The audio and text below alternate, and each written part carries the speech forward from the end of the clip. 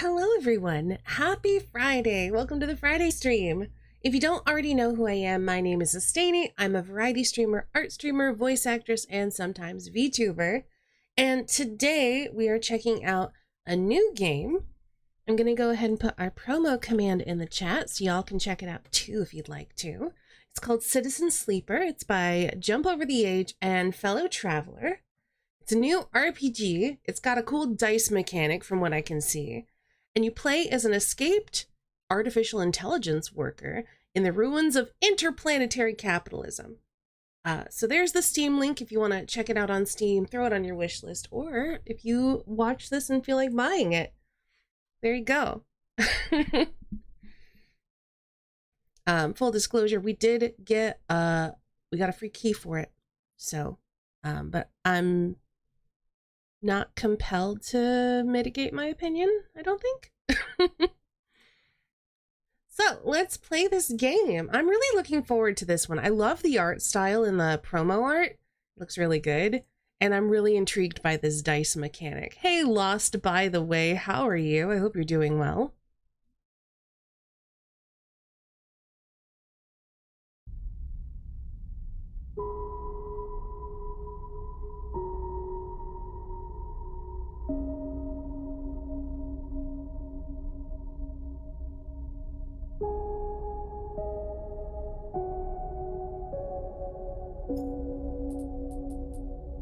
Oh, I wanted to get into the menu and I can't.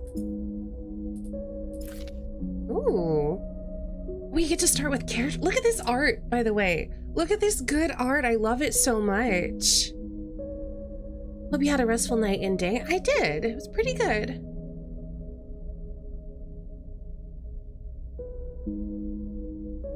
Okay, so let's see. Our options are operator or extractor.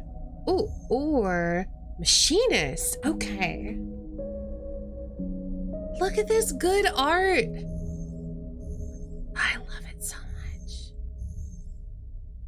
So a machinist repairs and modifies automated systems used in industrial resource extraction.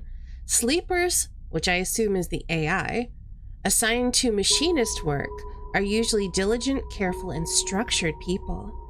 So a perk we get is Efficient Extractor, a chance to gain random scrap items on engineer actions. And then we have a bunch of skills. We will get a +1 to engineer, so work with machines and physical tools. No bonuses at all to interface, endure, and intuit. Work with digital interfaces, use strength or strength of will, or approach problems with awareness. And we get a -1 to engage, approach a problem head on. Interesting. I'm so curious what this means and what the pluses and minuses mean. Like, is it +1 die? Is it +1 to the roll? I'm so curious. So an operator is another option. An operator works with drones and high-precision remote machines to perform complex tasks from a distance. Sleepers assigned to operator work are usually cerebral and precise people, so they get +1 to interface, so they're very good with digital interfaces, and they get -1 to endure, so using strength or strength of will. But their perk is they gain cryo, whatever that is, on interface actions. I wonder what cryo is. And then we have extractors. Extractors work on resource extraction, often in hard vacuum environments. Sleepers assigned to extractor work are often confident, self-sufficient, and have high levels of endurance. They have photosynthetic skin as their perk, so sun-bathed dice actions allow energy recovery at home. They have +1 to endure, so they're good at enduring, obviously. And they have -1 to intuit, so approach problems with awareness.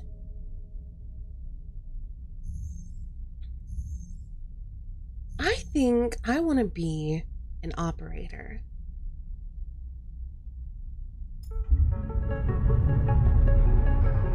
Sorry if the game is loud. I have not been able to go in and edit the settings yet. Hopefully we'll be able to do that soon.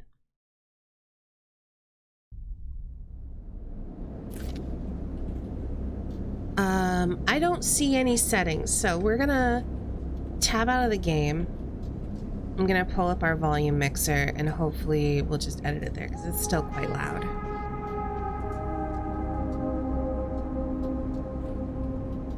There may be in-game settings. I don't know where they are. As always, please let me know how the audio balance is, if it's too loud or too quiet. I think we're at a good position here, though.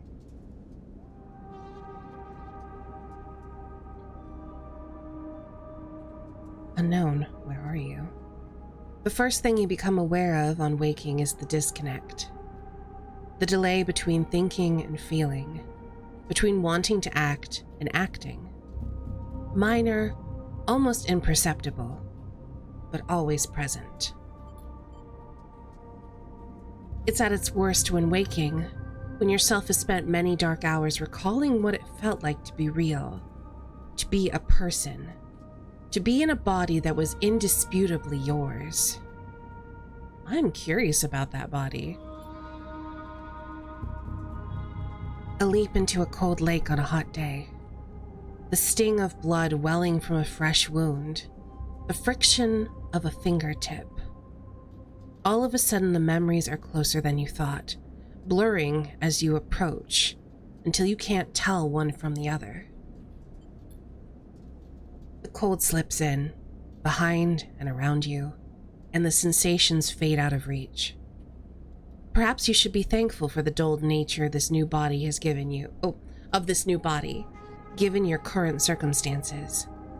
The walls of the container feel immediately present, cold, hard, at your back and face, cramping your limbs. You resist the desire to stretch, knowing the claustrophobia comes next, and retreat a little from your central nervous system. It isn't painful, not like you used to know pain at least.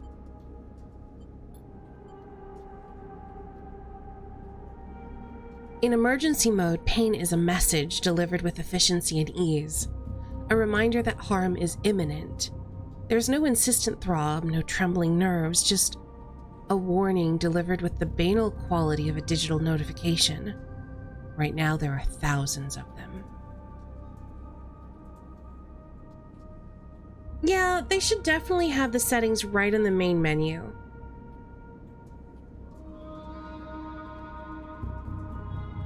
It's probably less of an issue if you aren't streaming it because you can usually turn down your speakers, headphones, or whatever.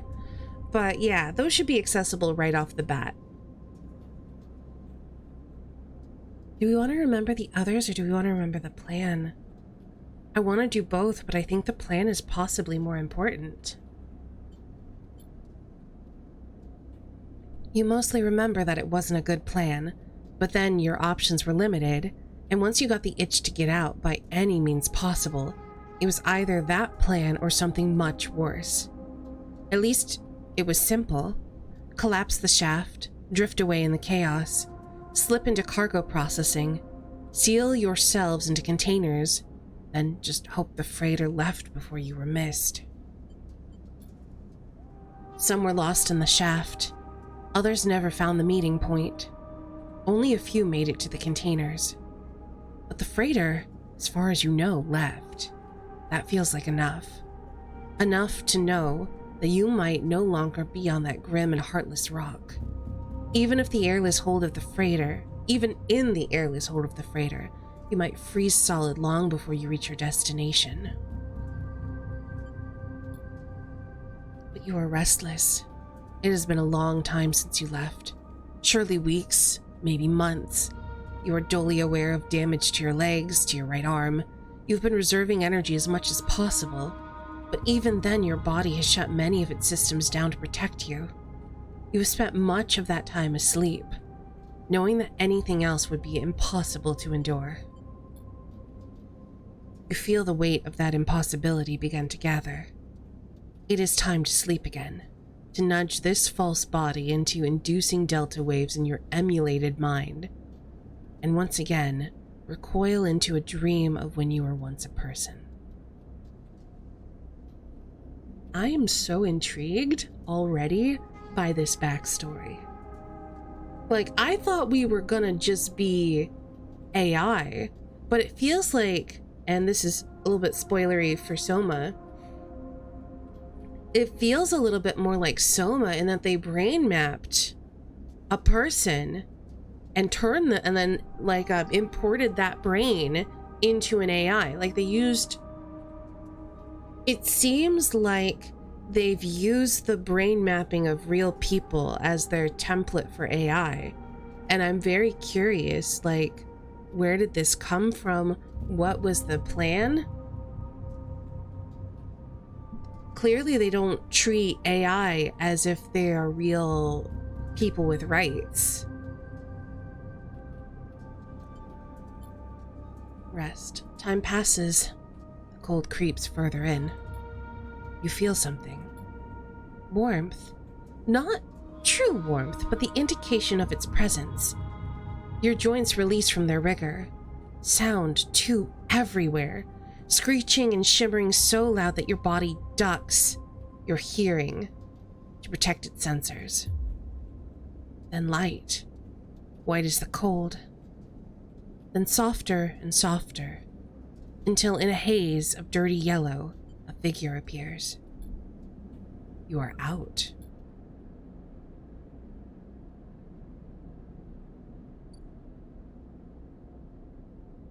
Drago's a pragmatic salvager.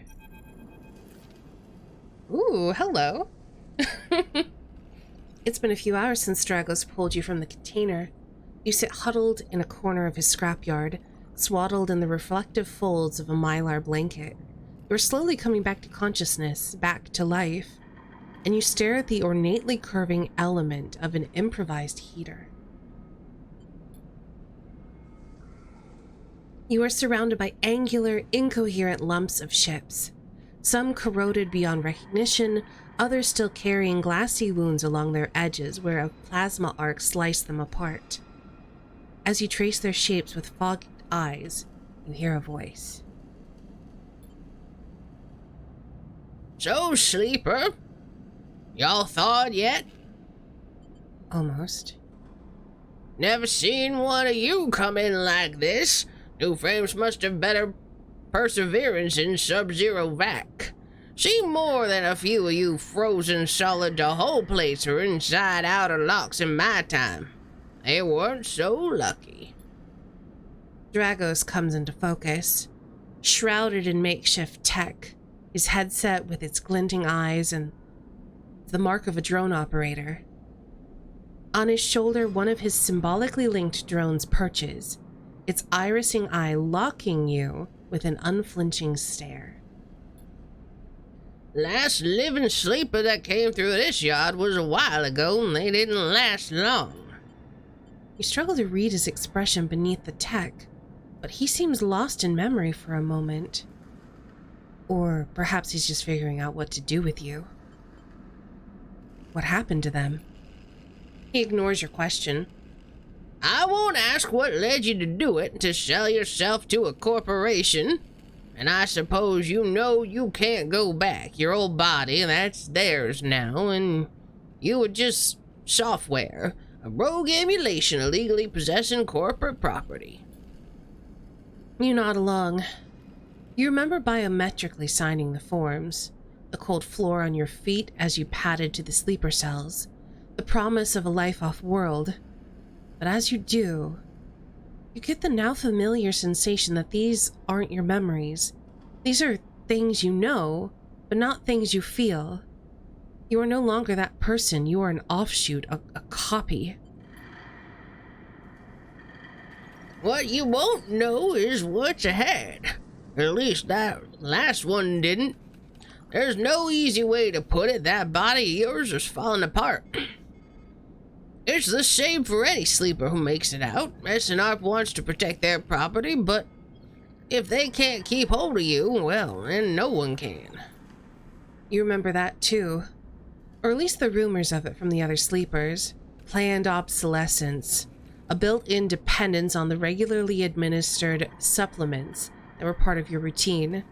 Stop taking them and your body begins to shut down, separate from your emulated mind. How long has it been? How long do you have? But for now, Sleeper, you are one of the lucky ones. Dragos glances up and away towards the glassy dome of the yard.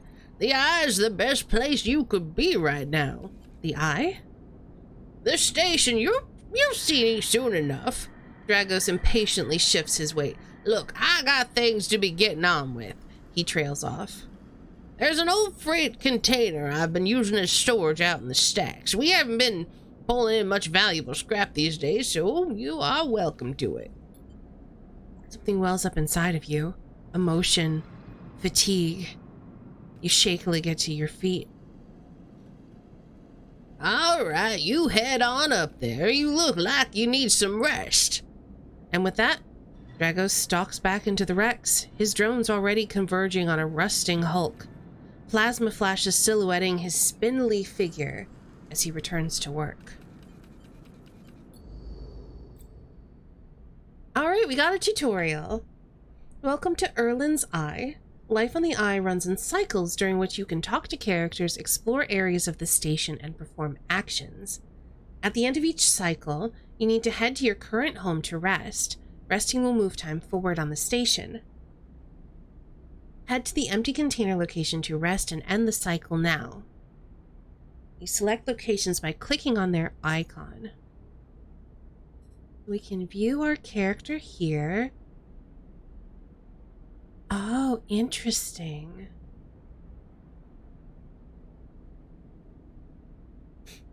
So these things all cost 1 upgrade point. And we can't upgrade indoor. Oh, I guess we can upgrade it to 0. Interesting. Okay. And these ones all cost 2, but I think we have to upgrade and get like this thing first. I actually don't see any game settings at all. So that's a thing to keep in mind. Oh, and it looks like cryo is cryptocurrency stored in air-walled sticks of memory known as chits. Good to know. Ari! Thank you so much for the 22 months. Welcome on in. As you can see, we're playing Citizen Sleeper today. We are an escaped AI worker.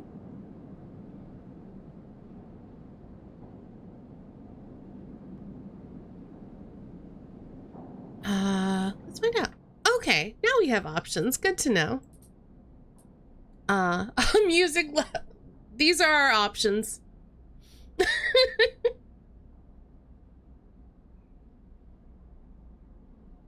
Pretty basic.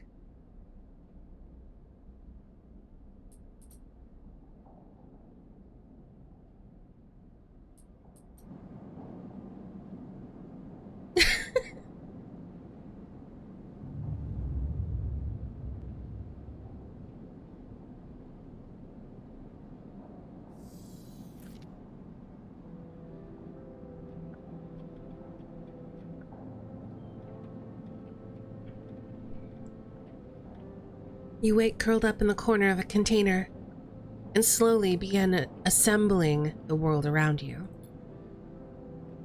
After all this time, you still find this body, the one you wake in now, strange and disjointed.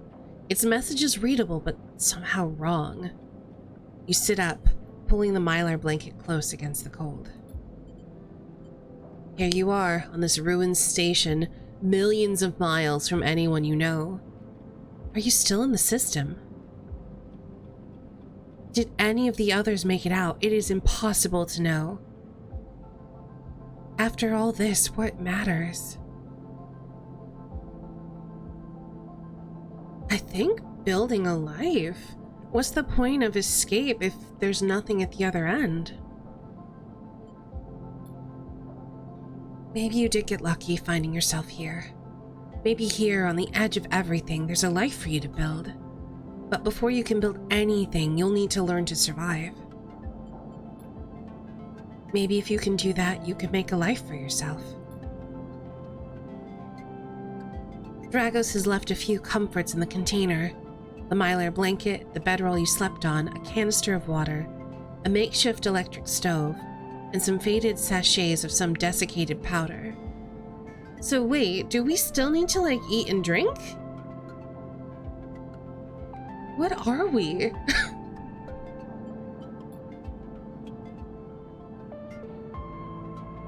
You thumb the power stud on the stove and begin to boil the water. The contents of the sachets smell like damp wood, and you sprinkle them into the liquid. Oh, wait, maybe, because, yeah, if we're in AI, we're still gonna need some kind of fuel. As the pungent smell washes over you, images of your restless sleep come back to you. A ring like the station, but skeletal and ghostly. A web of threads pulling at your skin. A constellation of bright, polygonal shapes, like angular suns burning into your mind. There's something unpleasantly visceral about these images, and it is long after you finish drinking that they begin to fade. You tidy away the stove as best you can, and try to gather enough energy to greet the day.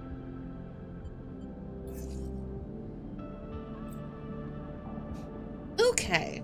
Condition, action dice, and energy. Your condition represents the current state of your artificial body. It depletes by one segment each cycle, but can be damaged by violence, injury, or lack of food. If your condition bar empties, you will suffer a breakdown. You'll have to figure out how to recover your condition now that you no longer have access to corporate pharmaceuticals that were keeping you alive.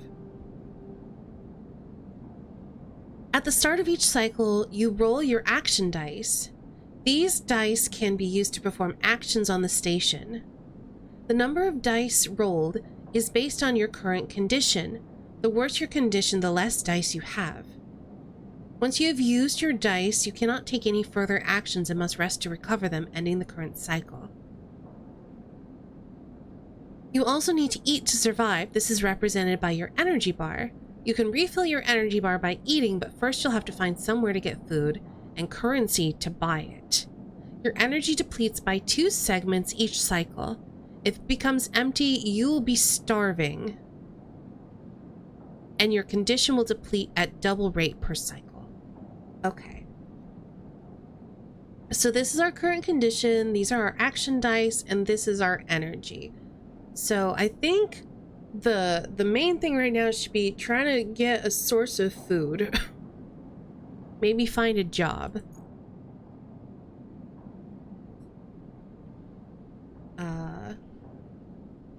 How do I leave?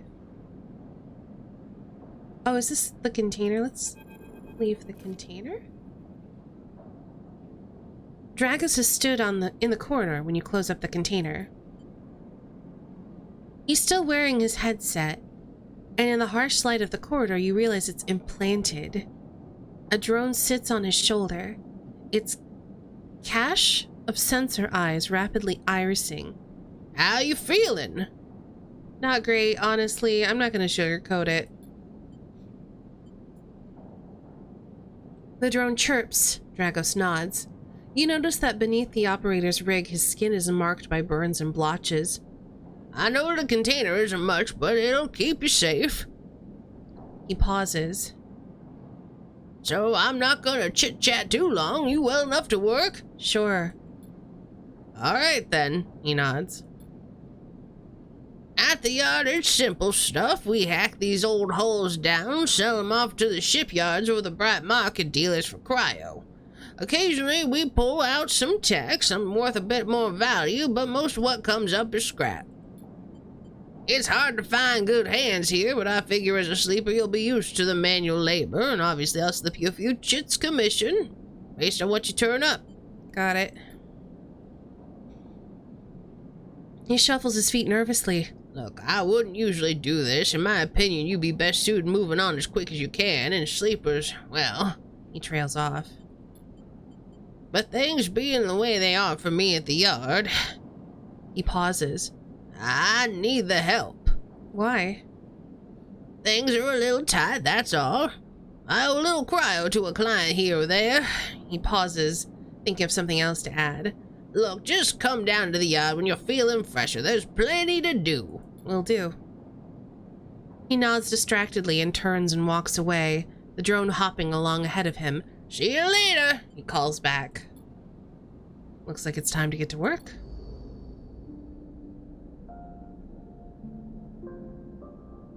Oh, okay. Wow. What? Okay, so we can wasad to kind of like look around.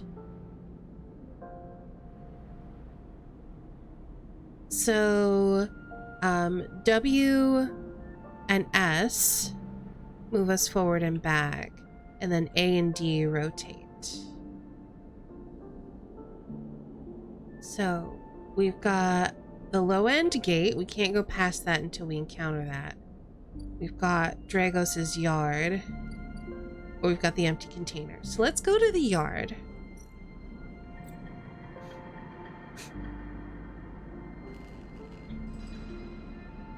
Oh, interesting. Actions are the primary way you interact with the world of Citizen Sleeper. To perform an action, click and drag your chosen action dice to the slot. Actions reward you with clock progress, energy, condition, or items depending on their outcome. There are 3 types of outcomes. Positive, it goes better than expected. Neutral, the action is just successful. Or negative, the action fails. I like that neutral is just like, yeah, you did it. Neutral isn't like no change. Neutral is like you progress. I like that. So, you are guaranteed a success with a 5 or a 6. With a 3 or a 4, you have 25% chance of failure. And with a 1 or a 2, you can still succeed. It's just a 50-50. That's good to know.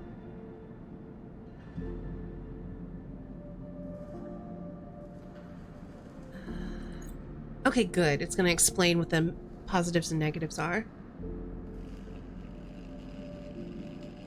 Actions display information about their type, risk level, and the skill modifiers that apply to that action.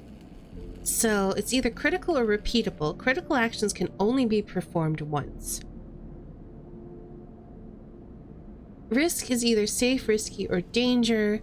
Safe means no loss of condition, energy, or cryo. Risky, negative outcome means cryo or energy loss.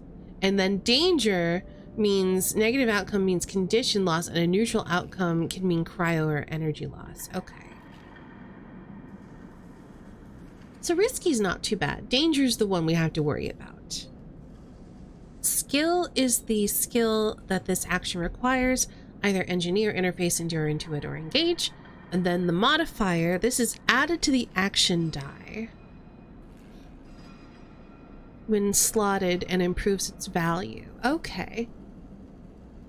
So, for example, if we have a -1 in something, we can only auto succeed with a 6.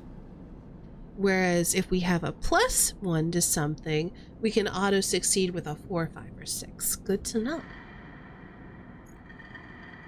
And then some actions require a +1.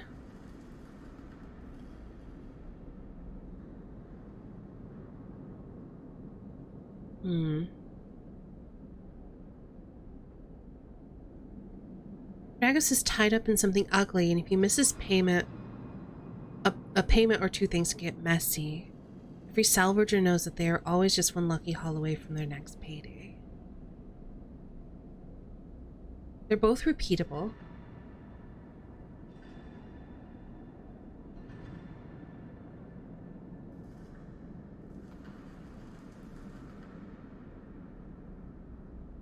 Let's put our 4 in here.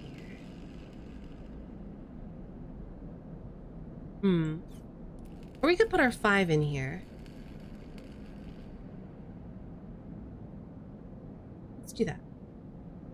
Even the rustiest hole can hide valuable components and materials. Extracting them means cutting carefully and skillfully.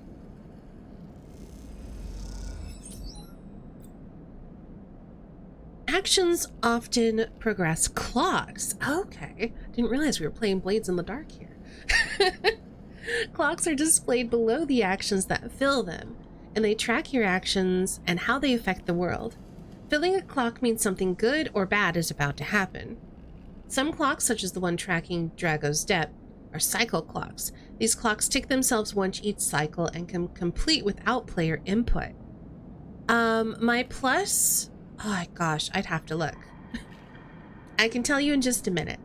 Any active cycle clocks will be displayed on the icon for that location. Oh. I can leave and view my character. There we go. Oh. In Citizen Sleeper, you will unlock drives as you discover more about yourself and the world. I'll tell you in just a minute. Drives guide you in pursuing specific objectives depending on which path you take. You can track drives, and any track drive will place a yellow marker on locations that will help you pursue your goal. Access the drive menu via the arrow button at the top of the screen. You are now free to explore Erlin's Eye and make a life for yourself here. Try tracking the drive to help you survive. Look for food to keep your energy up and a way to recover condition. Fill clocks to progress stories and find new opportunities. Remember to end cycle at your home when you are out of dice.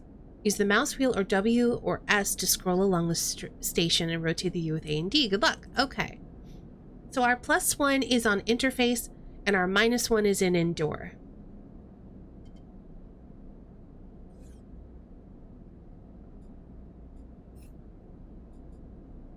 Oh, so we could swap between these.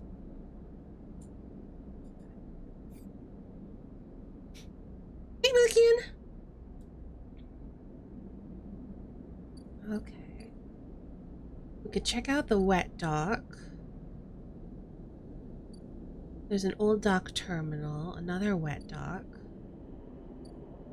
a market. I think we have 15 cryos. We have some money.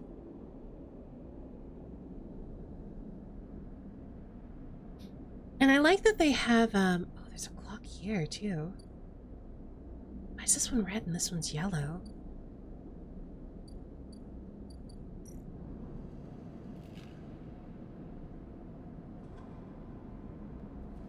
So we got 2 ticks on our back in business clock. I think that's enough for now. Oh, is yellow for finding a doctor, maybe? Probably.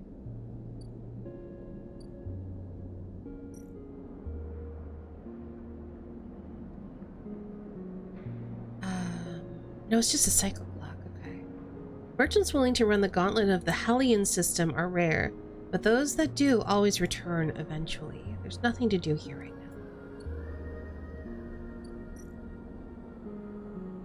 Salvage sortie. It takes several cycles to reach the starward belt and return, loaded with scrap from old wrecks. Okay.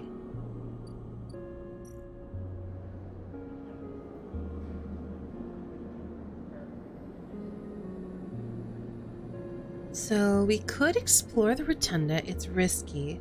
We could steal the plans, which is dangerous. Why would I don't want to do that. Oh, and I'm guessing we could possibly tick either of these clocks based on it.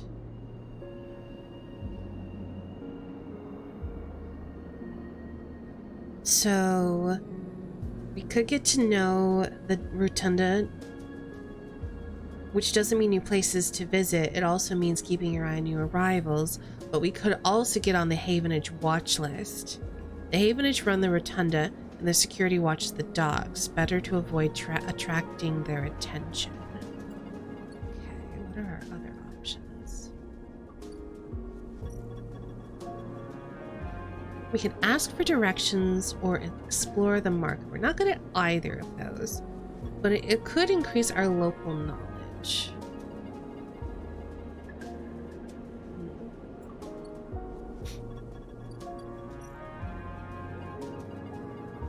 We need 60 cryo to pay the toll, so we can't leave low end yet. I feel like the market is probably where we should be.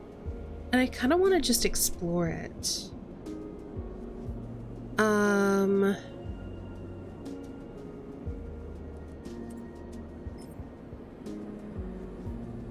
So on here, a negative outcome could mean a loss of cryo or condition. I want to save our 4, I feel like. And this is repeatable. This is critical. We can only do this once.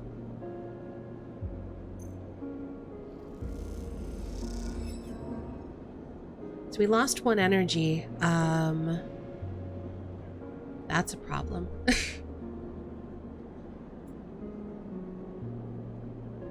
I'm a little bit confused. Like, I was expecting there to be a story beat when we did that.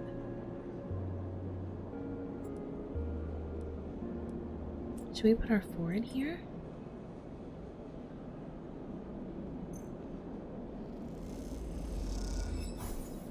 Ooh, okay, we got +1 local knowledge. Neutral outcome.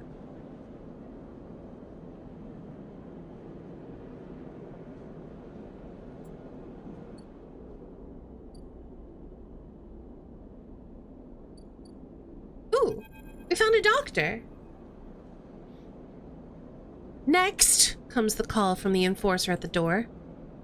You shuffle down the flickering hallway towards the open apartment door. You keep your head down and your shoulders high in the queue, trying not to bring attention to yourself. You were thankful for the tip-off that a doctor was operating out of this place, but now that you're here, you aren't so sure. The gang enforcer on the door, the flickering light strips, the decaying hab block, they've all made the long queue a test of your nerve. But your options are few, and without a supply of stabilizer, this body, your body, will... You suppress a shiver and shuffle forward to the front of the queue. You try to find yourself something to distract. You lean against the doorframe and look into the apartment. The entryway is dark, punctuated by the green indicator of stacks of sealed containers. You lean in and see an amber light filtering through a far doorway, screened with plastic sheeting, beyond which blurred shapes move. The slap of the enforcer's palm against the doorway jerks you awake. "Wait your turn," he growls. After a few moments, a figure pushes through the doorway and you catch a distant voice. "Send the next one in, Toshiro." The enforcer jerks his head and you slip inside, passing through the dark entryway and pushing through the plastic sheeting on the far door. The room beyond is bathed in warm light. A floor-to-ceiling transparent panel gives a full view of the bright market sealed roof and the buzzing traffic above, and for a moment you are transfixed by the motion. "Come, sit," comes a sharp voice, and you see a silhouetted figure turned away. I love the art in this game. Replacing plastic sheeting over a frame of simple folding bed, you make your way across the room. The figure turns, and as they do, you see an expression of confusion flash across their features. They open their mouth as if to speak. They blink, and then quickly regain their composure. "Please sit." They gesture to the bed, then turn to an open case of tools on the table.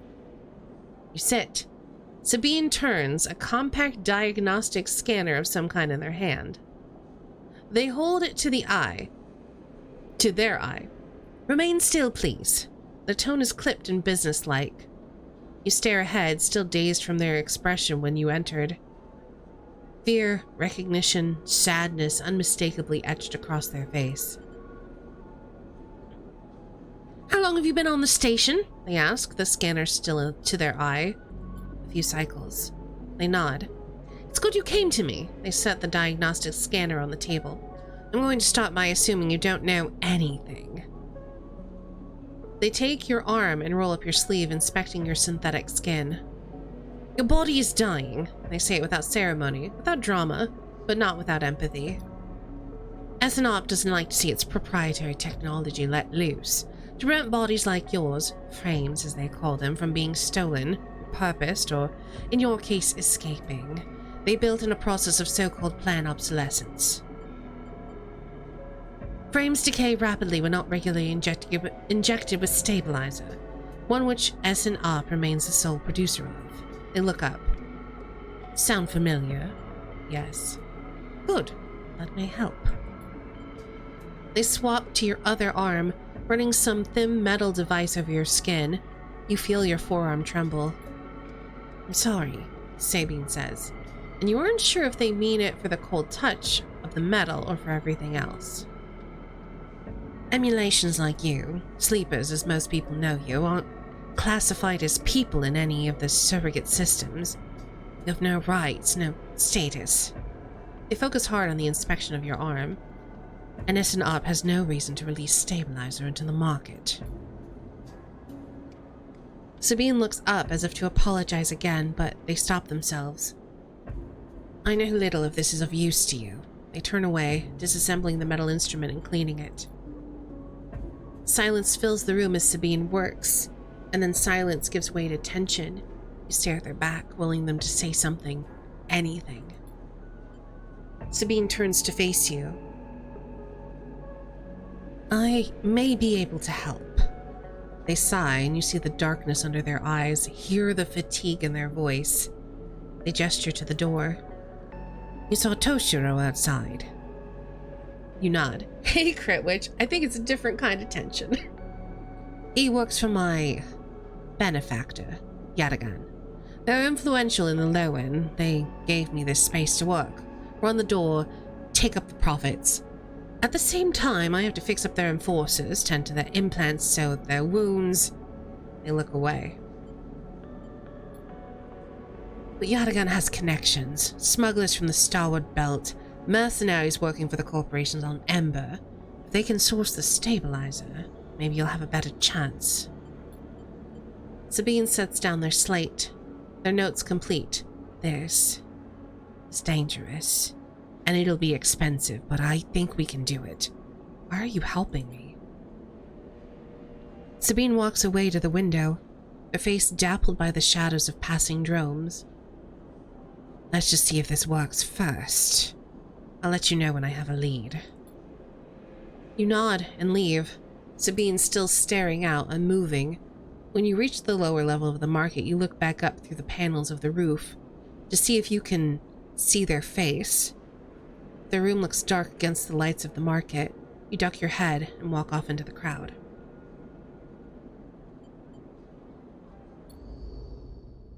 I'm actually not too late for this. I don't think so. Okay, so what's going on here? Now we're just waiting. Okay.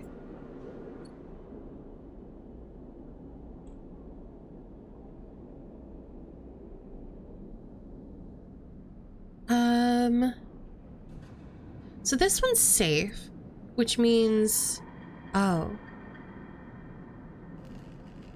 That means that the negative outcome is not as bad as if it were risky. So we're gonna do this one. Oh, we don't have a content warning for this one, I don't think, Sock. I don't know what the content warnings are. Like, I don't think there's a content warning in the title. Hi, Sock.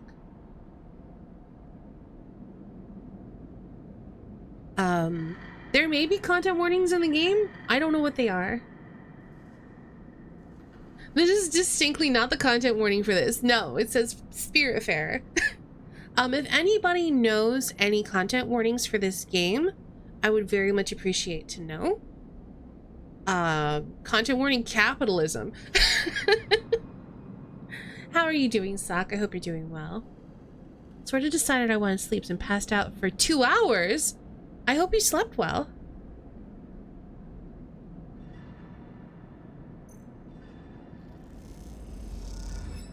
Ooh.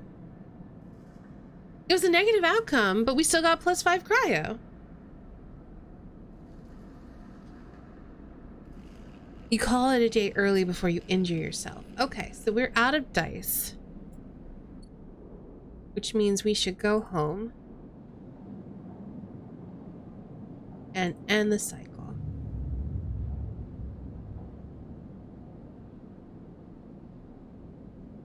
This is Sarah squared right now? Nice.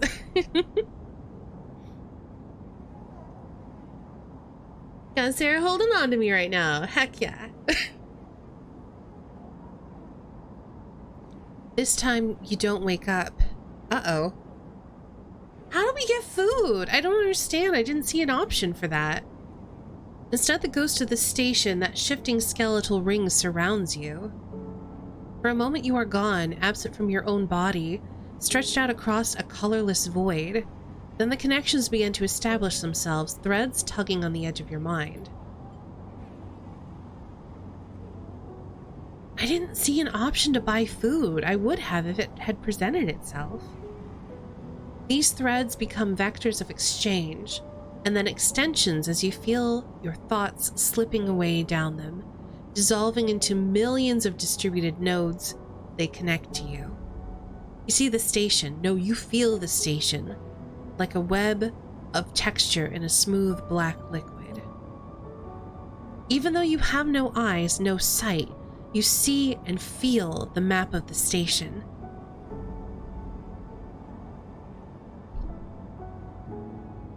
No, not the map of the station, but the map of its connections. It is a looped cloud with spokes and spires that jut out into space. It is an ingrown thing full of obsolete loops and severed pathways. It is a system, a map, and a territory all at once. You notice the tugging feeling, pulling at you insistently as if it were a small child. Somehow it is pulling in two directions at once. You look down. All of a sudden, everything shuts off. You come back trembling into this unfamiliar body, both yours and not yours all at once. You find yourself standing in the container, eyes now open to the dark steel walls. You feel a change within you, a shift. You close your eyes for a second, and you feel it waiting there. The station splayed out across your mind. A storm of connective nodes waiting to be explored, and then it is gone. Where do I get food?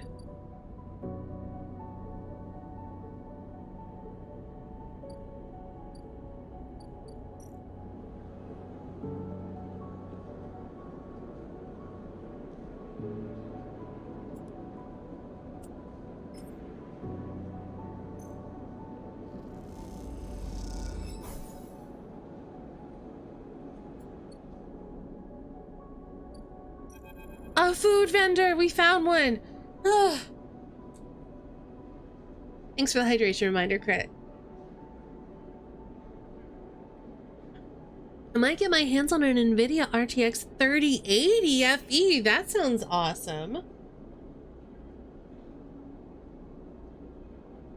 Emphas is busy, his broad face uplit by the makeshift gas burners in front of him.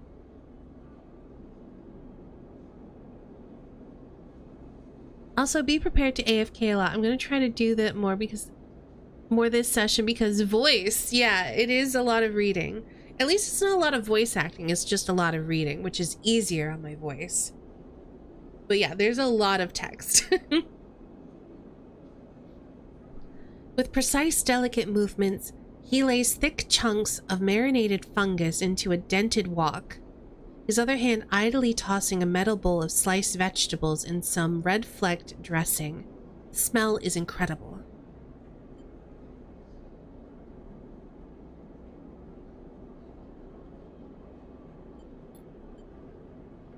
You watch as he fulfills a set of orders, heaping the fungus with bright salad and depositing it in plastic trays. Offers to share Cajun pasta. That sounds amazing. Can you get it all the way to the space station, though? A stack of chits rattles in his apron pocket as customers file past the burner, handing over payment. You join the queue. It's mostly made of off-duty salvagers, vac suits unzipped and rolled down to expose stained vests, grubby mods, and a lattice of scars and tattoos. They discuss the best food on the eye, the best drink, comparing notes on bright market dives, their words cut through with heavy spacer slang.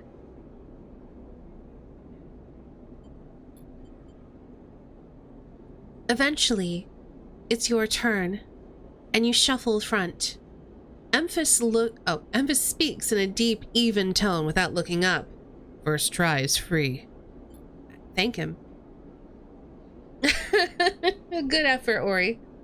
The smell is almost unbearably strong as he cooks, the earthiness of the fungus laced with something so spicy, the smoke makes your eyes water. The heat from the burner is like a bonfire and your skin hardens in its glare. I know you. You sleepers. Emphas says while he cooks, his voice deep but clear. A hard life, a lot of stories. He glances up from beneath his cap with piercing eyes. I know. Tell him a story. You begin to tell him about your journey to the eye, and he nods as he cooks, his eyes never leaving his walk or his work. You tell him of the confusion, the pain, but also the sense of possibility and its sudden arrival. You tell him of the cold and dark of the container, of the endless cycles spent within it. Now it seems, you tell him, like some dream that you once had but can never forget. You tell him that the eye excites you and scares you, and you are unsure where to walk, where to look, what to do. Eventually you trail off, running out of words. He places a plastic tray of steaming fungus in your hand. Next time, we can talk some more. He smiles. But next time, you pay. He slams a heavy hand against a button on the burner's side, and it shuts off. The roar of the flame and its impressive heat fades. Next time then, sleeper. He waves you away and begins to oil the wok. Before you turn back to the alley, you notice the geometric patterns of circular scars across his forearms, each surrounded with a constellation of glinting pin marks. You walk away, and as you do, you take a bite of the rich, spicy delicacy. Delicately sweet fungus. Your taste sensors light up like a fusion reactor. He'll be back. We have energy! Ah.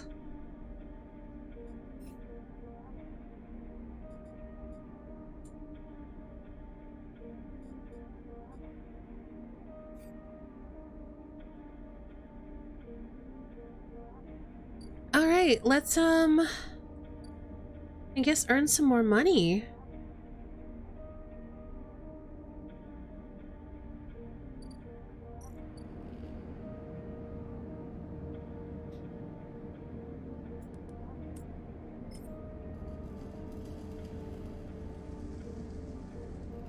Eventually, we're gonna get to use something we're good at.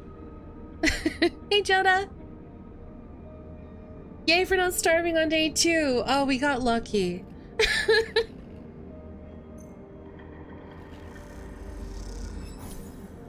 Ooh.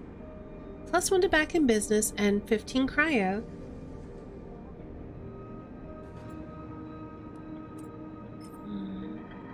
I think we should put this here, because we don't want to lose any energy. So let's do something safe.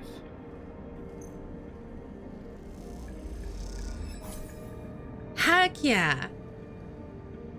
We're making money. We're helping. I've already forgotten his name. We've got food. We're not starving. Everything's looking up for our sleeper. Sometimes I like the idea of being a nomadic type that travels all over, collecting and growing wild ingredients in order to cook for myself and others who need it. And then I think about how many need it, and I feel tired, but the idea sounds neat. The idea does sound neat. Oh, this was Citizen Sleeper and Don't Starve.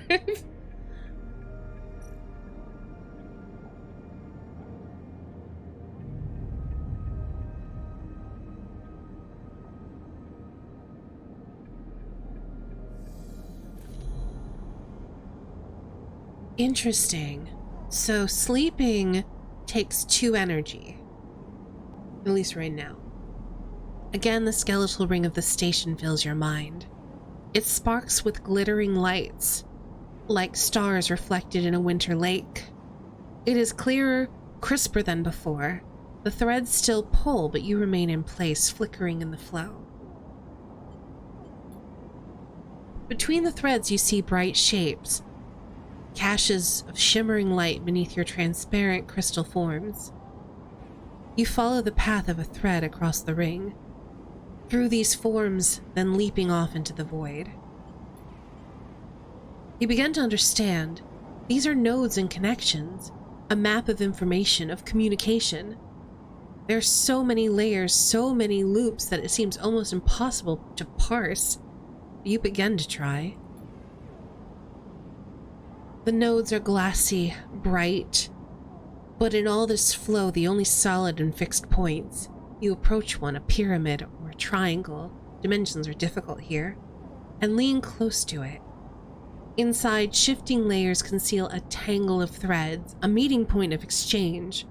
But before you can glimpse inside, the glass clouds and hardens, cutting you off. The threads and nodes, passages and puzzle boxes, one leads to another. There's so much here, so many answers, so many questions. All you need to do is follow the paths and open the boxes. You look out across this ghost landscape of exchange and see an opportunity.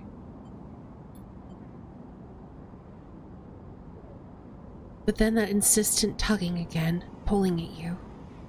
You look down again and see two lines, two threads pulling you in different directions, as if they were tied around you. The first thread leads out, away from the station into the inky black. Someone out there is tracking you, hunting you, following the thread to you. They are in a ship, and the ship is approaching ever closer with each cycle. The second thread leads in, pulling deep into the station. Your gaze follows it, and this time you see something. A sphere shimmering above a strange angular body. A pulse shoots out from it, passing over you like a torch beam, testing you, tasting you. You open your eyes. Time is short. Oh no, this is bad. And our dice are bad.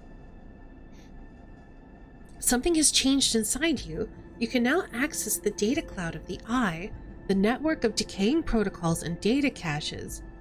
While there, you can use dice and items to access systems and extract data.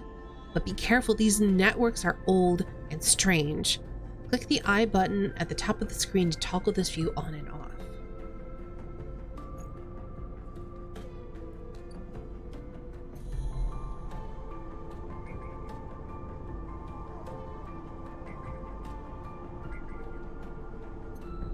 Well, first, we need food.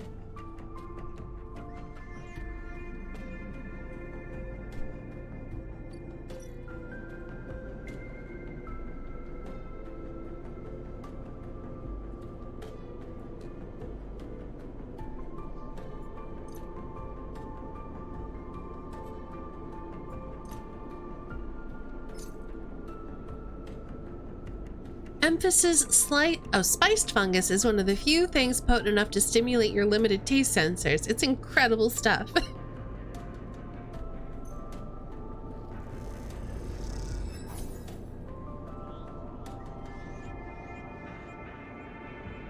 Okay, so that gives us 3 energy. Okay. We're still waiting on this to be done.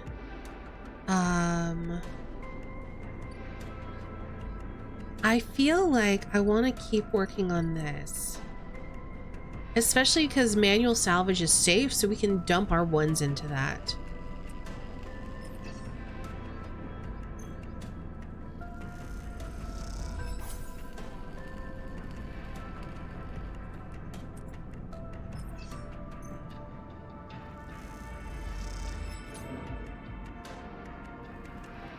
Okay, well, we just paid for tomorrow's lunch. That's good. We have a 5 left. So we could see if there's any interface actions in there. Because this would be an well, this is an auto success regardless, I think. No, it would be an auto amazing success if there's some good interface options here. What's this? Oh. Data actions allow you to extract data from the networks of the eye.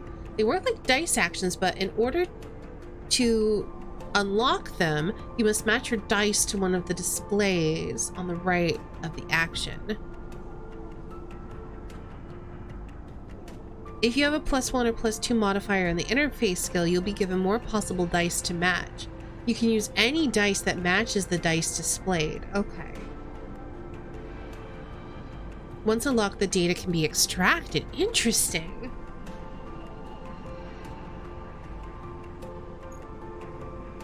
So we don't have a 2.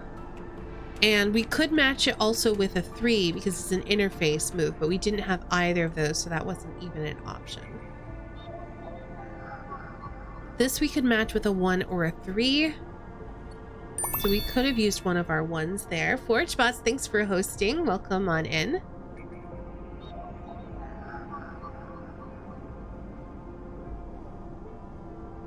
Oh, we have to have a Solheim cipher in order to get whatever this is.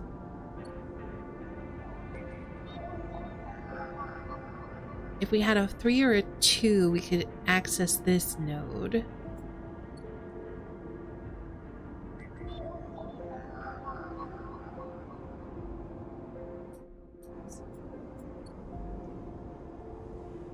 Okay, so there's nothing we can do here, right? Ooh, wait, what's this? Oh, we need a cipher.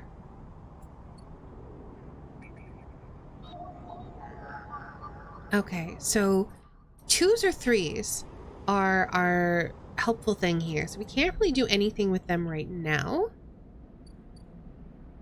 Ooh, it's at the shipyard. We could assist a shipbuilder or haul materials, and that seems like a bad idea. I think instead... No. I keep hitting escape to try to back out.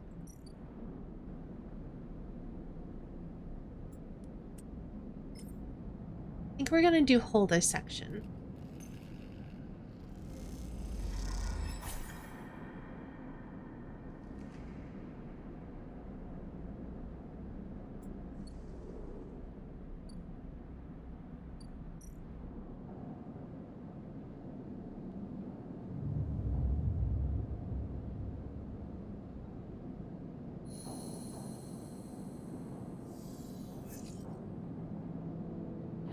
Got a 6.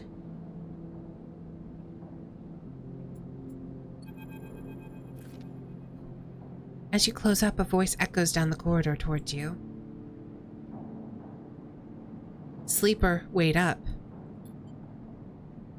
Fang? Who's Fang? Fang is coming down the corridor towards you, a wonky grin on his broad face. Hey, glad I caught you. Do I know you? He grins. You do now. He puts his hand on your arm. I seen you hanging around, just wanted to chat. You staying in that thing? He nods back to the container, shaking his head. Rough, it can be hard to get a start on the eye. He looks away down the passage. What was it old Orland said? Eye opens for us all? Nice idea, but well, not always very practical. He glances back at you. We do our best, but it isn't easy. You pass together into the main walkway. Havenage. We're all one dysfunctional family. Fang puts an arm around you. I'm not part of the security branch, though. Don't worry, I'm with systems. Systems? Everything that I runs on. He runs a hand along the passage wall. This place is a ruin, but systems keeps us spinning somehow. At least we try to. He stops you in the quiet passage. Look, that's not what I'm here to discuss. I saw you around and, well, I know a little about you sleepers and I have a little proposition for you. He glances around. But, well, this is not the place for it. I have an office just across the way. Give me a cycle or two to prepare, then when you're settled, stop by. He lowers his voice and gives you a dark look. In truth, I need you. If what they say is true about you sleepers, well, there's work to be done. Pats you on the back, his voice bright and his dark look suddenly gone. Stay clean, sleeper. He walks off down the passage, raising a hand in farewell. Okay, first things first. Breakfast.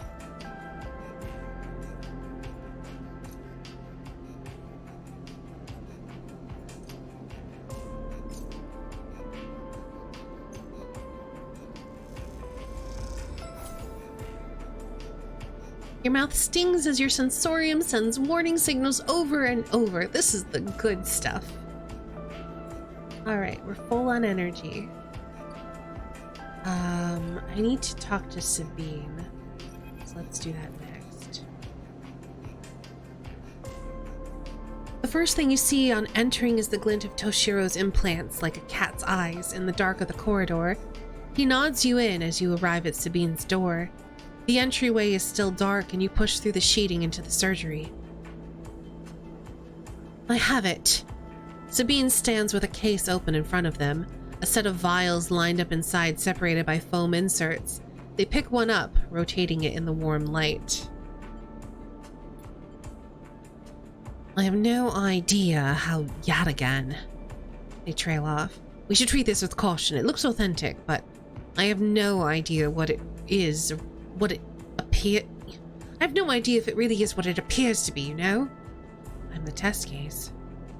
That seems to be the case. Unfortunately, I'm not sure we have another choice. They gesture for you to sit on the bed. The stabilizer works under a similar principle to an immunosuppressant in a transplant operation, in that it stops your body from rejecting the unfamiliar part of itself. In the case of your frame, the unfamiliar part is each of your biosynthetic organ groups, which over time are identified by your body as foreign material and therefore must be eliminated. Sabine holds up a vial of the would-be stabilizer. However, unlike an immunosuppressant, the stabilizer doesn't do this by limiting your entire immune system. Instead, it re-encodes your biosynthetic organs with new protein chains which act as passcodes within your immune system. The stabilizer refreshes those passcodes, keeping your frame from rejecting all of its own organs. Passcodes? In very basic terms, yes, they sigh. Look, what matters here is that the stabilizer should be able to encode any organic or biosynthetic matter to be accepted by your immune system. They glance away.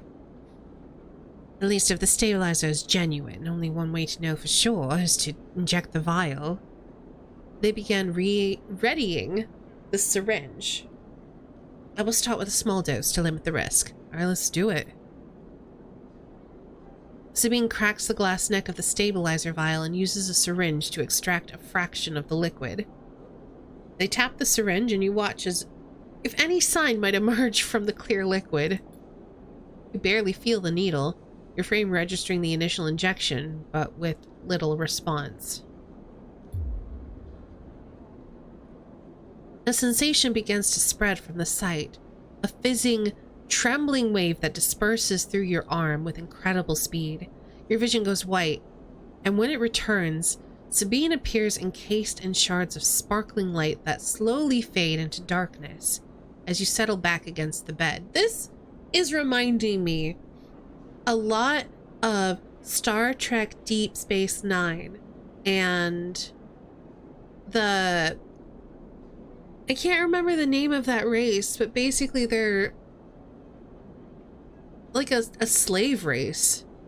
They come through the wormhole and the telepathic clones basically bred them for servitude and control them with that white medicine.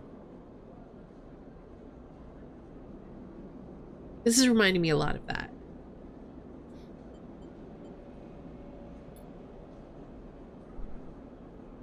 You swim in darkness.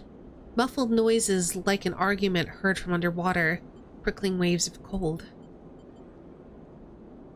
When you sit back up, Sabine is sitting in a chair by the window, facing away from you, backlit by the glow of their slate. Awake? Yes. The stabilizer is genuine. They sit down beside the bed. I don't know how Yadigan acquired a case of this stuff, but they did. Sabine looks troubled, distracted. No, I know what you're talking about. Because that's a really messed up episode of Star Trek. But no, I'm thinking of Deep Space Nine. I'm gonna Google it.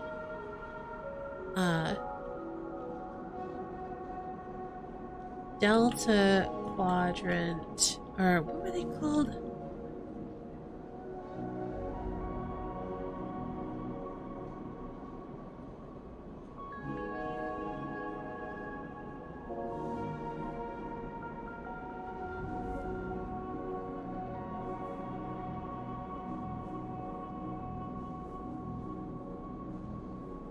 I forget what the aliens are called. Like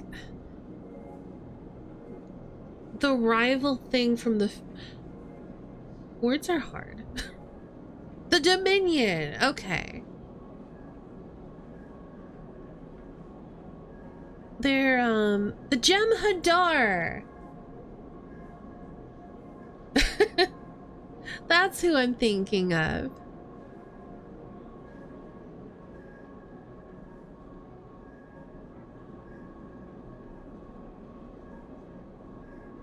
They're genetically engineered reptilian-like humanoids from the Gamma Quadrant, not the Delta Quadrant.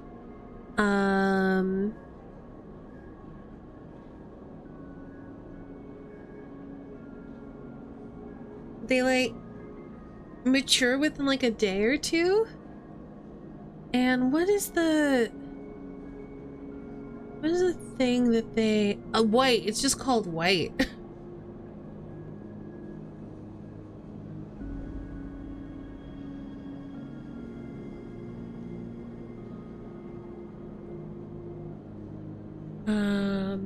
There we go. Adult Jem'Hadar did not require sleep, and their sole source of nourishment was the drug Ketracel White, which provided the Jem'Hadar with all necessary nutrients as well as an isogenic enzyme that had been deliberately omitted from their metabolism. As a result, all Jem'Hadar are addicted to the white, which was regularly distributed to them by Vorta overseers. It was the founders' means of ensuring the Jem'Hadar's loyalty to them. That's right. And without it, they suffer withdrawal systems, their circulatory system shuts down, they have muscle spasms, they become uncontrollably violent, and then they like die. Because basically it's the same kind of thing where their own body attacks itself without it.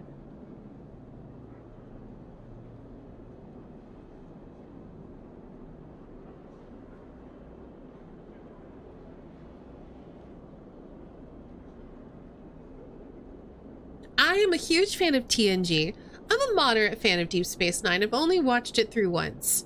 But the Jem'Hadar's addiction to Ketracel White is a big enough plot point that it's stuck in my brain.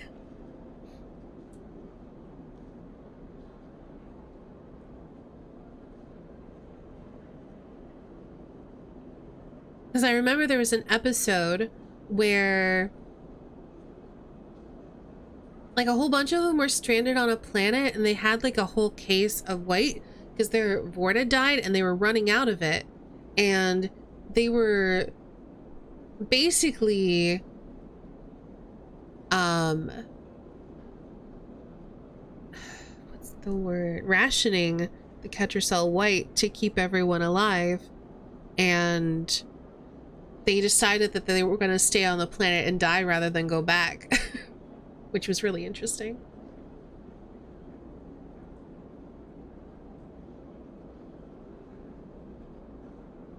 I think I like my space stories darker, grittier, and scarier, like Lovecraftian horror in space. I like the hopefulness of Star Trek. And I feel like that's a big reason why I've had trouble getting into the newer Star Treks, because I haven't had that same hopefulness in them. They've been way more like darker and grittier. Not necessarily Lovecraftian or scarier, but just like darker. And I don't know, I like the hopefulness of Star Trek.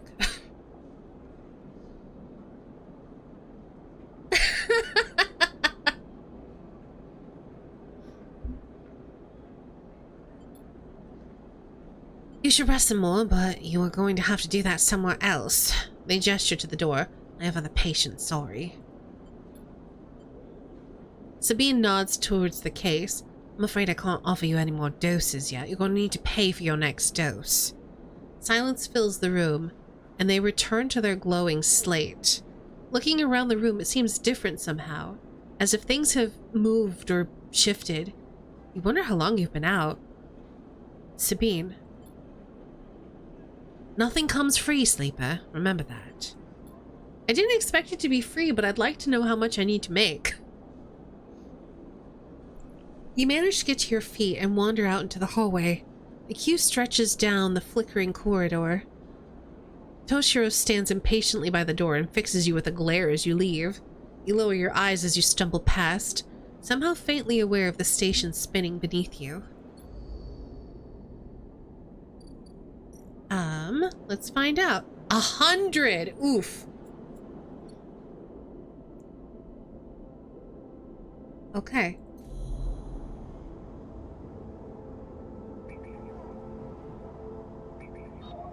So this one we needed a cipher. We do not have. This one needs a 2 or a 3. Ooh.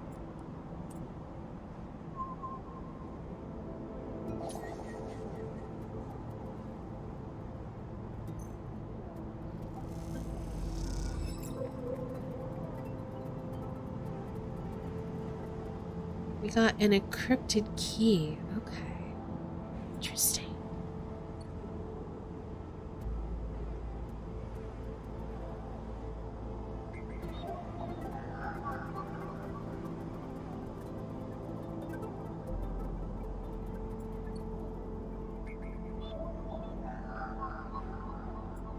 I don't think we can use any of our stuff for this.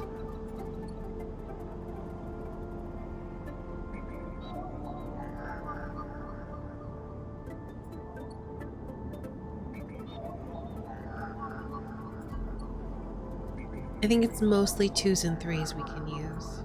And 1s here. If you're sleepy, you should go get some sleep.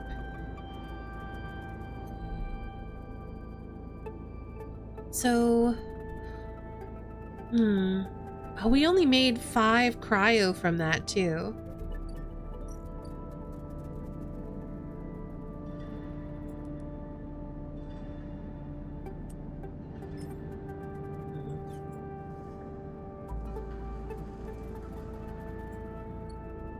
Got time there.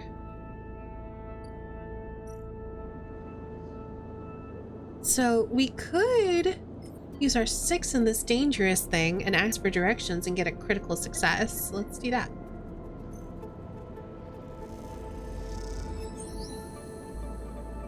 Oh, just filled it up all the way. That's a little disappointing.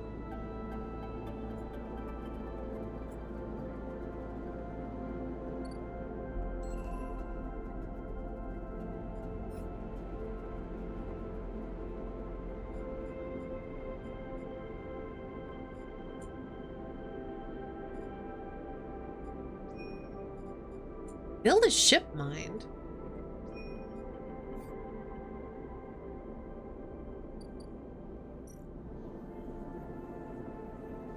We could play the exchange. We could sell components.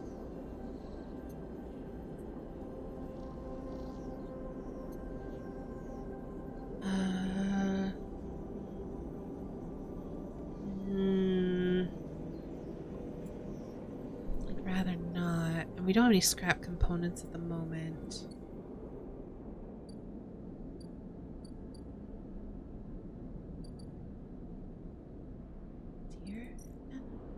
It's time, right? Yeah.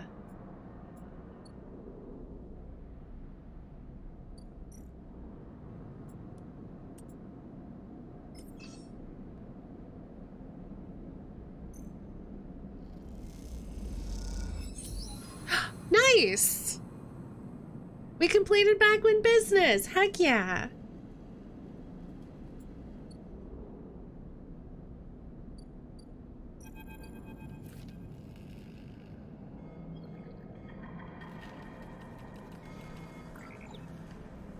Tend to feel lonely when I go lay down for sleep and it's quiet. I have to sleep with something on, making a very dull amount of noise. Well, I think Sarah has an extra Sarah, so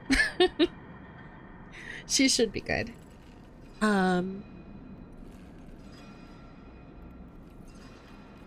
You arrive into a buzz of activity at the yard.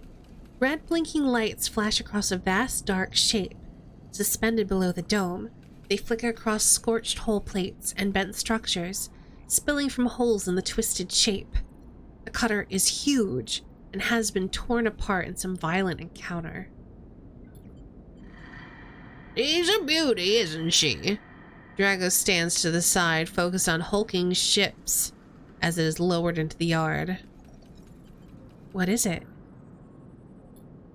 Have Gordita, my PC. Nice. Dragos laughs. That, my friend, is A-grade scrap. I should thank you. This place was on its last legs when you turned up. And now look at this. The ship descends slowly, its interior visible through multiple hull breaches. You struggle to gather the same enthusiasm as Dragos for the monstrous craft. You can't help but think of what happened to its crew. Hey, Vulpes, welcome on in. What happened? What do you mean? He glances at you. I managed to convince our salvager friends to give it to me on credit. That's what happened. No, what happened to the ship? Not my concern, he shrugs. The ship creaks like a calving iceberg. It's a calving iceberg. As it reaches the base of the yard, Dragos is visibly excited. I know I said you shouldn't stick around, but I'm gonna need some help on this one. The drones start to crawl over the hulk, their lights illuminating flashes of dented hull. Watching, you wonder if you arrived in a similar fashion, locked inside that container, the wreck of the Essen-Arp freighter lowered into the yard like a corpse ready to be butchered. Or was the container delivered to Dragos entirely on its own, a womb for your rebirth into this strange station? When ice falls off of a glacier, it's called calving. Okay, thanks for letting me know. You shudder. Perhaps if you could learn something about this ship, you might be able to trace the path that led you to this yard.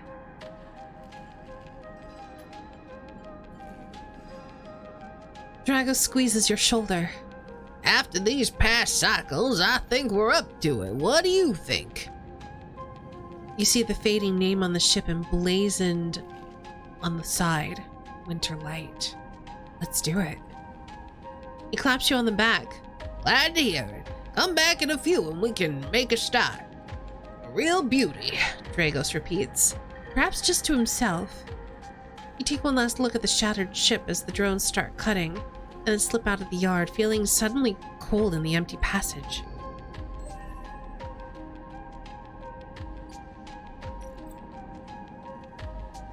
You've come to your first drive. Each drive completed unlocks an upgrade point. Oh, good to know. To spend on upgrading your character, access your character menu via the arrow button on the top right of the screen. I feel like there's been a lot of engineering stuff and there's been a lot of intuiting stuff. Also, I don't have any dice. Where did all of my dice go? I don't remember spending them. At least not all of them. I thought I had one left. Well, anyway, before we go, engineer and door.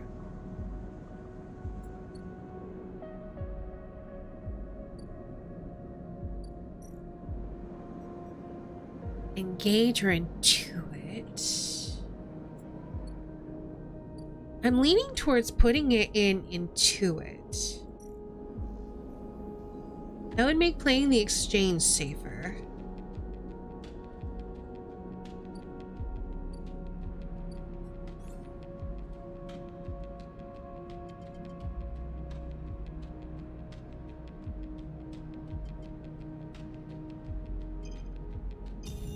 Let's do that. Oh, we don't have a +1. We have to get this, and now we can get the +1 next time. Okay. Well, at least now we'll know our potential positive and negative outcomes. Also, I've been drinking a lot of water during this, so we are going to take a quick break. We're probably going to be taking more frequent breaks today too, because I'll probably be drinking a lot. So, if you've been here the whole time, or even if you haven't, it's a good point to take a break. Go get a drink, get a snack, take any meds if you need to. We'll play some music, and we'll be back in just a few minutes.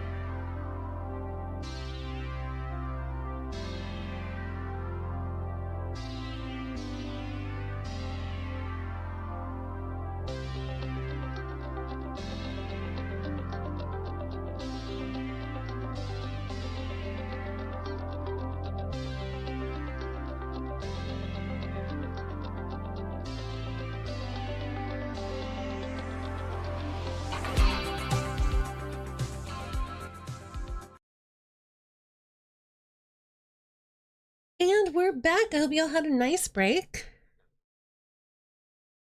The midnight is very good.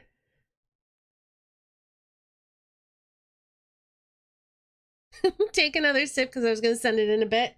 I did. I drank water literally while walking back here.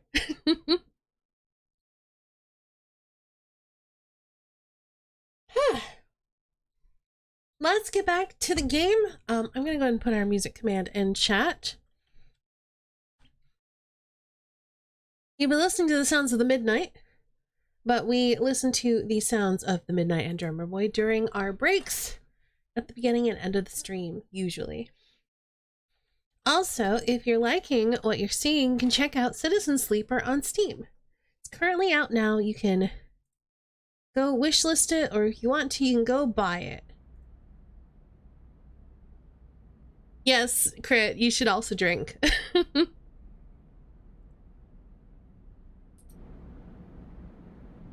Okay. So we have no dice left. I didn't think I spent it all, but I guess I did. I had 3 dice, I think. And I spent 1 to unlock something in the in the station systems. I spent 1 to do something useless. And I spent 1 to complete Dragos's thing.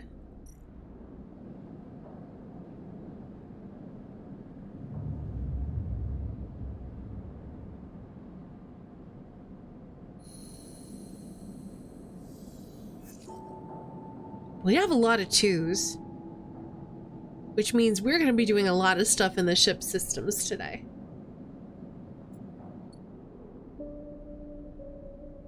Oh. We're also going to talk to Fang. Has controller support? I didn't even notice that. Sleeper. Fang catches your attention as you approach the Havenage building, leaning against the bay door to the side of the entrance. You approach. Easier to come in this way, security, all that. He gives you a look, you know? He slams a button at the bay. It creaks open, blinking lights in the dark behind it. You follow Fang inside. Truth be told, I don't spend much time upstairs. This is where I work. The door hisses as it closes behind you. The bay is filled with pieces of hardware, and also it's good to know that our condition does not degrade a ton.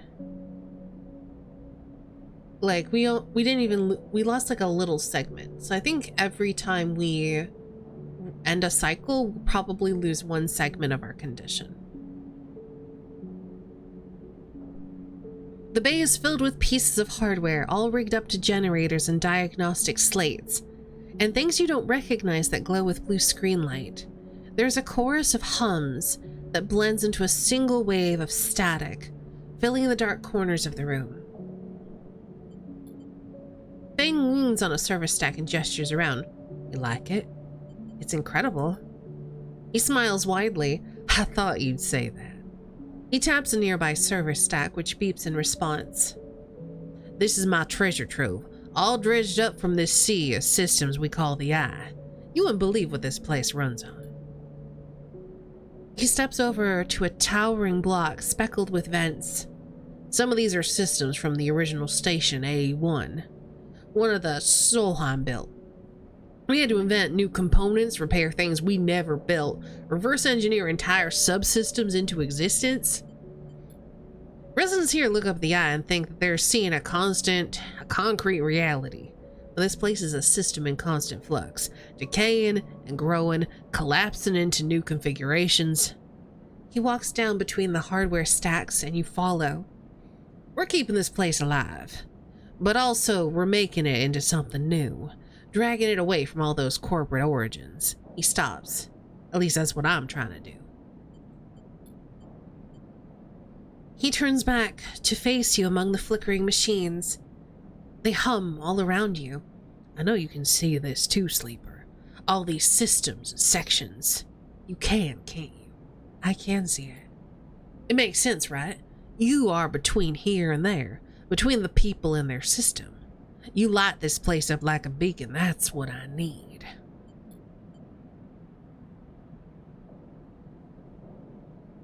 A Macross STS. I don't know what that is. You glance at the lights around you, and as you do, they seem to flicker, to realign, to follow your gaze. Fang noticed it too. I'm guessing being a beacon isn't always ideal when you're on the run, though. They're tracking me. He pats you on the shoulder. Maybe I can help with that. There's a lot of old growth in this place. Subsystems I can't see. Access protocols lost to time and decay. Secrets. A shitload of secrets. With your help, I can unlock this place. Break off those last ghost limbs of corporate control. He lowers his voice below the hum. Even in Havenage, there is old growth. Those whose roots trace back to those bad old days. You help me dredge up the past, and I'll see what I can do about that tracker of yours. He winks. What do you say, Sleeper? I am in! Fang pumps his fists and claps you on the shoulder. He meets your eye. You won't regret it, Sleeper. Fang passes you a ragged-looking metal tab. A gift. He smiles. It's a Solheim cipher. I know where I need that. I dug it up from the depths of the station. Slot that into an old network gate and you'll be able to pull all kinds of secrets from the nodes inside. Hey, Rave! He walks you back to the front of the bay. Start by bringing me in whatever you can turn up. Use that emulated mind of yours and see what's there. Let's get a picture of how things are. Those above, he nods at the ceiling, have granted me an acquisitions budget. I can pay you for whatever useful data you bring in. I know you need it. He slams the door button again. Keep it quiet and keep it clean, Sleeper, and I'll see you soon. I want winter back. Yeah, we have the AC going today, and it's sad. You step, blinking, back out into the passage. This flickering light still in the back of your mind. All right. What can we do here now? We can deliver data. And we have some, right? We have an encrypted key, maybe. Hold on. First, I want to use that Solheim key. Where was it that I needed that? No.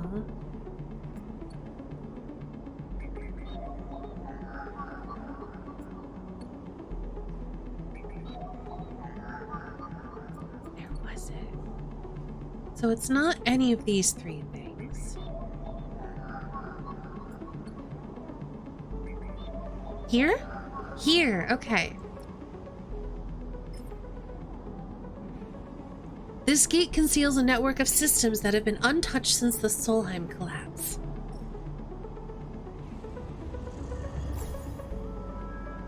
With a squawk of noise, the old gate flips open, granting access.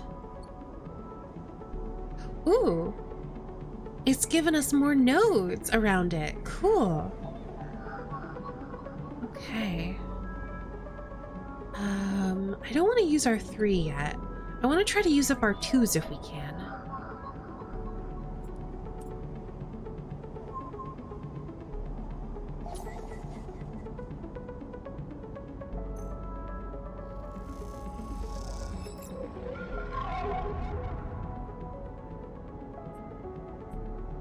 Okay. As you drift back from the node, something latches onto you, a thread. Strung tight around you, it tethers you in place. A taste. The voice makes you shiver. Its source somehow both distant and close behind your ear. You see a distant glint of light shut off, and then suddenly a shape is at your side. It stalks around you, circling like a shark, like a wolf. Entity unknown. Astringent. Processing.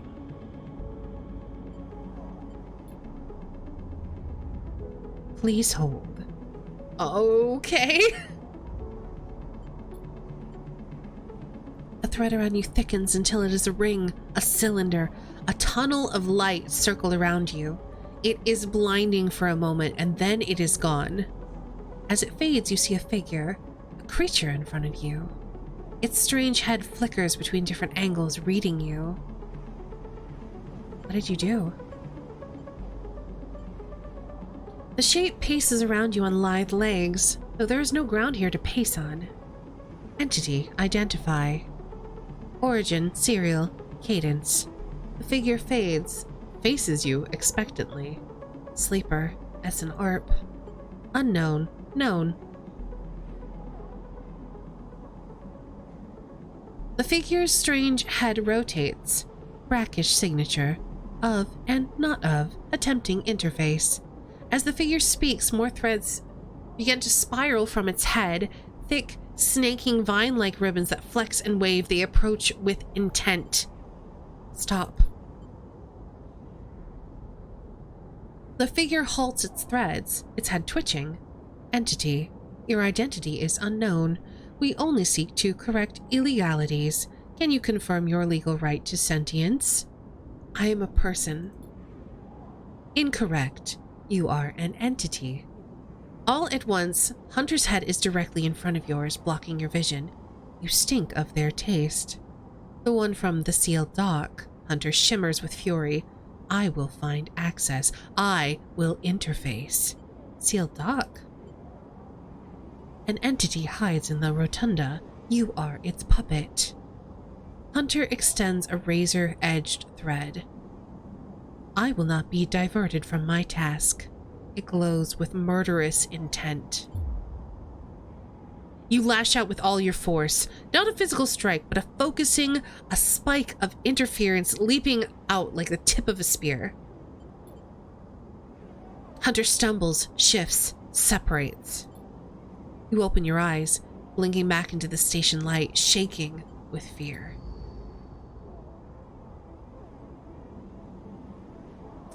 So that's a thing.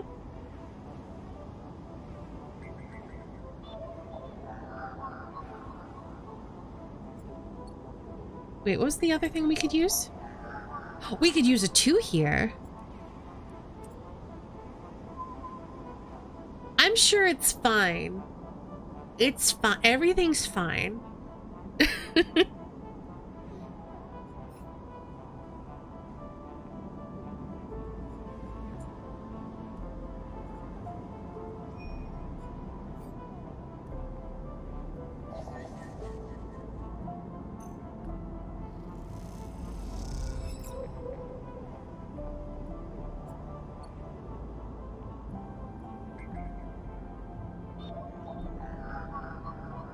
I can't do that one.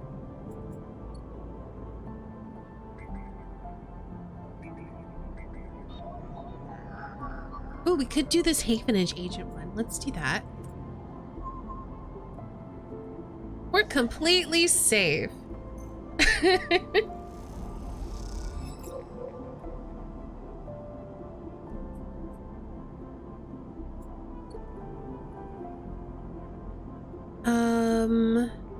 I don't think we're gonna buy food. We'll buy some tomorrow. Oh, Hunter's filling up the more time we spend here. Okay, interesting.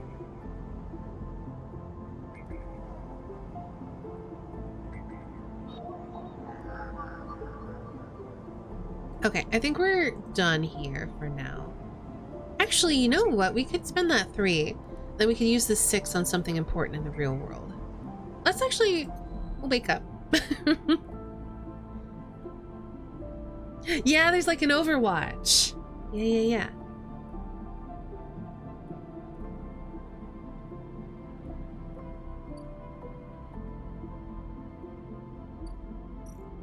So let's sell him some data. I know we can sell him Solheim data.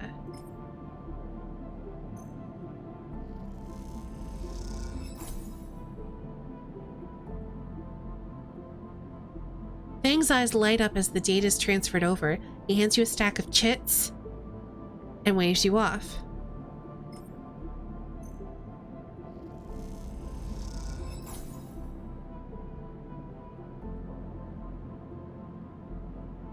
So we still need more Solheim data. I don't think we can give him Havenage data yet. We also have an encrypted key, which I don't know what we can use for yet. We got a lot of cryo though, so that's good.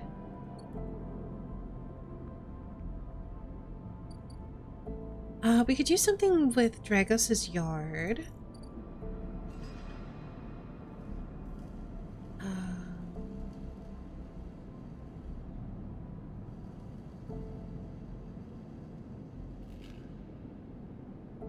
These are all positive things here, which is good. It's not showing us what the potential negative things are, though. We know that trawling is safe and it's repeatable. So we could just trawl. We won't get any cryo.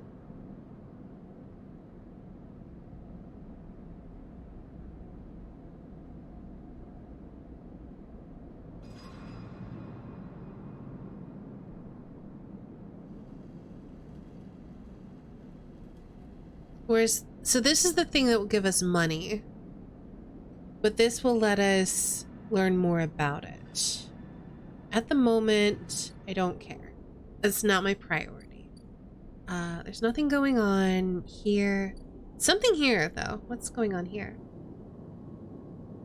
We could buy scrap. Why would I want to buy? I mean, I guess I could buy scrap and then sell it at the ore exchange.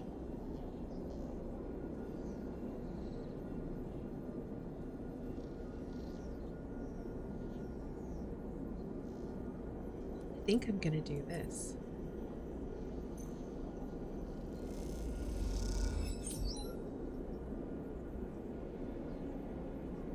So we made some more money, and we are becoming a trusted trader. So that's exciting. And where do I want to spend this 3 is the question.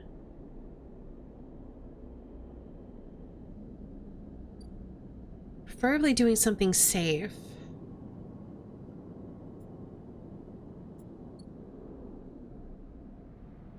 I think the only safe options are here at the yard, so I guess we'll just do a forensic trawl.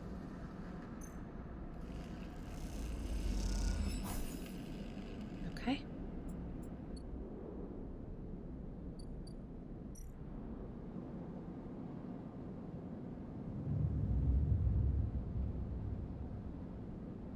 I'm curious if Overwatch is going to reset every cycle.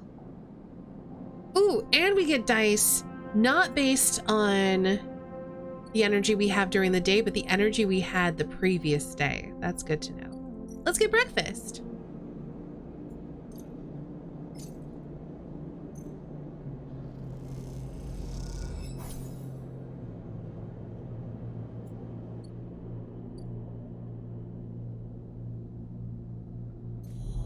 Okay, so this does not go away.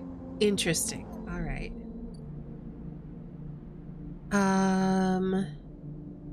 Well, this is what we're gonna be hunting, so let's see. Let's do the Solheim node. I need a 1 or a 3. I'll spend my 3.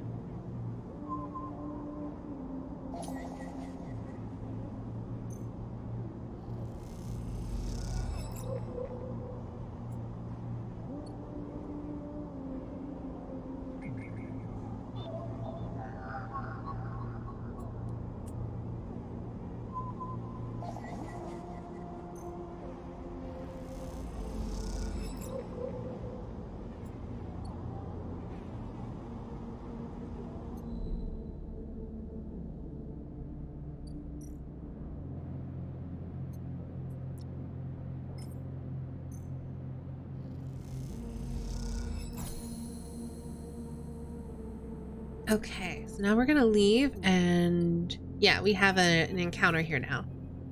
This is cool. I like this. As you enter the bay, Fang is nowhere to be seen. The banks of servers and machines. Oh, looks like you can upgrade. Yeah, because we just finished a thing for Fang, I think. So we're gonna do his little cutscene, and then we should, because we just completed Extract the Past. That gives us an upgrade point. The banks of servers and machines blink out of the dark and staccato rhythms, unseeing eyes of the station's digital ghosts. Shitheads! Fang's voice echoes from behind a stack, followed by the hammer of a fist on a metal casing. These snaky shitheads. Who's snaky? Sleeper! Fang's smiling head pops out from behind a stack. Just the emulated consciousness I've been eager to see. Come back here.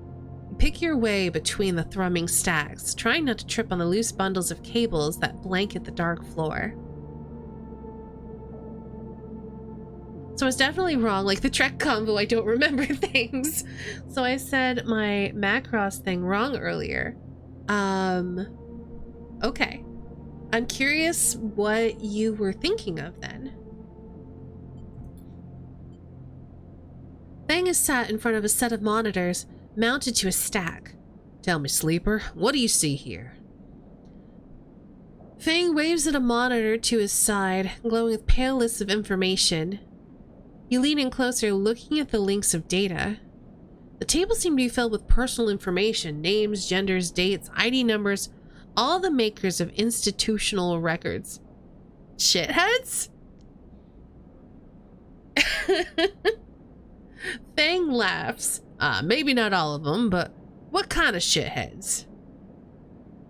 I mean, I would assume Solheim? Because we've been feeding him Solheim data. Bingo. He taps at the terminal. I pulled these from the old data you brought in. All employees of the Eye's original owners, and... He leans past you and scrolls the list down. This one. This is a snaky shithead. He stabs at the screen with a finger. The name reads Hardin Hurst. Macross is Robotech, and the thing I was thinking of was the Super Fortress SDF that transforms at some point, if I'm remembering correctly. Well, we've seen how that goes. It happens. Who's Hardin? That, says Fang, giving you a sideways look, is the thing. He drags a stool out beside him and motions for you to sit. There just so happens to be a Hardin Hurst in Havenage. He waits for your reaction. In Havenage. That's it. He's right here on the station now. Fang leans back in his chair. Just think about it. Decades ago, Hardin worked on this station as a... Fang leans across to look at the monitor. Senior Strategic Operations Executive. Fang raised his eyebrows at you. Our Hardin was keeping the money coming in for Solheim. He defined priority growth initiatives by making sure the extractors they contracted out were hooked into a system that outsourced all the risk and kept all the profit.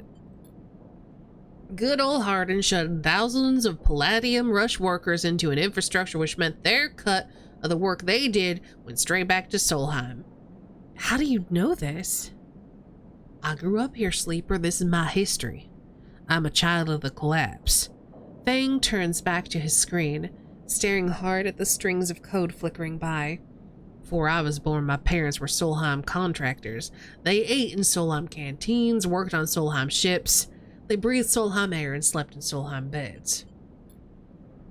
Fang's voice raises as he speaks, his hands fists on the terminal edge. And the work they paid for that exchange, the cycles of hard extraction out in the belt, Solheim took their cut. This was a company town, so to speak, and my parents were just another in a long line of freelance contractors willing to risk their lives for a shot at anything other than poverty. Poverty. Disposable. This guy, stabbing at Hardin once again with his finger, strategized all that, did the sums, and then somehow, thousands and thousands of cycles later, is still going, still here, crawling in the walls like some shithead snake. He survived the revolution. Surely it can't be him. Fang relaxes a little. Who knows? He turns to you and smiles. So, we're gonna find out. Hardin is now a big shot in the shipyards, just a few degrees back around the eye from here. Fang brings up a map of the lower eye. Havenage might be born out of Erlin's revolutionary zeal, but a flat hierarchy it is not. Hardin happened to float to the top. Fang zooms in on the far yards. Fang grimaces. The thing is, I don't have access to those systems. The shipyard crew's pretty paranoid and they don't like anyone from systems digging around their stuff. Plus, we need more than just the name of a Solheim executive. We need proof. And didn't Hunter also mention that there was someone using us in the shipyards? Fang holds up a thumbnail-sized drive. That's where this little creation of mine comes in. I call it a ripper worm. He turns the drive between his fingers. It'll rip through any digital storage and spin out a silken thread of filtered data. This one's set on the scent of Hardin Hurst. He hands it over. Getting into the compound might be tricky. Fang puts a hand on your shoulder. You, however, have a particular knack for remote access. Fang grins. If you can extract yourself a Havenage cipher from a Havenage agent, they sometimes carry them among their data caches. You can crack open the compound's network and slot the worm in through any open port.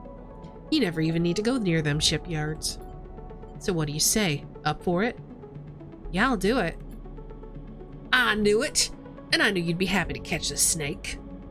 And don't worry, once we nail the guy, I'll start working on that tracker of yours. I haven't forgotten. Fang scratches at his chin. Anything the worm gets, it'll send back here. There's something wrong here, and I aim to get to the rotten core of it. You leave Fang digging through the data, among the wires and machines of the old station. As you walk out, you try to imagine the eye as it once was. A vast machine running smooth and strong, directed by people like Hardin. A vast Solheim-built machine into which thousands poured from the surrogate systems, looking for a new life. A hope for a better future, engineered to line someone else's pockets. It's an idea you are intimately familiar with. You think of Hardin, still alive, still part of this place, and wonder if the past is ever truly past. Well then, can we do anything else here? We have Drago's nerve. You're not sure he's going to be able to hold his nerve much longer. He's nervous about your presence in the yard.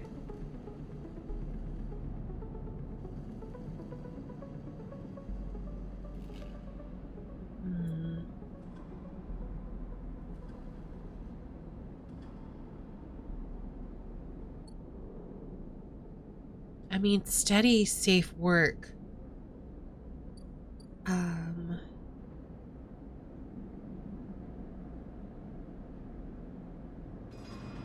I wonder why this is listed as a plus clock, though. Usually these are positive things.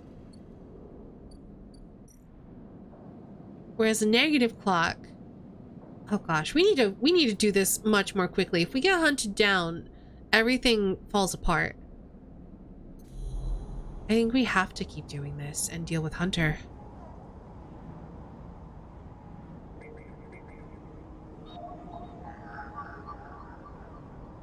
So we have Havenage data, but no Havenage cipher. Oh, wait. We have an upgrade available. That's right. So we could get +1 to Intuit. Or we could get... Oh, we'd have to... Wait. It says we don't have any upgrade points, though.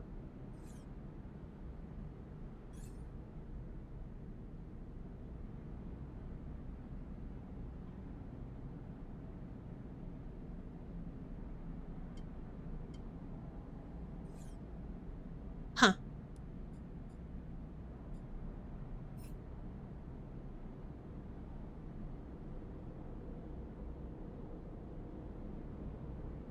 Yeah, I guess technically we haven't finished extracting the past yet, so we don't have any points. Danger, Staney, Robinson, danger.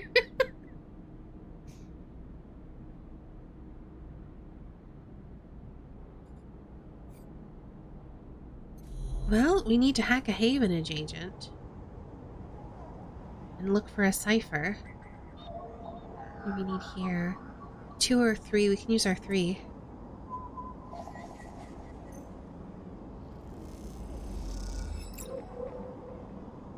Just wait. We got the cipher.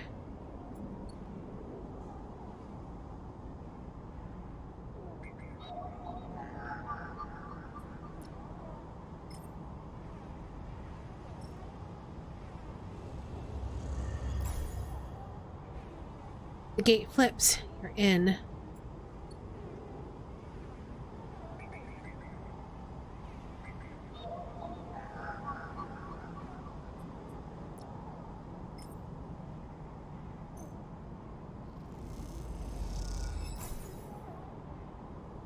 The worm slots in and begins tunneling down a thread. Godspeed, little one.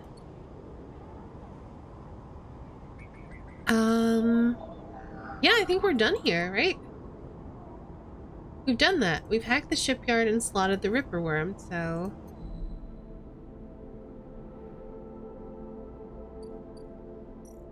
We can talk to you? Oh, it's gonna take a few cycles. Okay.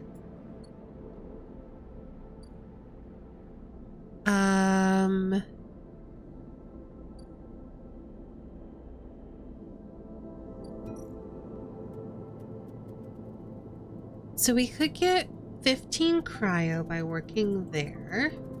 We'll get more cryo by playing the Ort Exchange. And then in Dragos' shipyard, we'll get 16 and some yard clearance. We put our 5 in there. Yeah, let's put our 5 in here.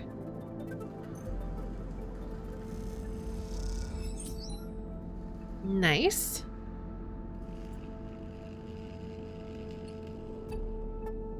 And then we'll put our 6 in here.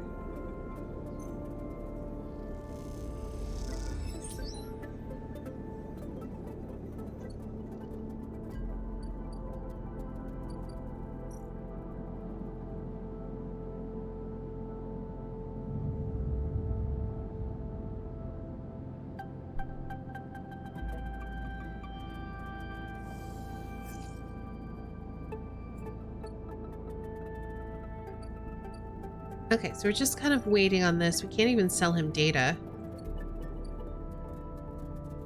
So we should start by getting breakfast.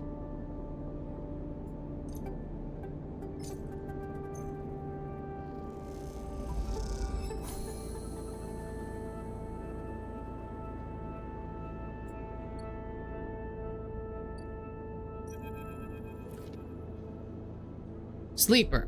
Emphas calls out to you, a booming voice that echoes through the corridor.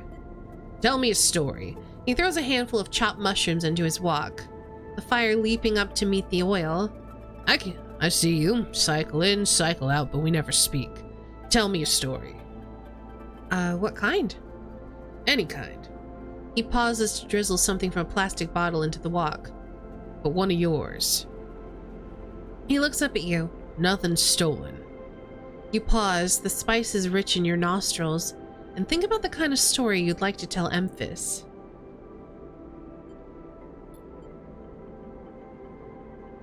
You look at Emphas, the listener, and imagine he's heard it all before. Perhaps he would enjoy a strange story, something with some spice. Now I'm going to tell him about my dreams. All the sleepers, you tell Emphas, had dreams. Some were simple. Memories left over from the emulation process that had become tangled up in their minds and would come out when they slept. It wasn't rare to hear a sleeper in the dorm scream or cry out in the night. But your dreams, those gray skeletal afterimages of systems and structures, of threads and patterns, weren't like the others. They weren't memories or nightmares, they were reflections of reality. Distorted, yes, but somehow true. You learned back then to keep quiet about them, to let them flow through your mind like water.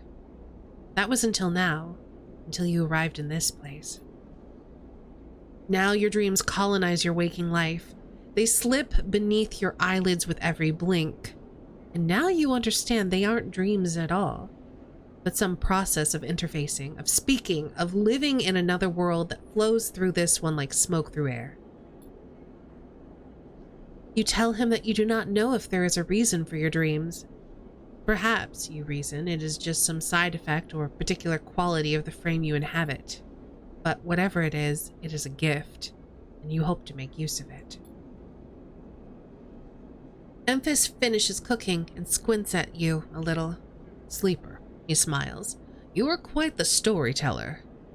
He eyes you, and you realize that he's trying to gauge how honest you've been in your story. Emphas passes you the meal he's cooked, and you take it gratefully. As you eat, he talks a natural exchange. Thank you, Sleeper. He looks around at the emptying market. But my time is done for today, and I do not want to keep you any longer, so I will make a proposal. He gestures to the plastic boxes of ingredients stacked behind his stall.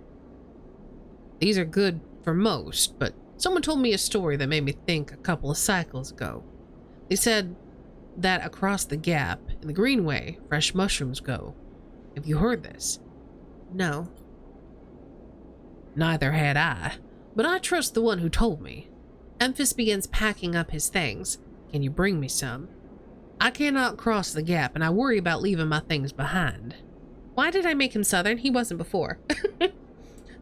I worry about leaving my things behind. He smiles. I'm sure a storyteller like you could handle the trip.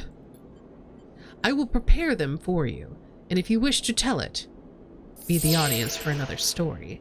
Sankar, thanks for raiding. Welcome on in. How was your stream? How did you like the game? Everyone go follow Sankard.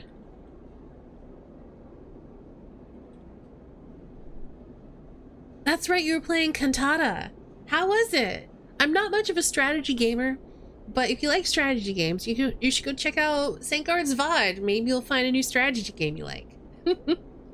Hey Corey, hey Kelsey, hey Sankard. I really enjoy it. Glad to hear it. Welcome on in, Raiders. My name's Estani. I'm a variety streamer, art streamer, voice actress, sometimes VTuber, and today we're playing Citizen Sleeper.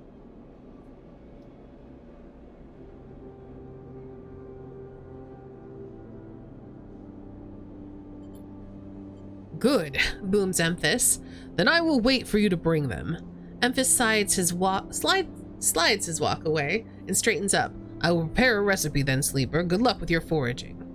You turn away and walk back to the main market, the rich taste of Emphas's food still lingering in your mouth. Stories for food, you think, a trade that seems more than fair.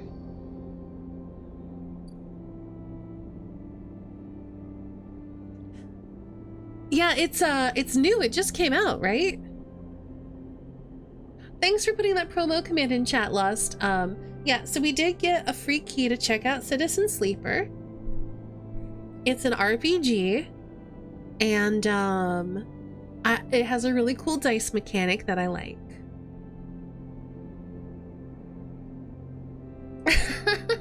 Maybe in your interpretation, Emphas is Southern, but he tries very hard not to let it show. Maybe. I just want to make sure his voice is distinct from... I'm so bad with names, from our hacker friend.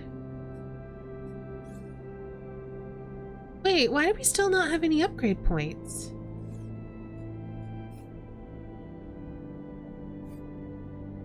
I thought we had a drive to get to know... We do. Oh, but we still haven't gotten to know him yet. Okay.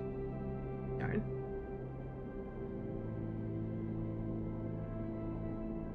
Really enjoyed Citizen Sleeper. Looking forward to that tomorrow. I'm also really enjoying it. Yeah, Fang. That's what I forgot his name. I want to make sure he sounds distinct from Fang.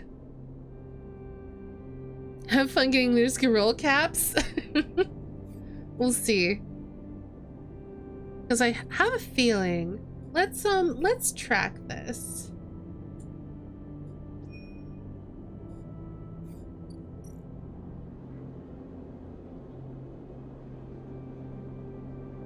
Where do we get them from?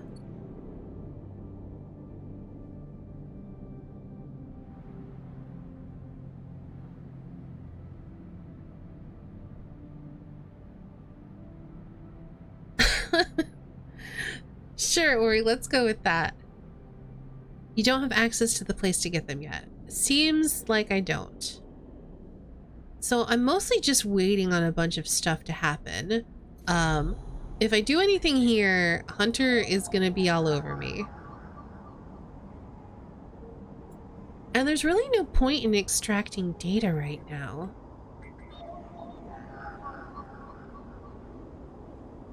But I'm still kind of curious.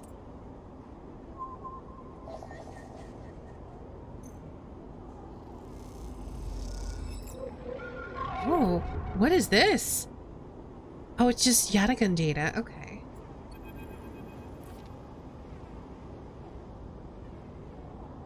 A glimmer in the dark catches your eye. As the orb of Hunter's head appears in the distance, it is looking for you. You slip down into the ghostly structures of the eye, a feeling like passing through a cloud as their data structures deform and reform around you.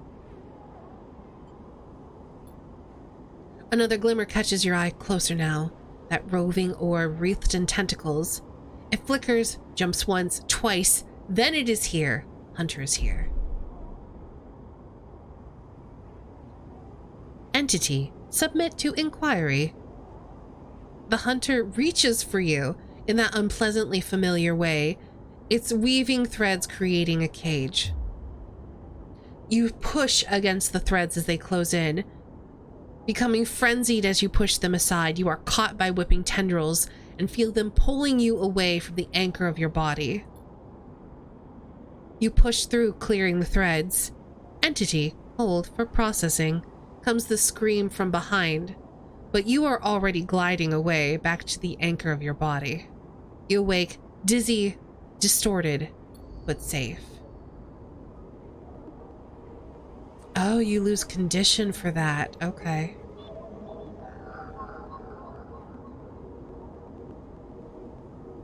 We don't have a 1 or a 2 anymore.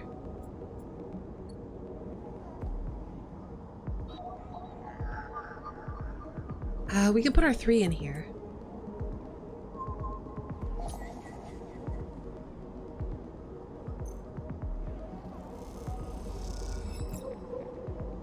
Hydrate, thanks for the reminder. The upgrades available seems to be a bug. Seems that way. It was added to the bug report discussion on Steam. I'm sure they'll fix it. Okay, we extracted some data. I didn't pay attention to what we got. I guess we got Havenage data.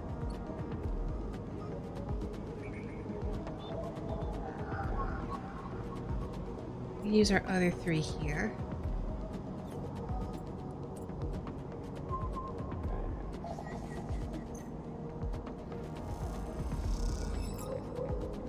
Another encrypted key. I'm not sure what we can do with those yet.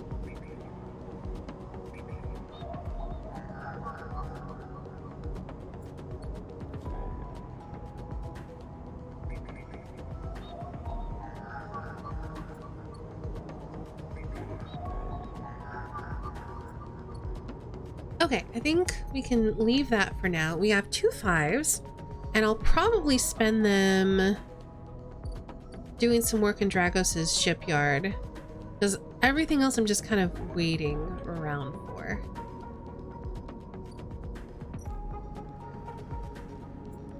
I think a 5, yeah, it can't go bad. It can only go neutral.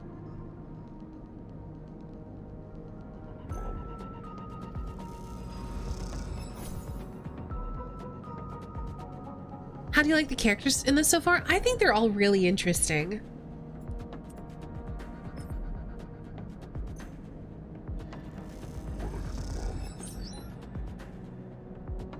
Nice.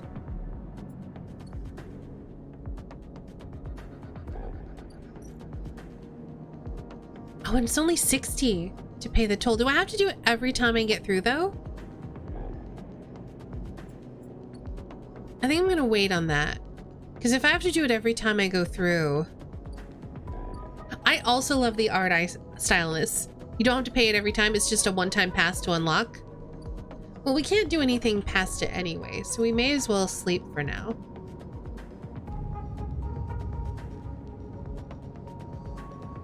And we'll see what kind of dice we have.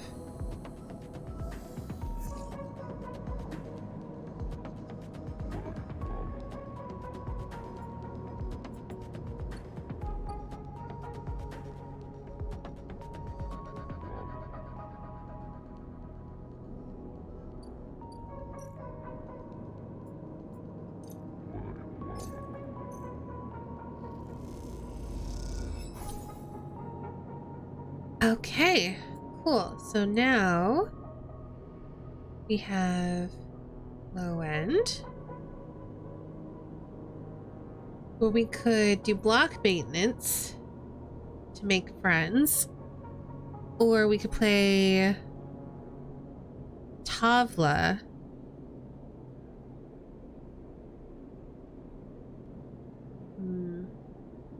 Either one is going to unlock a low-ender thing. What are the other options? Oh, the free spoke. It's a transit hub. We could scale the spoke and get spoke climber, or we could enter the spoke, which is more dangerous. Interesting.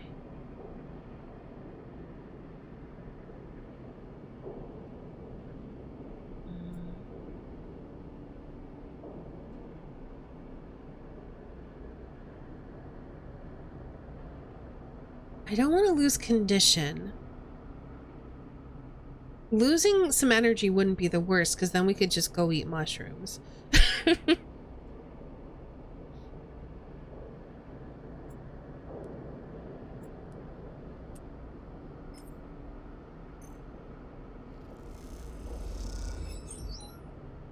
Oh, nice. Okay.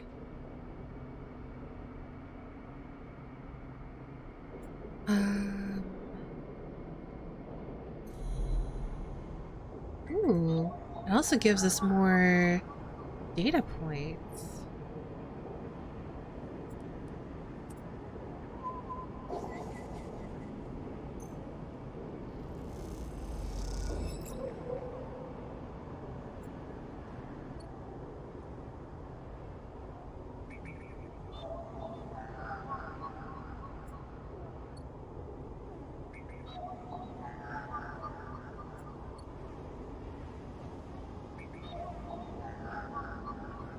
We could use our 2 here. Let's do it.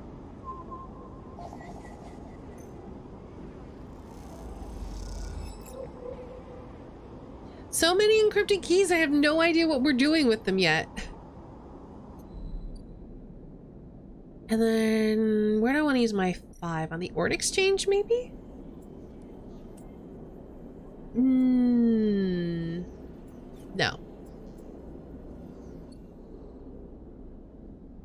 Not until we have a +1 to intuit.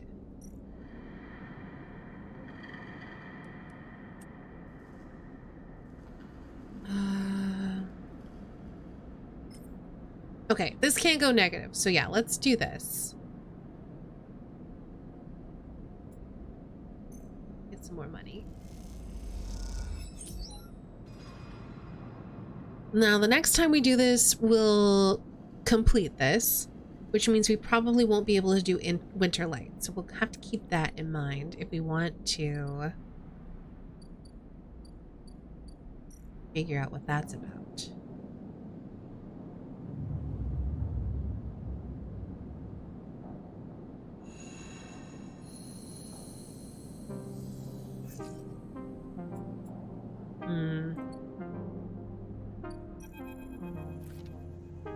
As you arrive, Fang comes striding towards you, taking you by surprise. Let's go, sleeper. He puts a hand on your shoulder and turns you back the way you came. Let's just follow his lead. He steps into the passageway, guiding you down ring towards the shipyard. Sorry for the hurry, but we have something of an opportunity. The data you ripped? Well done, by the way, he grins. Tells me Hardin's making a rare inspection of the sidereal horizon this cycle. It's the perfect chance to confront him outside of that compound he hides in. Fang takes a sharp turn into a dimly lit side passage. Your Fang and my Fang are so different. They are. Because you said he's Bostonian, right?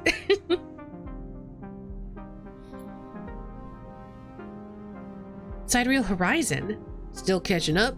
That's the massive colony ship that's being built in the shipyards. Biggest commission havenage has ever had.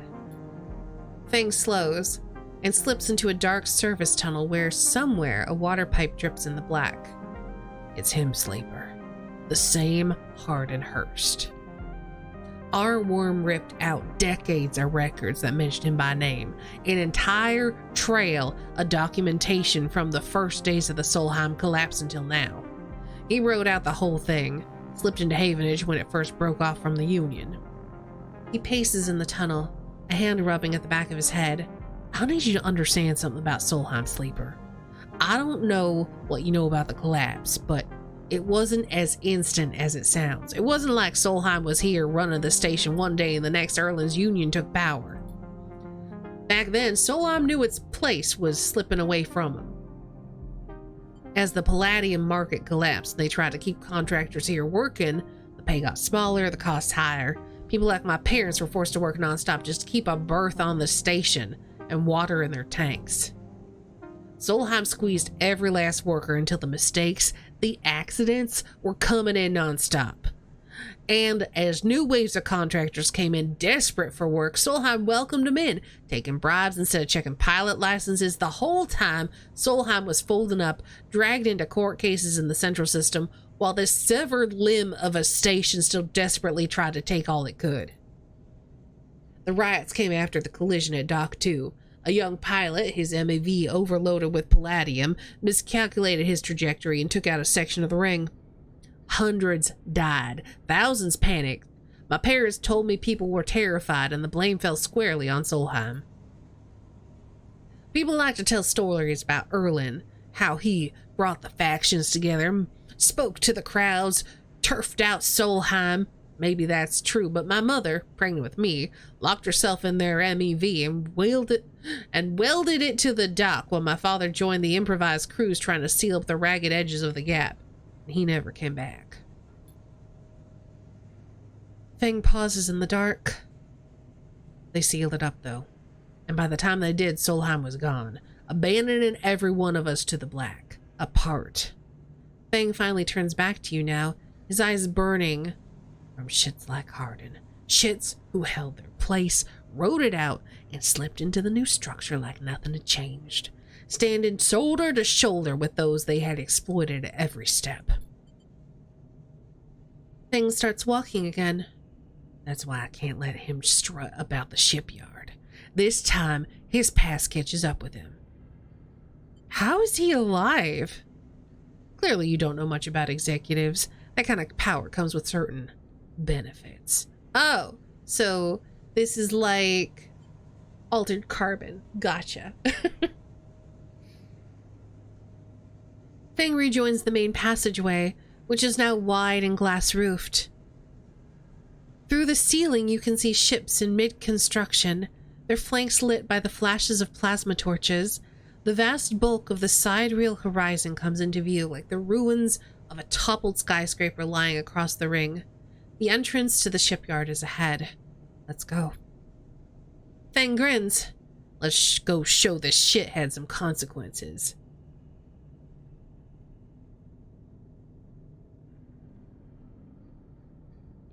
But he's old is my point. Like, I think he's very old. We'll see how old he is.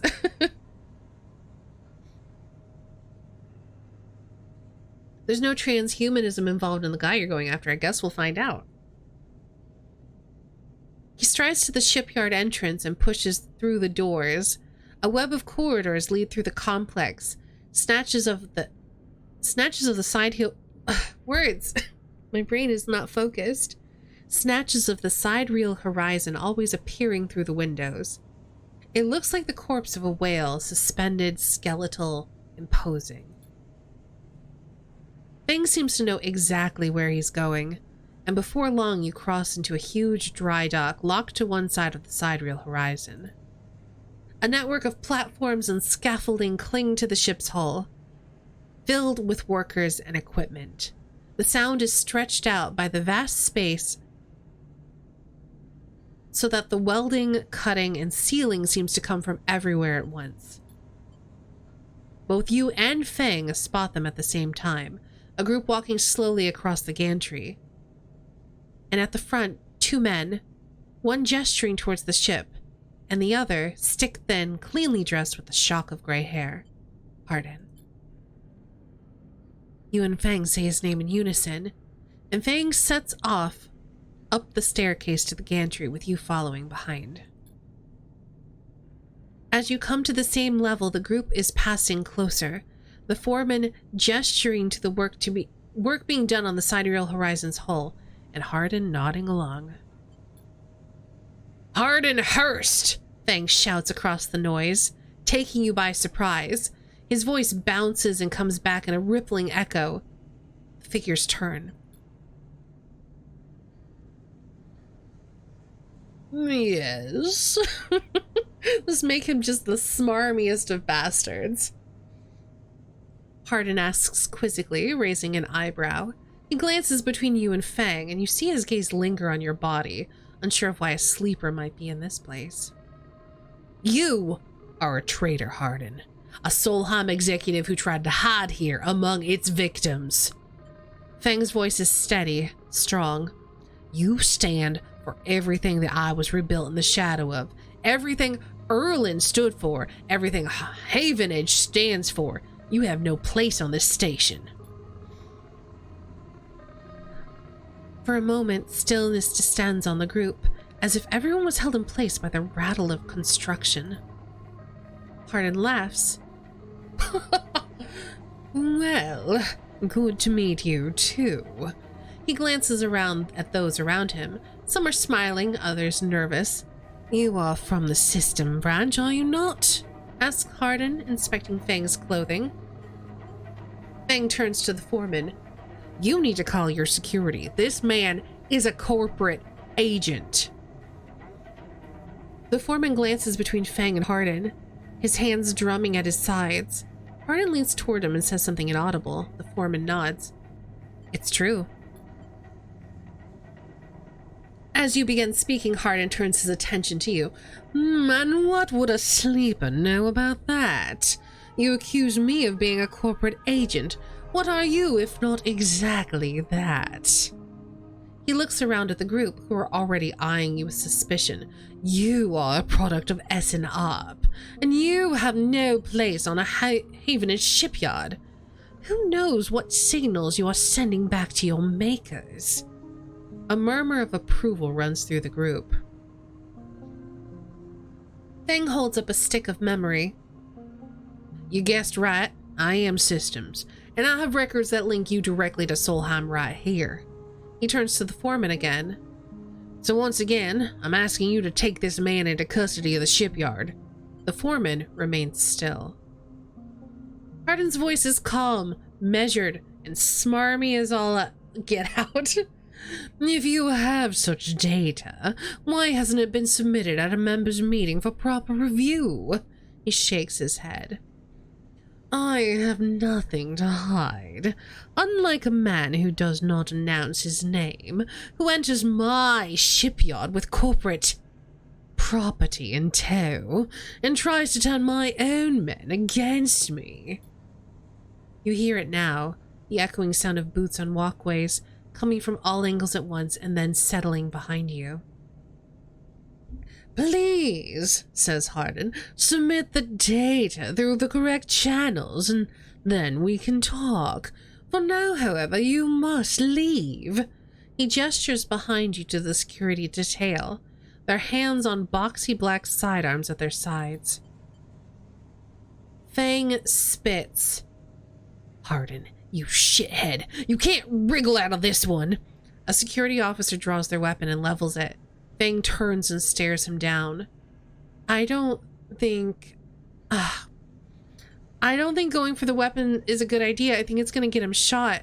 We're not a combat drone." You look at Fang. He shakes his head and puts his hand on your shoulder. "Let's go," says Fang, and he pushes through the security, heading back down the walkway. Once security has walked you out of the shipyard and nudged you back into the corridor, Fang picks up the pace. You try to keep up as he slips into the shadows of an entrance. Fang is grinning ear to ear. "You know, sleeper, sometimes people are exactly how you expect them to be." Something pings in his pocket and he takes it out. On the slate, a web of connections starts drawing itself out, stretching to a set of points around the ring. "Got him," mutters Fang. "What is that?" That Sleeper is something our worm added to Hardin's personal slate. We are tracking his outgoing messages. Fang's grin looks ghostly in the uplight of his screen. The old ways are best. Spook them good enough and they'll give the game away. So he... You clever boy. He jabs at the slate, and you see the web is being drawn over a map of the ring. Lines bouncing from point to point. All these dots? These are Hardin's buddies, the one he's messaging right now, and we're gonna find them all. That was on purpose! Of course! Hardin isn't working alone. We need the full set or nothing. Fang glances around and slips the slate back into his pocket. Better split for now, Sleeper, but this is exactly what we need. Good hunting. With a pat on your shoulder, Fang drifts away, back into the flow of people around the shipyard entrance. You watch him go, unsure whether to be angry or impressed. Now we have an upgrade point. Heck yeah.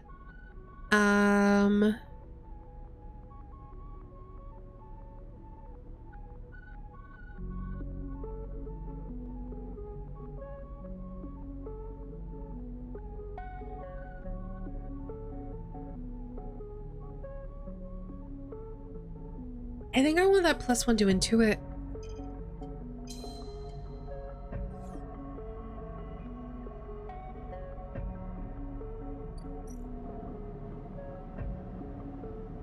Oh, gosh. Can you hurry up and work on my tracker? I'm about to be caught.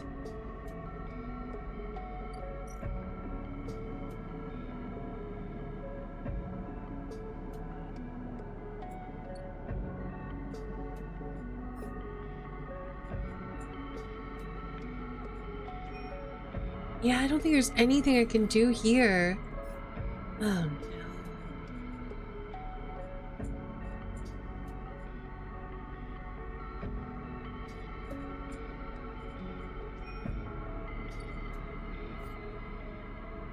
Dude's just like, yeah, no, we'll just do this first and then we'll disable your tracker. No, we're gonna do this first and then we're gonna disable your tracker. And I'm like, dude, I am being tracked. Help me. I'll pay you. I got money. Help. I feel like it's not, like it almost feels impossible.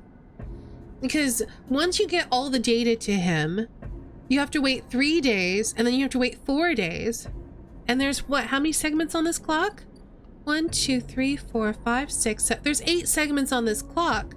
So you have to make sure that you start and finish Fang's stuff like by the first day. Otherwise you can't do it. You mind a minor spoiler? I don't know. I kind of. If it's something that's already passed, then I don't mind. If it's something that hasn't happened yet, then I do.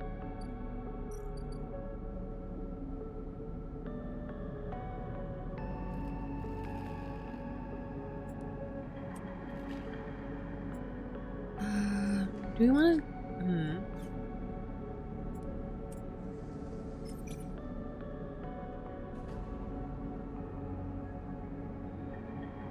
It's literally impossible to deal with that tracker before the haunted clock is finished, as far as I know. Haunted clock is finished. Yeah, it definitely seems that way.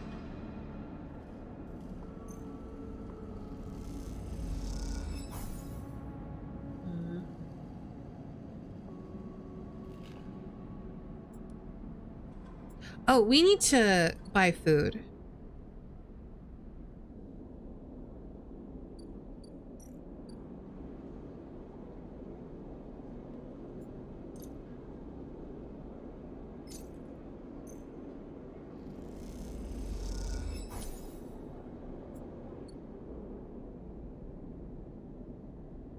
Yeah, I went after it as soon as I had the option to. And yeah, it doesn't feel like it's possible.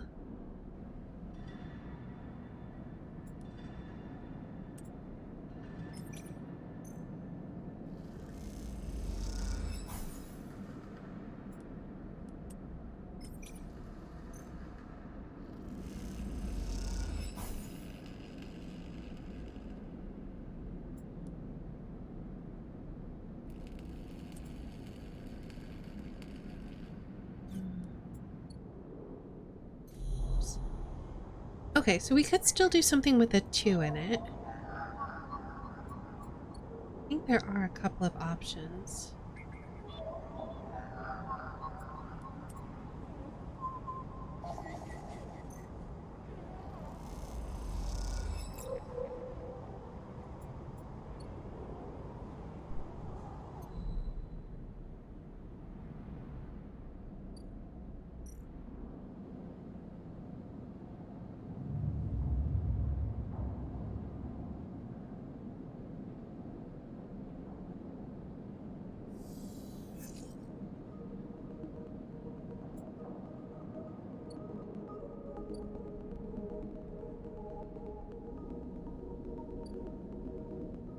Oh, there's a freighter here.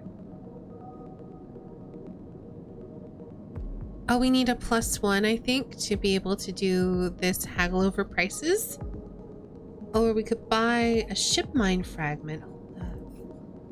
We want to build a ship mine.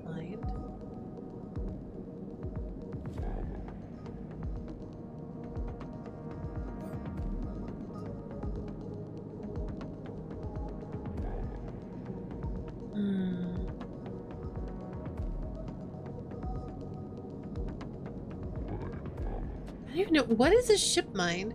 You've heard talk of a fabricator owned by the Ord Exchange.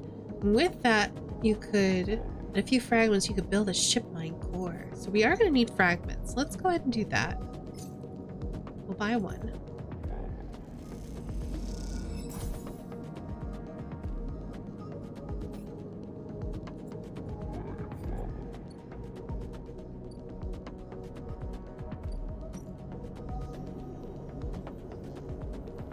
Play the Ord Exchange. It's too bad we don't have a 5.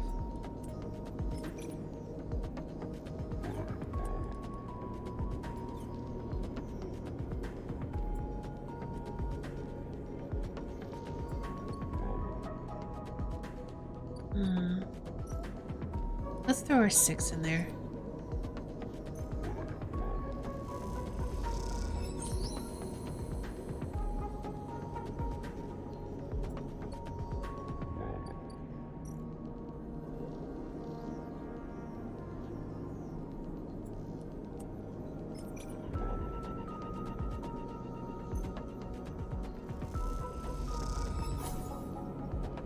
That's not bad.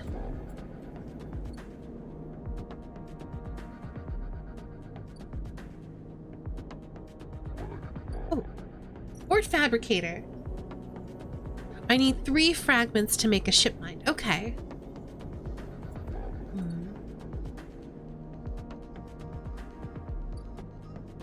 Let's eat first.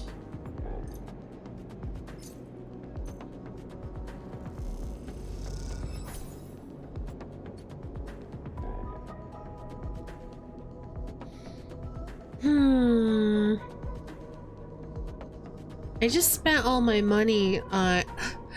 I need, as much as I would love another ship mine fragment, I need to save up because we're fading. We're gonna start getting less and less dice until we get another injection. And it's gonna cost us 100 cryo. Oh.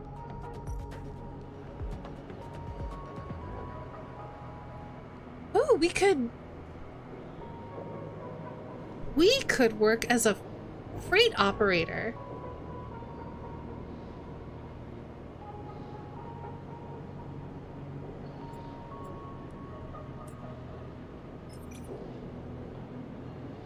It's safe, so let's just hope. Heck yeah! Nice!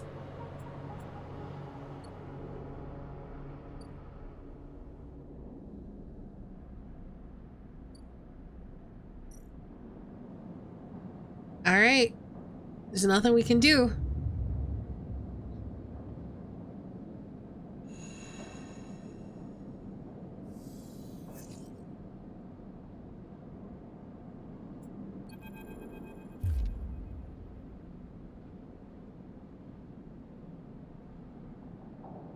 If we run, he's gonna shoot us. We're probably gonna lose condition. What voice should we give this guy? This asshole, yep. Ethan. Hold it there, sleeper, comes a voice from behind you. Don't you run. Good, good. A hand pats your coat down. You know your master's voice. Ethan spins you around. You're gross. He's wearing a wide smirk and a slick jacket, and you immediately know he is terrible news. You got all the way out here, and then you stayed put? He laughs a cruel laugh. That a sleeper thing? You're my first. You barely hear him. You notice the handgun he has leveled at your chest, and it's hard to take your eyes off of it. He reaches down with his other hand and slips some kind of ring out from a belt loop without taking his eyes off of you. Making it to the eye, though. That's pretty good. This place isn't so bad. Bars, markets, people. I pull most of my contracts out of the asteroid caves or off of godforsaken moons. He splits the ring into two perfect circles. It's hard to hit civilization when there's so much space to pass through. He reaches over to slide the rings around your wrists. Go easy. I can't. I have to make a break for it.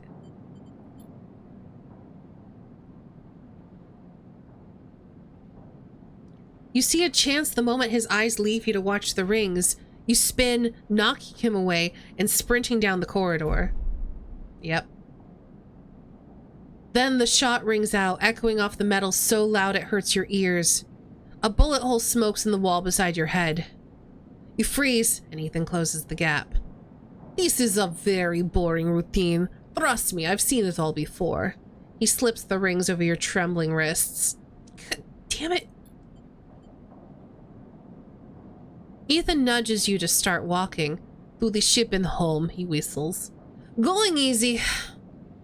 You stumble down the corridor, your hands behind you, your mind racing. Please stop. Don't debase yourself by begging, please. Ethan pulls a sharpshooter's earplug out and then pops it back in. Consider these deaf ears. Ethan yawns and continues to nudge you down the corridor. Shame to come all this way out here just to head back to Asenarp right away. The tracker of yours makes it too quick. Was hoping you'd put a bit more of a chase, you know? A running battle through the bright market, maybe, or a holdout in the low end. There's a few establishments I would have enjoyed checking out while I asked around. You walk on in silence for a little longer, desperately trying to think of a way to escape. The SNR tracker will be the death of you. Hey, I have an idea. Ethan interrupts your thoughts. How about on the way back to the ship we stop for a drink? I'm buying. He laughs at his own joke. I have a better idea. This better not be one of those where you do a dramatic pause and then try to jump me, because I'm pretty tired of that. Although, uses Ethan, I've got myself thinking, what's the rush here? Here we are in one of the most lawless joints in the surrogate systems, and we are heading for the exit. He pauses and you trudge on in silence. Okay. Here's the idea, starts Ethan. You and me, we make a little agreement. Here are the terms. He turns you to face him. You run, or leave, or try to abandon the eye, I shoot you. You plot or scheme, you try to kill me, I shoot you. But, he smiles, you come meet me at an establishment of my choice every few cycles and you pay my tab, I don't shoot you. He pauses. You don't pay my tab. He rattles his handgun. You get the idea. I get it. Okay then, that sounds to me like a deal. He stretches. You know, I really thought I was going to have to kill you, but this is so much better. He clicks something from his belt and the rings release from your wrists. I'm going to see if I can find my own stool at the Compressor Club. Come see me there. We're gonna kill this man. He aims the handgun at you, squinting down the sight. Let me just remind you, that body of yours is one big tracker, so don't even think about leaving the eye. I'll know. Ethan turns and strides off down the corridor, slipping his handgun away. The mix of relief and terror you feel is overwhelming. What are you going to do? Nothing right now.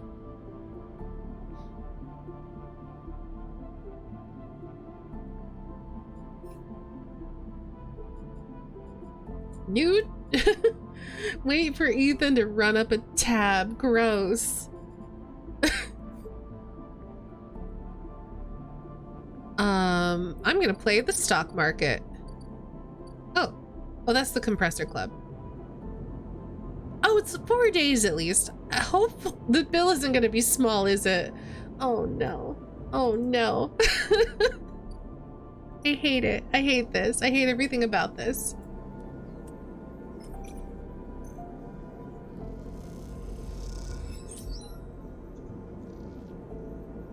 Especially because I need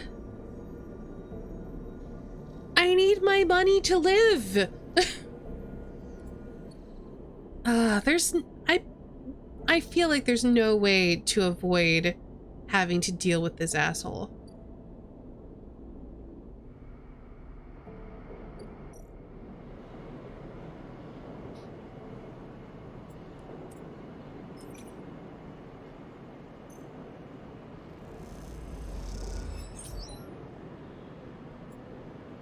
Welcome to capitalism. I hate it.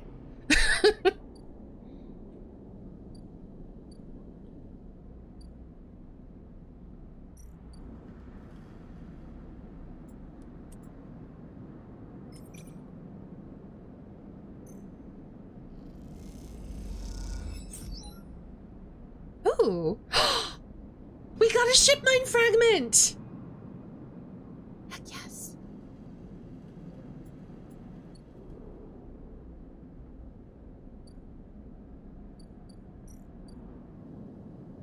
You know what? F it. I'm buying it.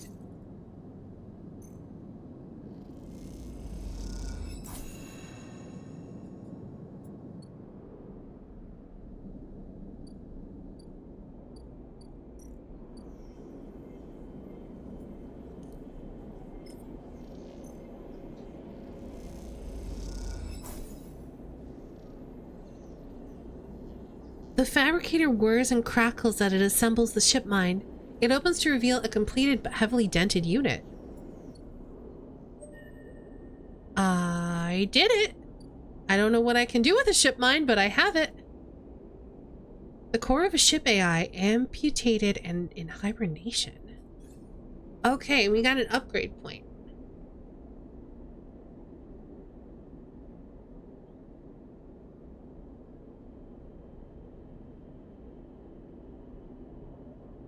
We got a thing, we did.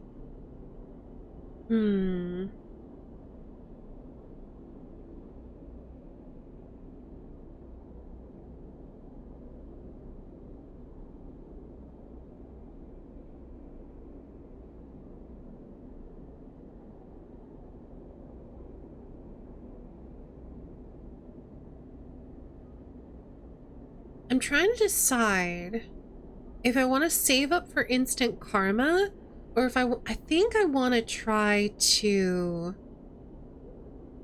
because we're not going to be engineering too much as long as we can do stuff with interface.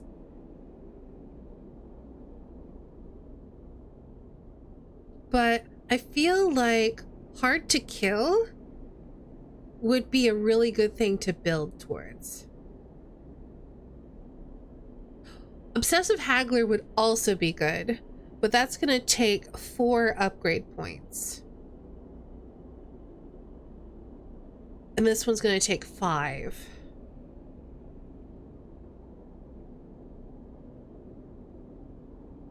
I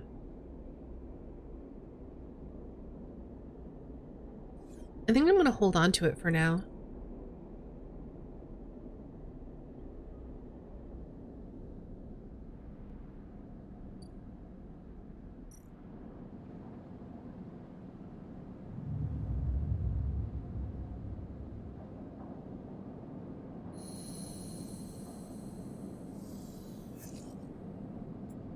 Oh, these dice are terrible.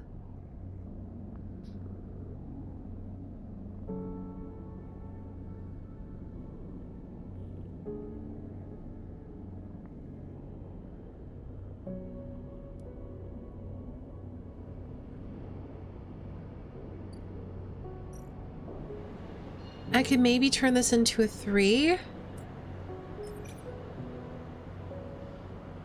Let's do that. Oh, we still got a negative outcome. I think we're just gonna work as a freight operator today. We'll buy some money, or buy some food.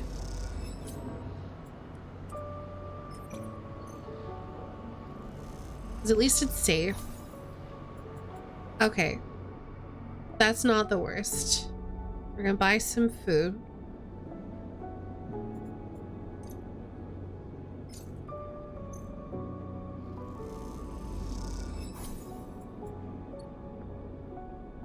And that's it. That's our day.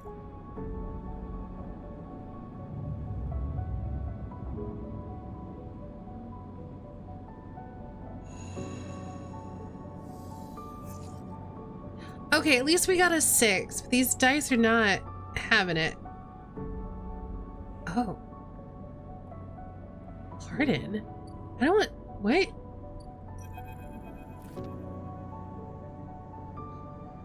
It's been more than a few cycles since Fang confronted Hardin, and the silence since has been noticeable.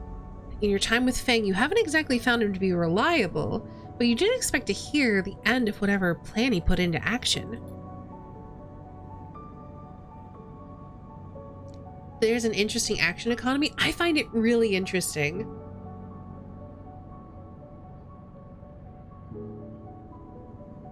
But if he won't come to you, you think as you approach Havenage's building, then it's time to come to him. After all, he did promise to fix your tracker and you're getting nervous. As you approach the bay doors, you see them wide open and light pouring out of the once dark room. Oh no. Stacks of servers and terminals sit outside the bay, suddenly robbed of their mystery in the bright flood lamps. A figure in Havenage's security fatigue steps out of the bay. As you get closer, carrying a stack of hardware, I'm gonna approach. Fuck it, I don't care. As you get closer, you see the security officer taping up machines from Fang's stash with what looks like hazard tape. This isn't good. You again. Hardin is there, leaning beside the bay entrance so calmly that you barely noticed him.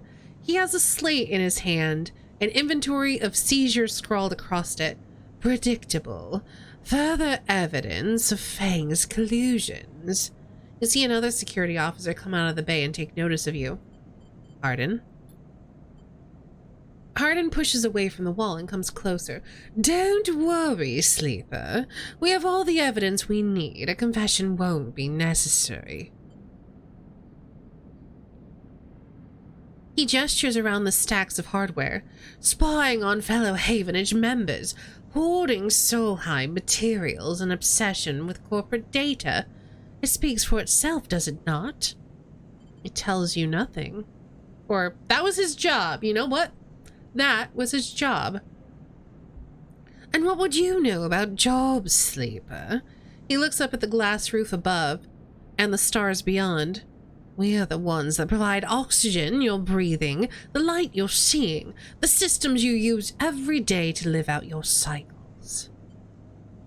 This place was hard fought for, Sleeper. It took work, diplomacy, and strength to stop the Eye descending into chaos after Solheim collapsed, not blind conviction or self-interest. Fang isn't selfish.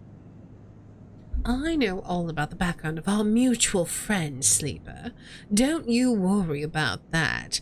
His parents would be sickened by the damage he's trying to do to the institution they helped found. You see, Sleeper, we are proud of our history here.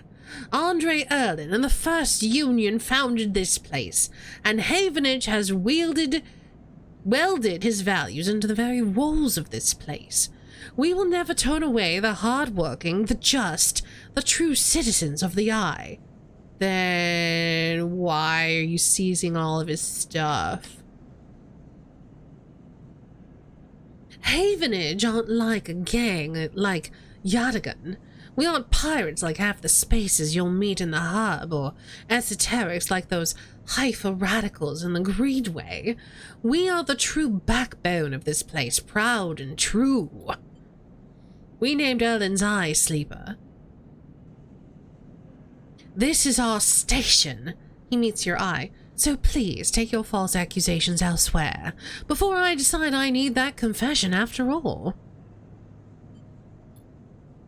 If you have any pride, you'll give up Fang the moment he contacts you. You know where to find me. With that, Hardin turns his back and walks back out towards the security offices, ordering them to continue the clear out. I hate him. As they do, something catches your eye among the server stacks. A crumpled hand-printed box of synthetic chewing gum, a penguin character grinning from the brightly colored card, and scrawled onto it, a speech bubble reading, "Take me to Tambor."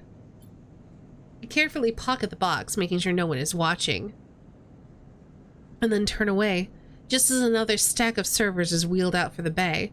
What have you done, Fang? And where the hell is Tambor?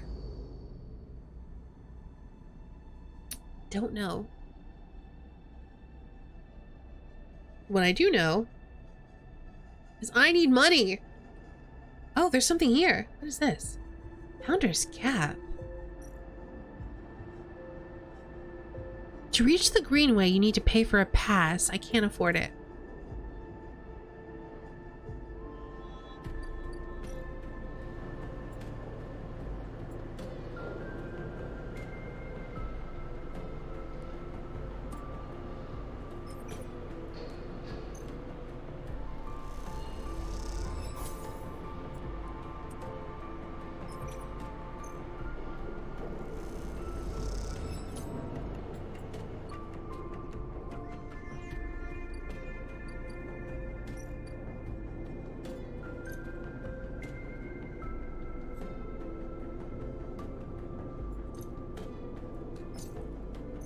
Alright, let's do a stretch and a hydrate. Okay, the other guy's a scumbag. This guy's a self-indulgent a-hole. You're not wrong.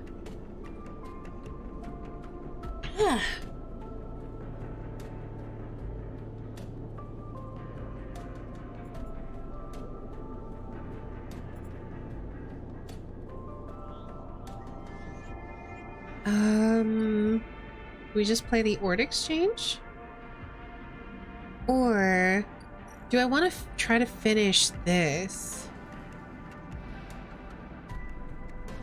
I do want to finish this. I want to finish it before Dragos loses his nerve.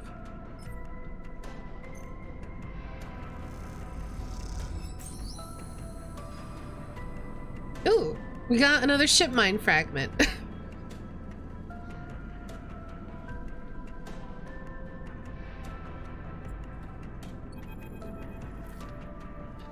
Squeeze into the office at the entrance of the yard. You lay out everything you have on the winter's light across the metal desk. Your makeshift forensic notes glow on Dragos' old writing slate, overlapping lines and scrawled annotations. A set of drone scans fill the small terminal with a spectrum of colors, a heat map of damage and decay. A crumpled printout from the office's ship registry lies beside them, synthetic paper so thin it's almost transparent. Reactor failure. That is the verdict that anyone would have returned after a cursory glance at these stacked heat maps of the remains of the winter light. On the terminal screen, the ship is shown in section, blotches of color marking the approximate damage the ship sustained. Dominating the view is a single blood-red rose, radiating from the ship's fraction drive. A simple story, a catastrophic failure of the drive core, leading to a fatal hull breach. A well-documented failure, likely brought on by wear or misuse. But you aren't looking at the rose of the reactor, you're looking at a smaller, paler mark, one that might be easy to miss at first glance. It is thumbprint-sized and delicately placed over the control circles for the ship main external airlock. It suggests a controlled, shaped explosion, one designed to punch through the hole and allow access to the airlock from outside. You're looking at it because it's troubling you. Your attempts at reconstruction of the winter light before its fatal accident consists of a series of overlapping sketches and diagrams showing possible layouts and configurations of the gutted cutter. This was no off-the-shelf model, it was heavily modified, parts replaced with inventive configurations, the new retrofitted into the old, handmade joints and reconditioned filters. This was someone's pride and joy, a lifetime project kept running with care and intuition. It also contained a set of hidden compartments. You missed them at first. Where the hole had been thickened, the corners rounded to disguise the change, but they are there. A plain list shows the registration history of the Winter Light, the gaps between the entries tantalizingly opaque. Its first registration was a couple thousand cycles ago, on this very station, logged at the central hub. From here, the registry tells a story of a busy ship, one that rarely stayed on station for more than a few cycles, and often took on voyages that kept it away from the eye for up to 100 cycles. But the Winter Light got little rest. An old ship, many cycles under its belt, carefully maintained, a reactor failure preceded by a carefully concealed external entry, a suite of hidden compartments tucked away. This was the Winter Light, and this was its story. But that's not the full story, because there's something else. It is little more than a list, a tiny chunk of data you were able to pull from the ship's systems. The main systems were fried, of course, but the Winter Light had a separate system, one tucked away in one of the hidden compartments, armored, air-walled. The list, only recoverable piece from the whole system, is a partial inventory. It details the contents of the hidden compartments. Some of them you recognize, some of them you don't. Shipmine ROMs, shimmer, cryo chain codes. And then the final entry, passenger, sleeper. You stare at the list on the terminal and try not to think about what it was like arriving here, in the cold for so long, half frozen in a freight container. Had this sleeper been smarter, luckier?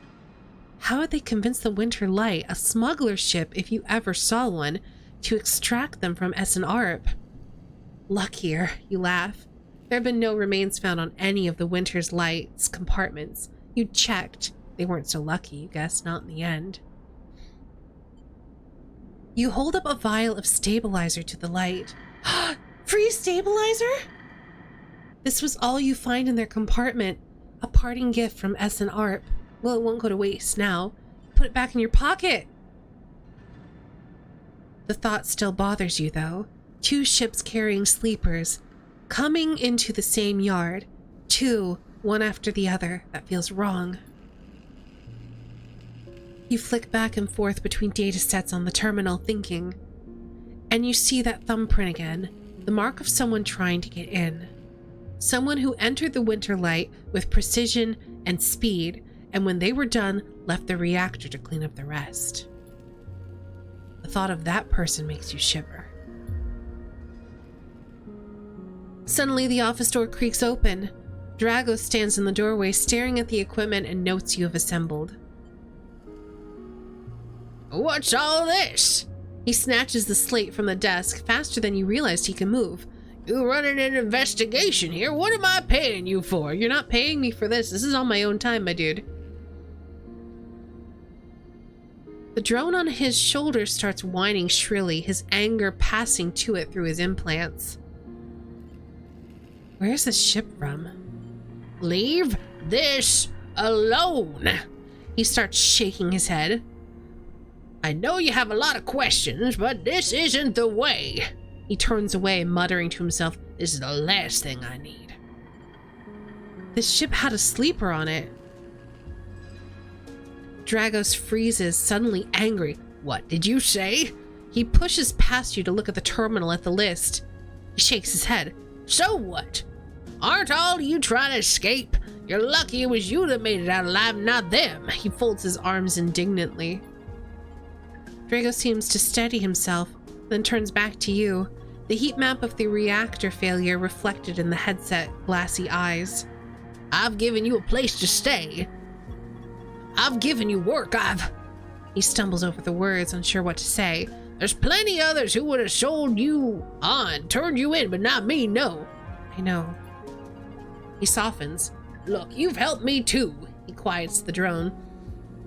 I've done well by you, and you've returned the favor. He straightens up and clears his throat.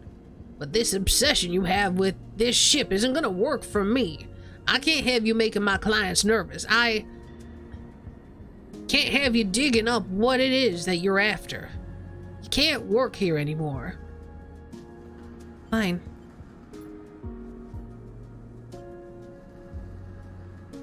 Dragos reaches across you and flicks off the terminal. As the light of the monitor dies, a kind of eerie calm falls on both of you. Whatever this was, it's done. You made it out, Sleeper. That means you have to move on. Someone killed that ship and its crew. And you want to meet him? He shakes his head. We are done here. In the dark, Dragos' headset glints, and you wish for a moment you could see his eyes and meet them. Maybe then he would understand. You get up from the desk, and Dragos gathers the notes, stuffing them into a pocket of his overalls. He holds the door for you, his headset as expressionless as always. You can stay in that container. I won't take that from you. Don't come back. His tone is final, definite. With an edge of disappointment, you walk out of the office, and then out of the yard, not stopping to look back.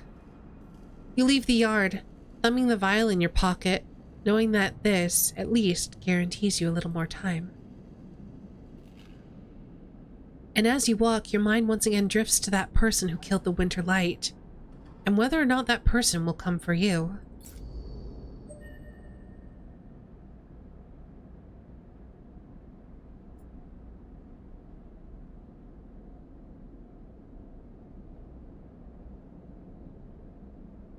I think I'm gonna take it.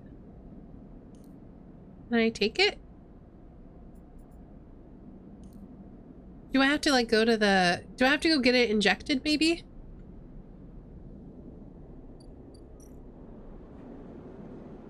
No?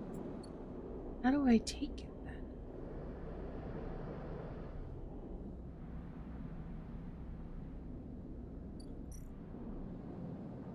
Oh, I can just inject it myself. Okay.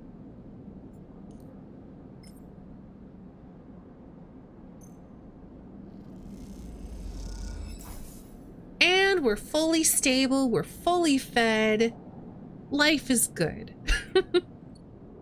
And now we have 2 upgrade points.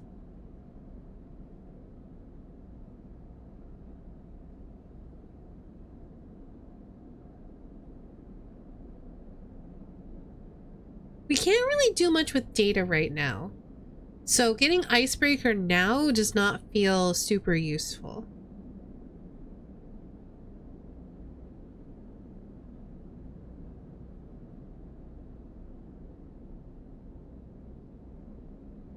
Instant Karma being able to re-roll all of our dice would be good.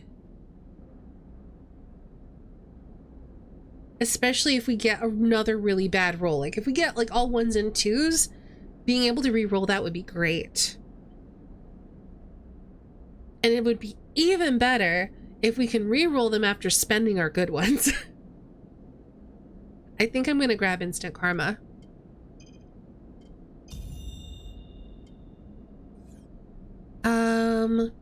Last thing I want to do before we go. I've got this ship mine fragment that I no longer need. Can I sell it? No. I wonder if there's something else I can do with this.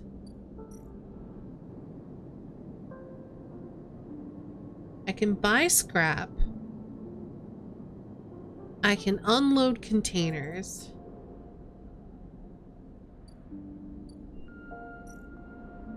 There's no one there. Okay.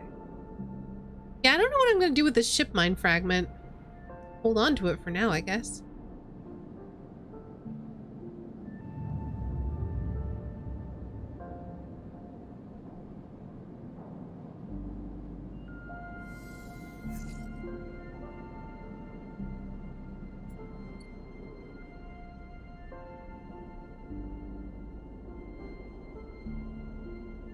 Okay, we need to keep making money.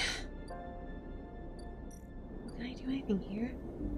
I could make a second ship mine if I have enough stuff for it. Let's see.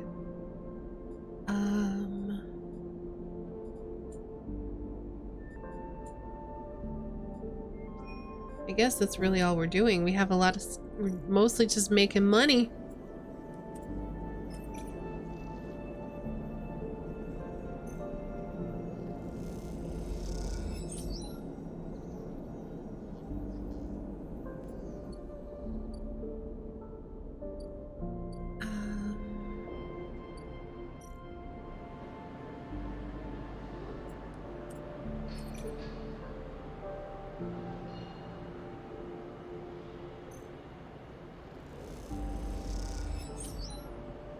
Nice.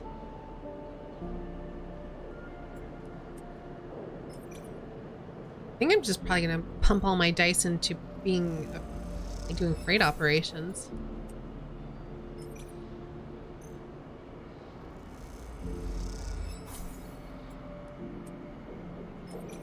Because I don't know how much this debt is going to be.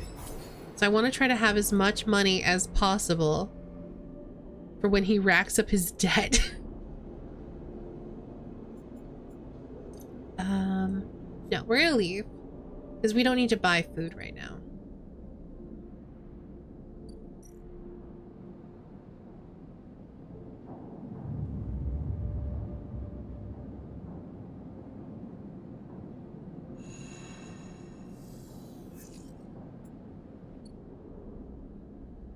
I should have used my reroll after I had spent my my hash stuff. Oh well.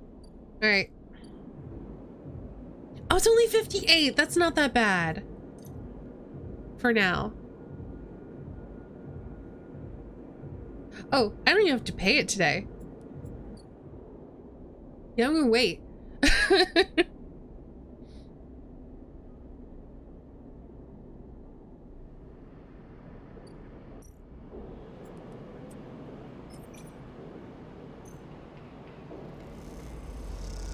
Hey, HD, happy birthday! Happy birthday to you. Happy birthday to you. Happy birthday, dear HD. Happy birthday to you. Happy birthday. I hope you're having an amazing one.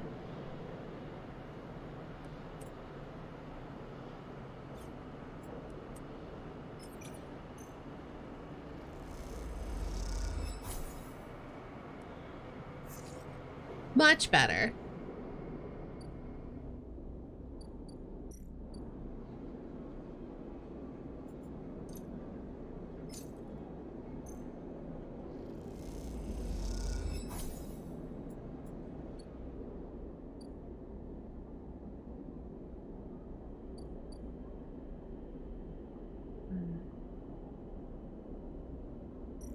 I was thinking we could play the Ord Exchange, but I think, yeah, we're probably better off working as a freight operator. It's been over for 24 minutes, but yeah, I had a nice one. Well, I'm glad. I wasn't able to sing you happy birthday during your birthday because you weren't here.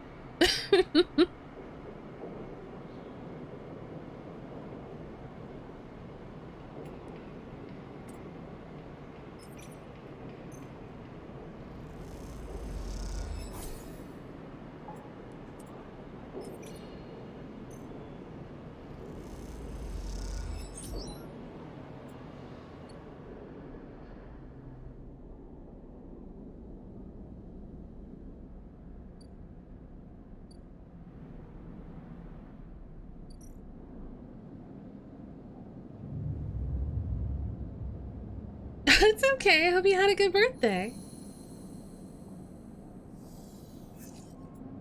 Ooh, this is a good day for dice. So here you go. There's your tab. Paid in full.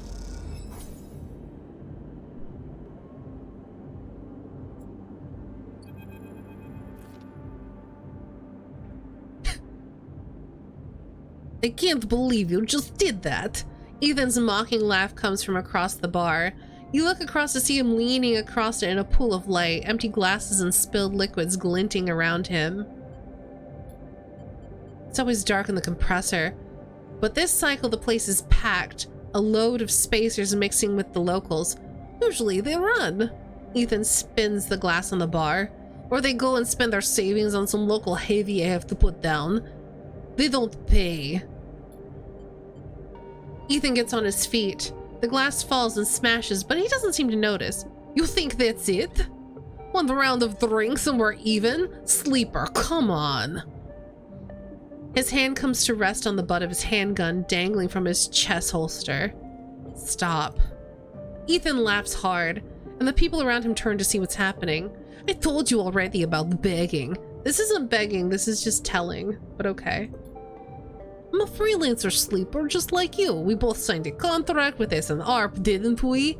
The difference is my word means something.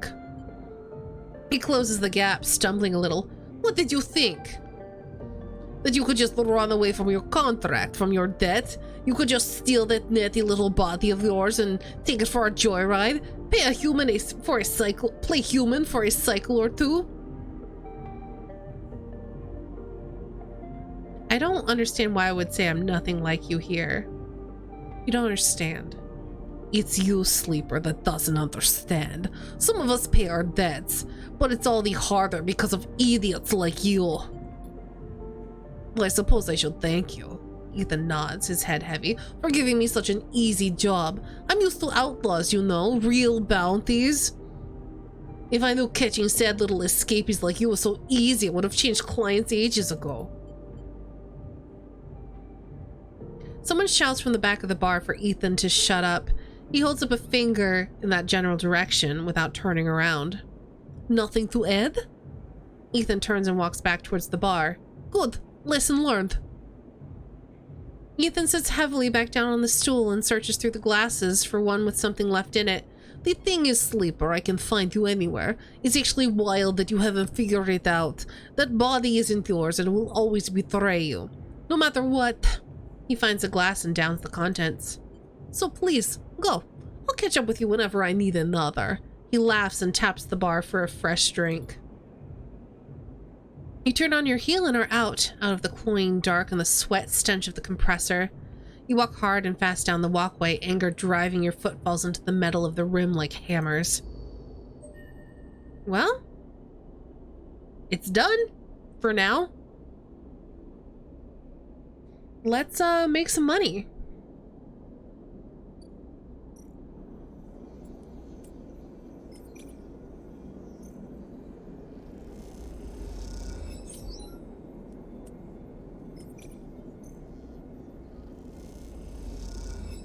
Soon crit. How much do I need for this again? 150. Yeah, I can afford that.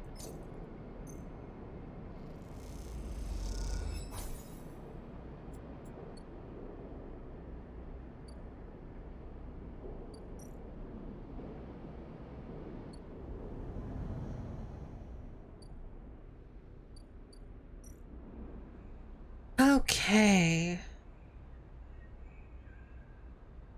So we could map the pathways or walk the greenway.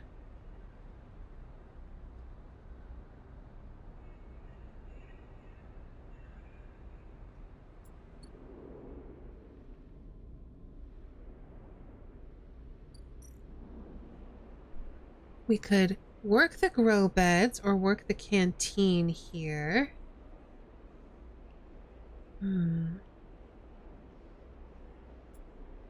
Maybe.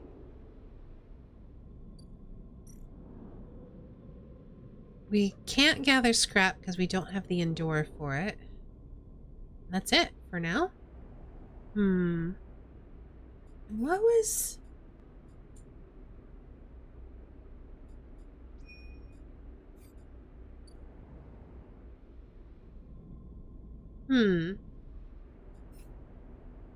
I don't remember where these are.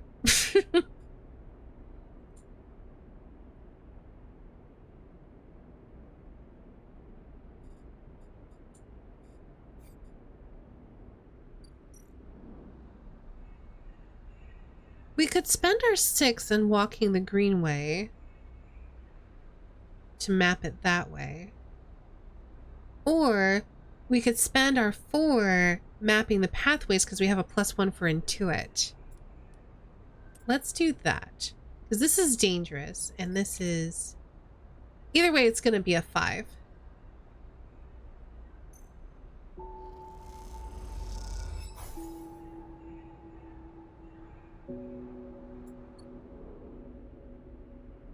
No new places yet.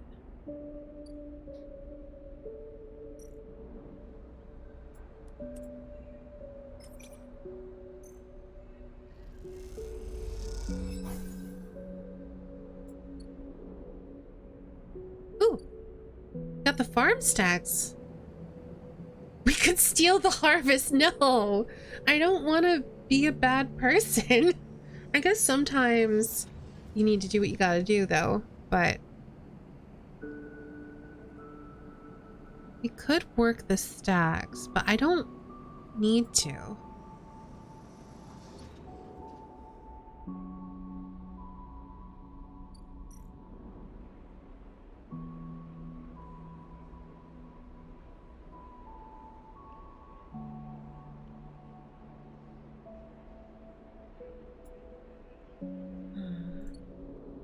I was thinking about getting Thrill Seeker. We do have an upgrade point. Let's do that. Because then we could engage here and get energy back.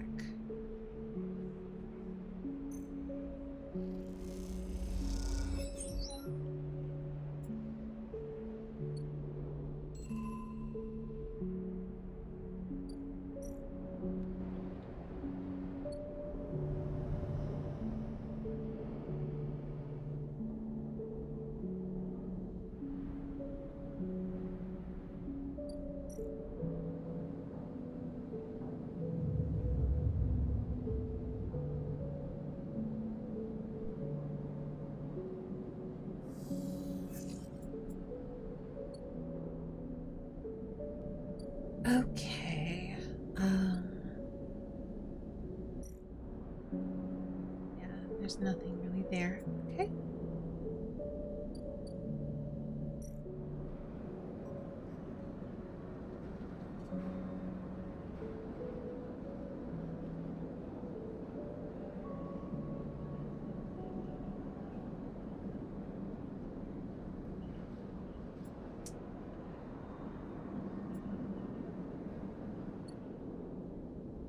Let's get food. Have breakfast.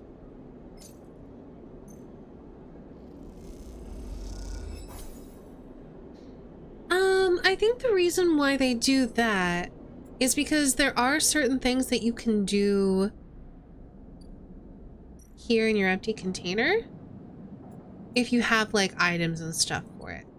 So I think it's kind of like, I don't think having to go back is terrible, because then it like can prompt you like, hey, do you want to use your photosynthesize to gain energy? Or do you want to use your stabilizer to stabilize yourself? After you use the 6, you should try a reroll. Have you tried that yet? I have used a reroll, yes. I keep forgetting that I have it though. I'll probably use it after I use the 3 though, because we can bump up the 3 to a 4, and we're obviously going to use the 6. But I'm going to put it into here because it's still a 75% chance at a neutral or better outcome.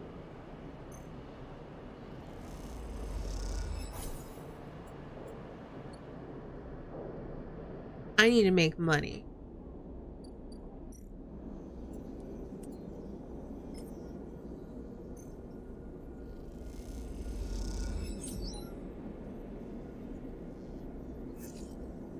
Much better. Yeah.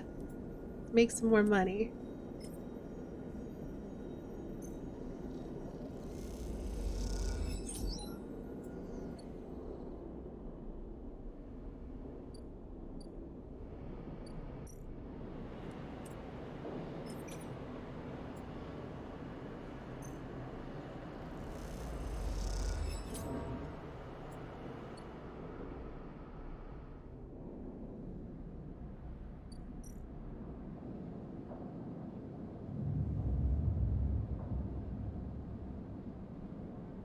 Yes, exactly. The fact that you don't have to do it at the start of the day is very good.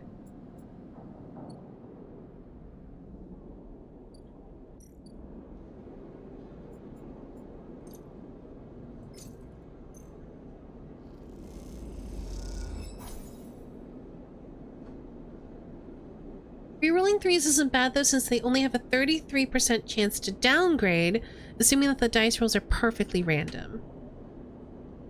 I suppose, but I would feel very bad if a 3 turned into a 1, whereas if a 2 turns into a 1, I don't care.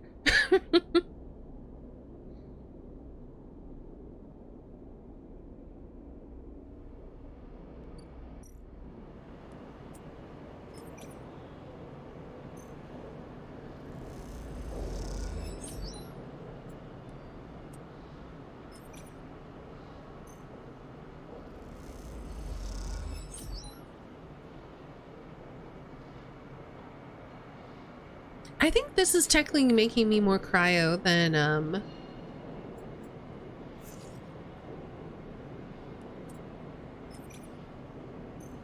doing the stocks, because I get an extra 5 every time. Oh, negative on a... That's disappointing.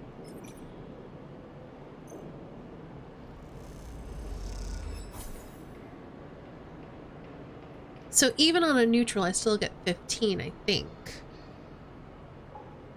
I wouldn't trust a pseudo randomizer that a computer can do to hold to that, unless they implement some kind of statistical weight to it as well. I don't know.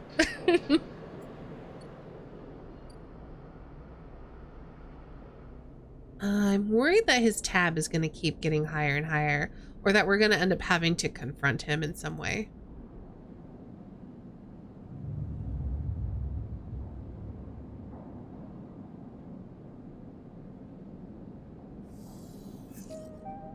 Ooh, okay.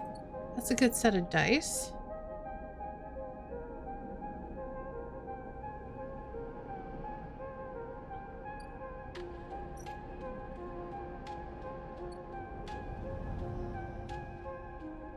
Do you get XP of sorts to increase the ability scores as you get better at a task? No, I don't think so. I think it's all just based on these upgrade points. Oh, it's because of our condition at the top. So you can kind of see, like, every day one of these ticks down. When we get to this point, we're only going to get 3. Because basically we're like the Jem'Hadar in Deep Space Nine, in that we are... our body needs a chemical to prevent the rejection of our synthetic organs. And it's sort of like a built-in way to try to prevent us from being able to leave our capitalist overlords. So every so often we have to inject ourselves with stabilizer, and if we don't, our body is like gradually degrading. So as this goes down, we get less and less dice once I think the condition is no longer overlapping the die. So once we get to here, we'll only have 3. Once we get to here, we'll only have 2. And then here, we'll only have 1 die. But stabilizer is expensive. It costs 100 credits. So we try not to inject it too frequently. I think I want to inject it usually when it's like around this point, because having 2 dice does not feel super useful. Time to hijack a train of Ketracol White. Once you hit 0, you get 0 dice. Yeah, and then you're dead.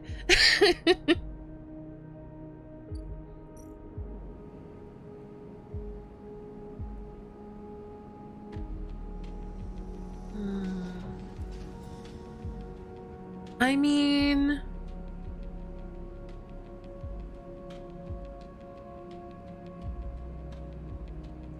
I don't want to steal it though. And I don't really need the energy.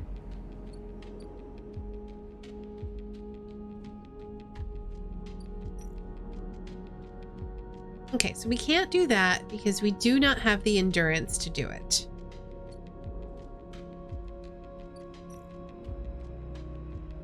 We could work the canteen some more.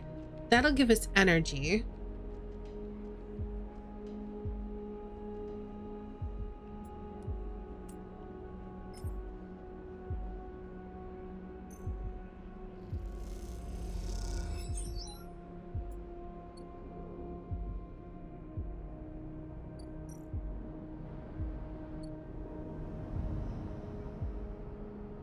Definitely just got home with 0 dice and took some drugs.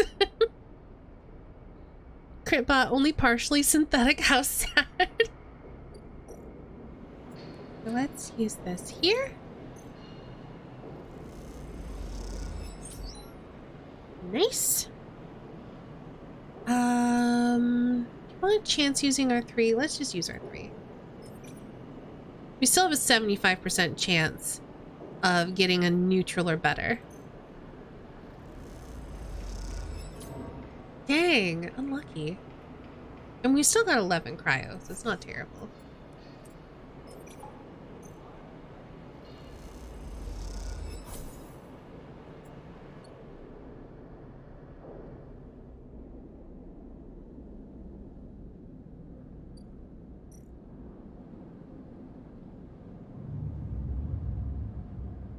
One stream ends, I gotta mow the lawn.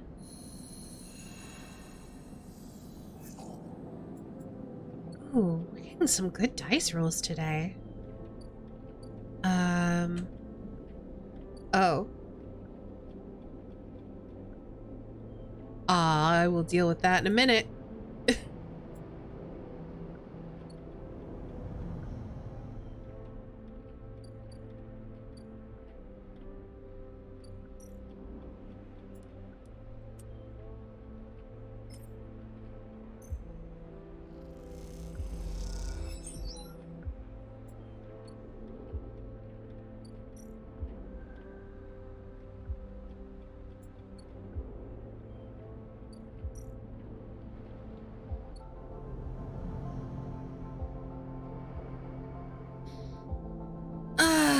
Can I just pay your tab again? The compressor is quiet today. The usual crowds are elsewhere and the pumping music washes over a handful of spacers and a few drunks. Ethan is still in the same stool, in the same pool of light. His head is low, close to the bar, and the bartender is ignoring him.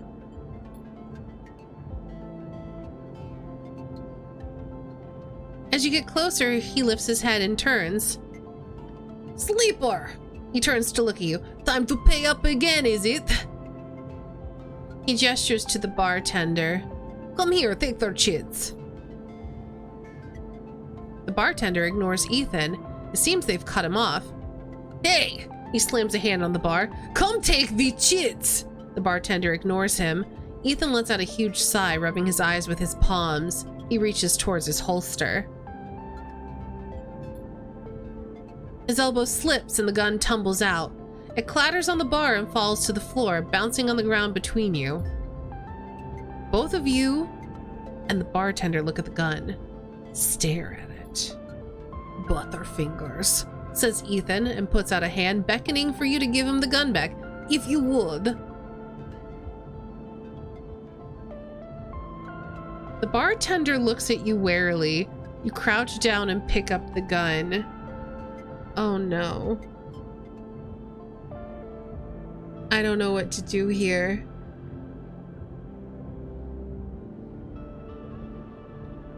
Like, are we supposed to believe he doesn't have more guns? Are we supposed to believe we're a better fighter than Ethan? And I don't think... Oh no. Yeah, I want to give it to the bartender. That's what I was thinking we were gonna do.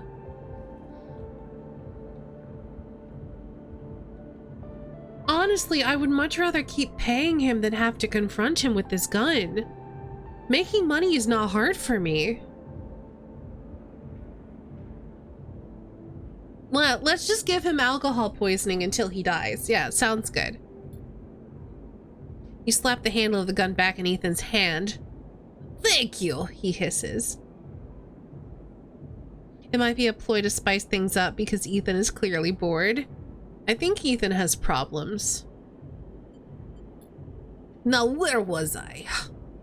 He lazily swings the gun past you and the bartender. Yes, leaving. He stands. Sleeper. Well, this has been fun. I think I've wrung every last drop out of this place. Time to go home.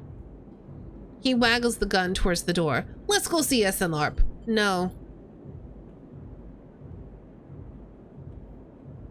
Ethan brings the gun up to his face and rubs his eye. Well, he says, the bounty pays half, but... He levels the gun. Up to you. And he pulls the trigger. The gun clicks. By now, all the attention in the bar is on you and Ethan, who looks at his gun with a bemused expression. The bartender raises an open hand, and in it are 10 shiny bullets. 10 shiny bullets he took out of Ethan's gun while he was asleep at the bar. This is the best outcome. Ethan smiles at him. Oh well, he says, and hits you in the head with the butt of the gun. You stagger back and drop to a knee. Somewhere nearby, the gun clatters onto a surface. Then, the hit, a glancing blow that makes your vision swim. Through the blur, you see Ethan wrestle a small, thin slate from his belt and hold it up. Enough of this. I'm logging the job and calling it in. Ethan taps the slate. No more plank. Your head aches. Ethan taps through a few screens impatiently. He swears and taps again. He starts shouting, a dull echo in your ringing ears. He starts screaming at the slate and throws it across the bar. He crouches down and grabs you by the chin, his face close, his breath heavy with drink. SNARP just screwed me, he grins maniacally. They canceled the contract.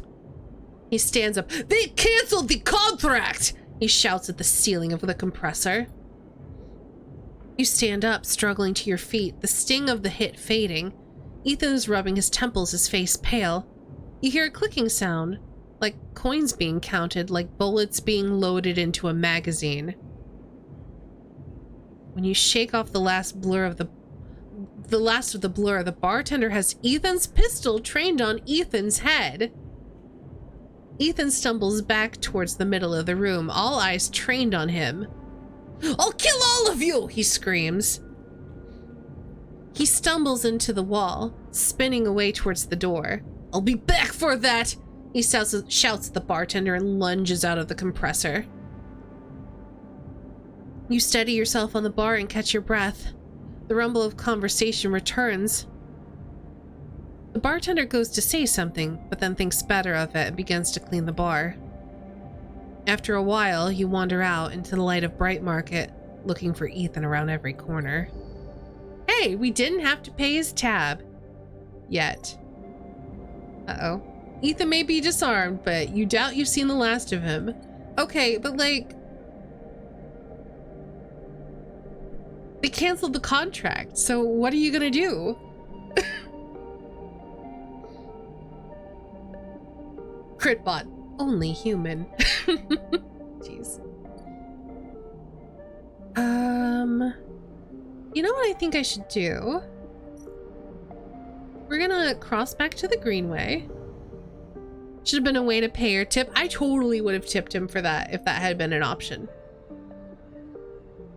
I think we're gonna map the pathways again.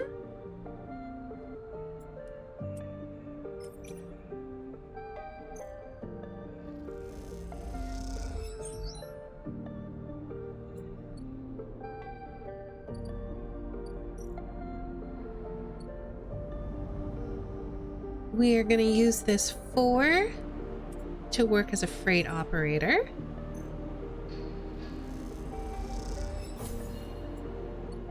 We're gonna re-roll this 1. It's only a 2, so we're gonna do that again.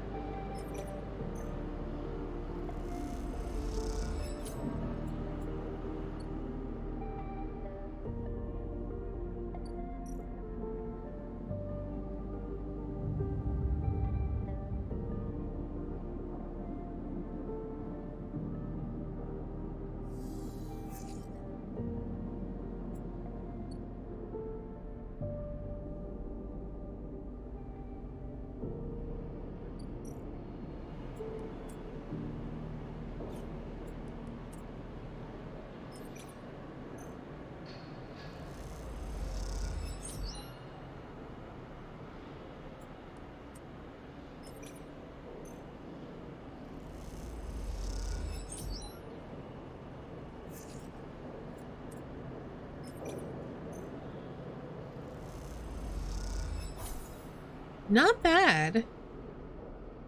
For a day of bad dice rolls, I will take it. Ooh.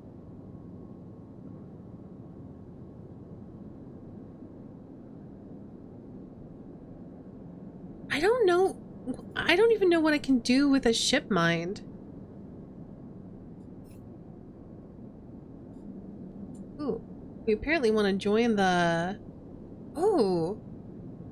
Could you find a home here? Interesting. So we could leave the container and have like an actual home. That would be nice.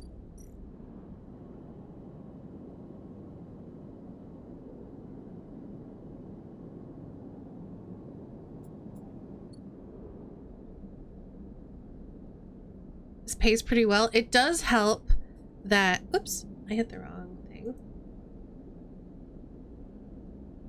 It does help that we are an operator with transfer intercept. So whenever we do interface actions, we have a chance to gain extra cryo, which is really nice.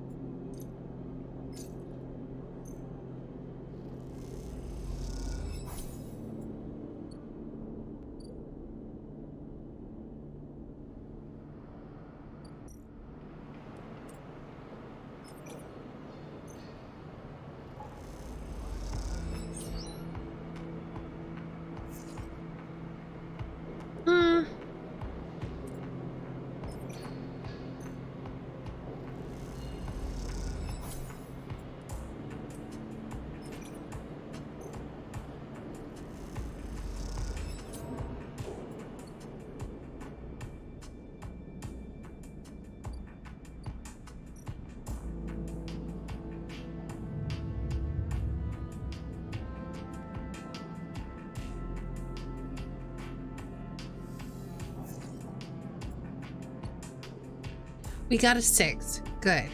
I know exactly what I want to do with that.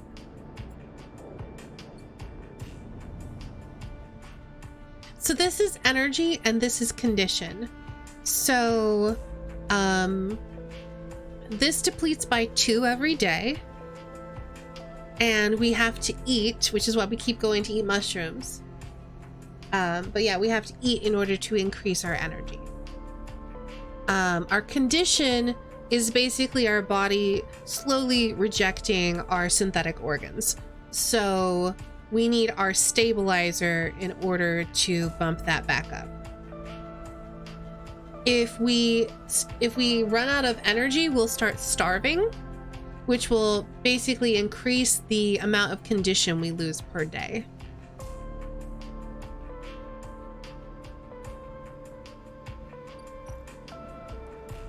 I want to use my 6 here, because then that will let us become a Haifa member. And give us more energy.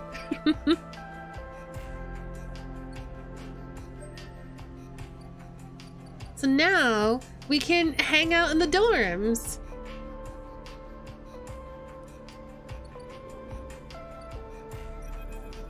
And we can also meet Rico. Hey Rico, you're cool. You head down into the Haifa compound, following a blue painted line that's labeled laboratories.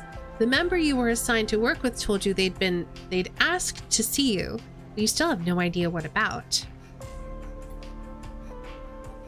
The line takes you to a blue door and through to a glass-roofed chamber where a network of stems and leaves filters the sunlight coming through the ceiling, casting the whole chamber in a strange yellow-green.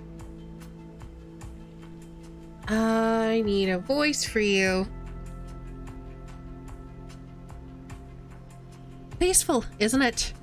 Distracted by the green, you miss the woman standing at the lab, camouflaged by the dappled light. Welcome to my sanctuary. She smiles. Come, let's talk, and beckons you closer. What is this place?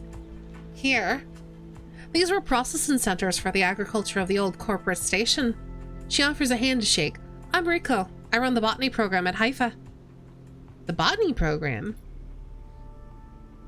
Yes, the plants in the Greenway are vital to Haifa's continued existence. It's important we understand them. She lifts a tiny sample jar. Yellow spores dance inside. Haifa lives off the land of the Greenway. It's what allows us to live like we do. No one here pays or is paid. We sleep here. We feed each other. We work for each other. This game is interesting. I wish I weren't so sleepy already. Let me just do a thing real quick. Okie dokie. There's always the VOD, so feel free to come back and watch the VOD later. Also, Saintguard is playing it tomorrow, I'm pretty sure. So you can watch Saintguard play this game tomorrow over on Saintguard's channel. Oh, dang! HD! Thank you so much for gifting out 4 subs to the community. They went to Golden Age, Joda, Olzen, and Skarny.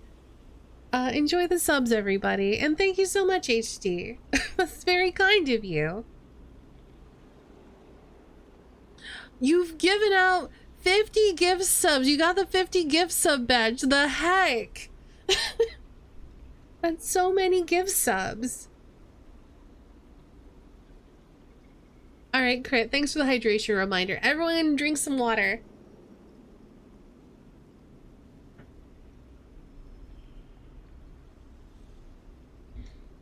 That's the first time I've seen that badge.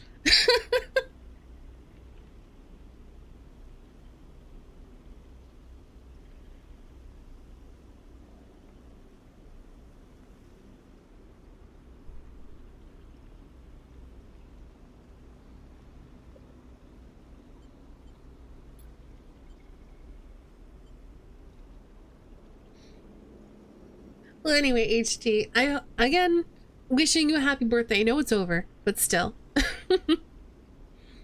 I hope you sleep well. Thank you so much for hanging out. Thank you for all the gift subs. I very much appreciate it. Like, super, super appreciate it. And I'll probably see you tomorrow in Saintguard stream.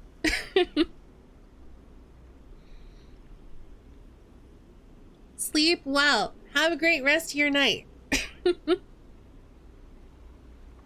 Rico walks away from the bench and waves for you to follow. She opens a small door and leads you down a glass corridor surrounded by vivid green. All this, she says, gesturing at the overgrowth, it's a kind of miracle. I'm heading to Saintguard's tomorrow, I suppose. I mean, don't have to, but if you are there, I will probably be there too. She looks at you with bright eyes. What do you think usually happens to plants on stations like this when they're abandoned?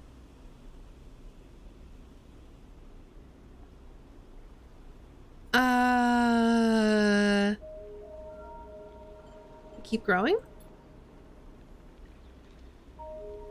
If only that were true. No, they do not. They dry up and they die. She leads you left at the crossroads. But here they endured. She smiles to herself. Actually, no, they thrived. You look at the bright tendrils wrapped around the metal frames of the corridor. They look dormant. No, dominant. Strong. Like they're taking control of this place. Rico continues. Of course, Solheim tried to create a stable biosphere here. Patchwork in the surface with gardens and algae tanks that feed into a network of microbial reclamation systems. But the Greenway was always envisioned as extractive, a place from which the harvest is removed and sold to those living on the station, not a closed loop.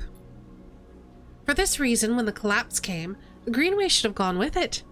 Erlen himself was so convinced of it that his first colony never came here to try to reclaim it. The Eye instead relied on outside favors and influences, shipments from the inner system, and small-scale agricultural systems like kelp and fungal farm stacks.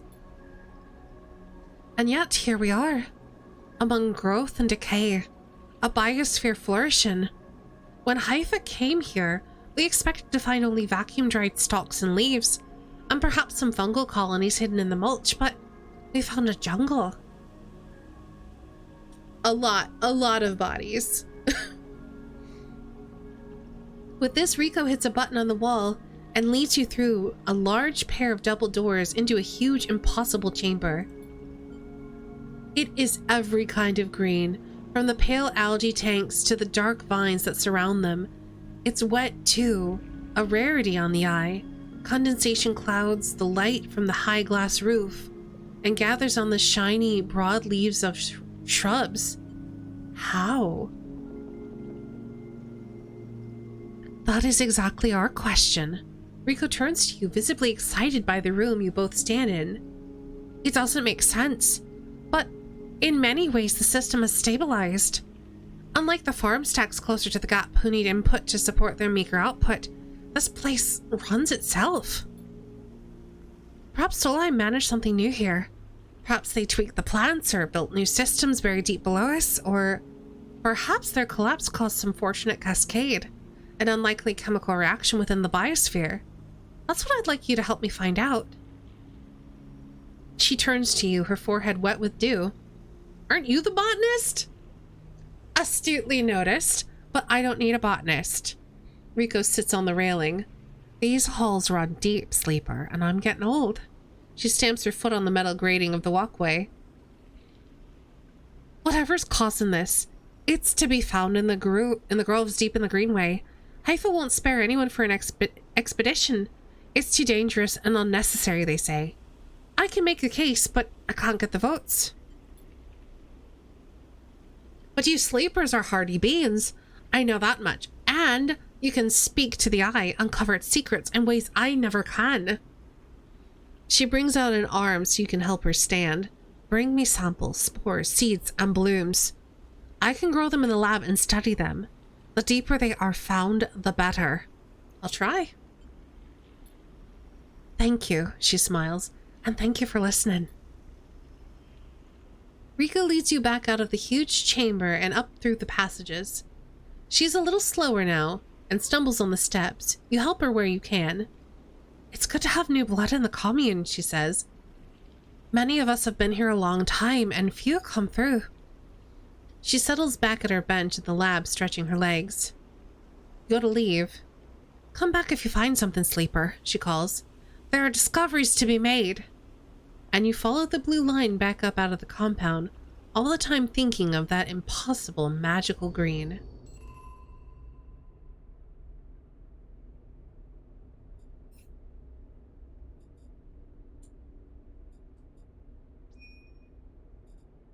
Interesting.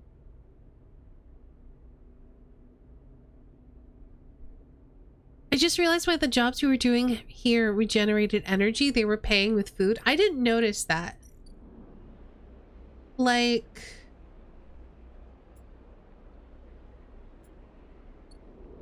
And I see that this one is, but also because it's an engage ability,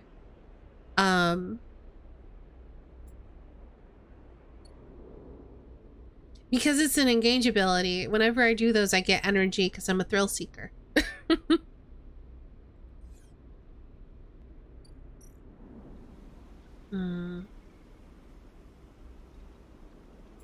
Okay. The question is, oh, it's these places. We have the Mushroom Groves and we have the Greenway. We could lose condition by doing that.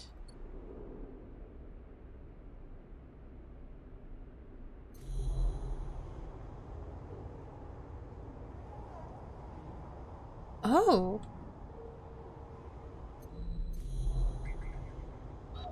Or we could do this. Oh, we need the Greenway cipher in order to do that. Okay. Interesting.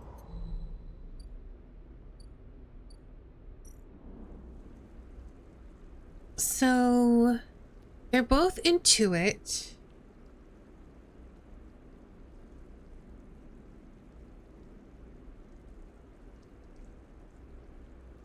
The one that you were doing to get the Haifa commune gave both Haifa progress and energy as its payout. Oh, cool. Good to know. I didn't realize it was also giving energy. I don't think I ever picked up on that.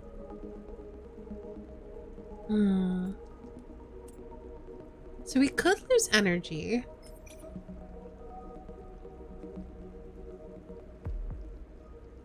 Or we could try re-rolling these. Let's try re-rolling these. They are worse.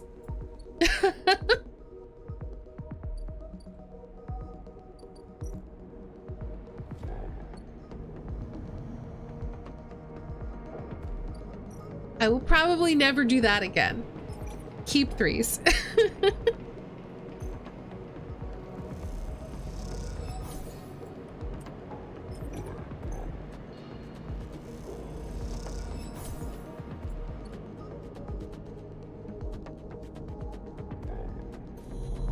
And Hunter's still looking for us, so I think I'm gonna avoid that for now. That 11% chance of double failure. I think we call that streamer RNG.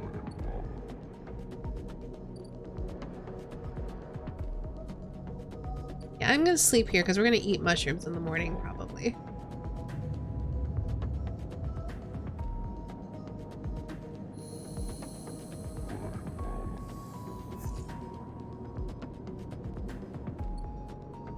Okay, well at least this means our reroll is going to be good. So here I want to acquire stabilizer.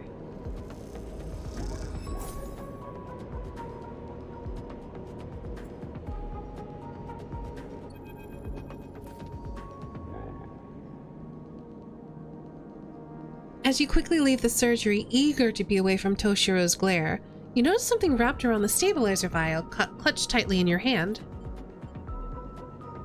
You open your hand, and a thin film marked with holes and sigils unrolls from around the vial. At one end, it has a hard metal strip, a handle. You hold the cloudy film up to the light. It's perforated with an ornate pattern of holes. You can make out a word among the markings, passkey. Is this an entry key for somewhere?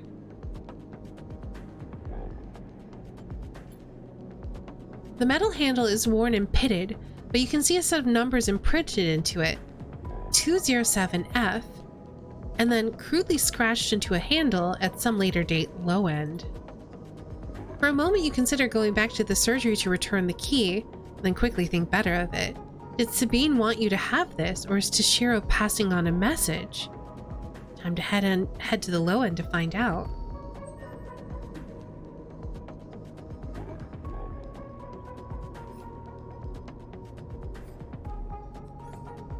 So we have 2 points. Again, I don't see a point in getting Icebreaker right now. We could get +1 to engage. I think I'm gonna wait.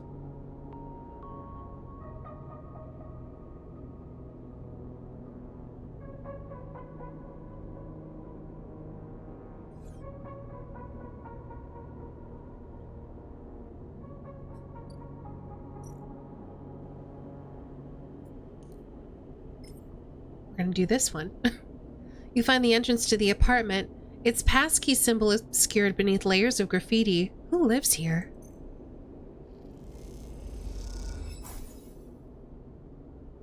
The lock clunks open, the metal door swinging inward into the dark. As you push the door open, the automatic lights flicker on the inside of the apartment. They reveal yellowing plastic panels, the curved shape of wall-mounted utility units, the detritus of a routine life arranged on every surface. You step inside, clicking the door shut behind. The amber light of the aging fixtures glaze everything with pale orange. The work surfaces hold a variety of objects, indistinct in the dull lighting. A pale blue light drifts from the doorway at the end of the room. Smudges through the thin layer of dust suggest a recent and rare hurried visit. They trace a path to the water dispenser, the auto wash, then to a cabinet still half open. On the shelf sits an empty pill case. You cross the cramped utility room with its auto wash dispensers, wash closet, towards the doorway. Although the doorway is dark,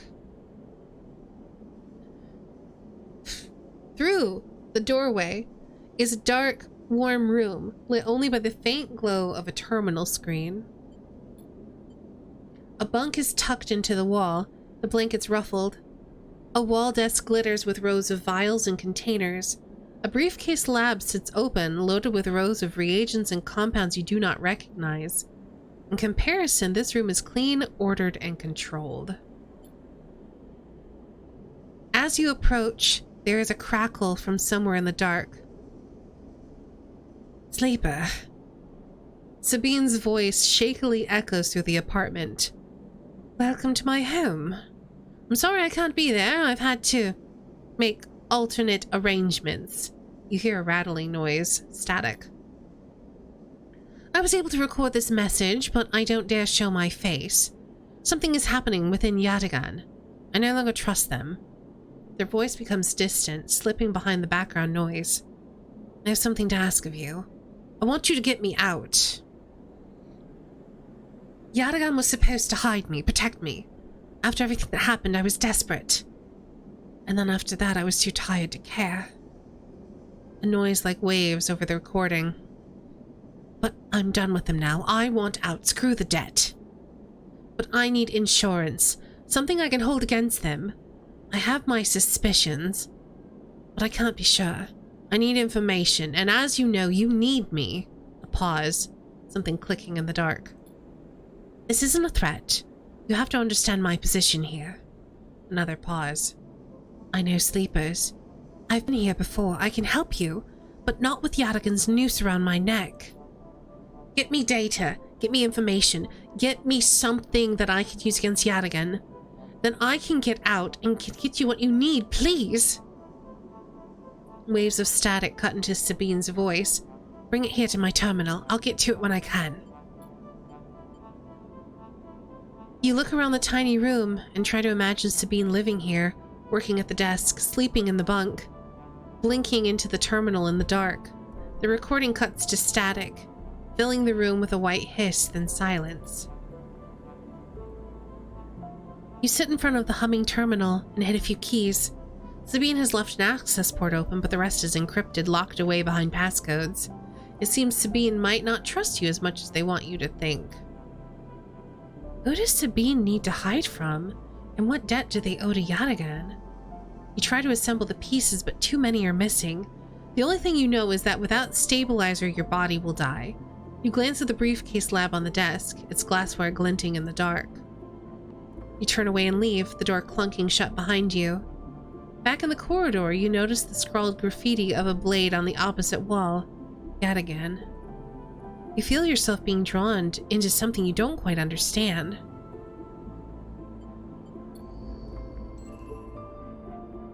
Okay.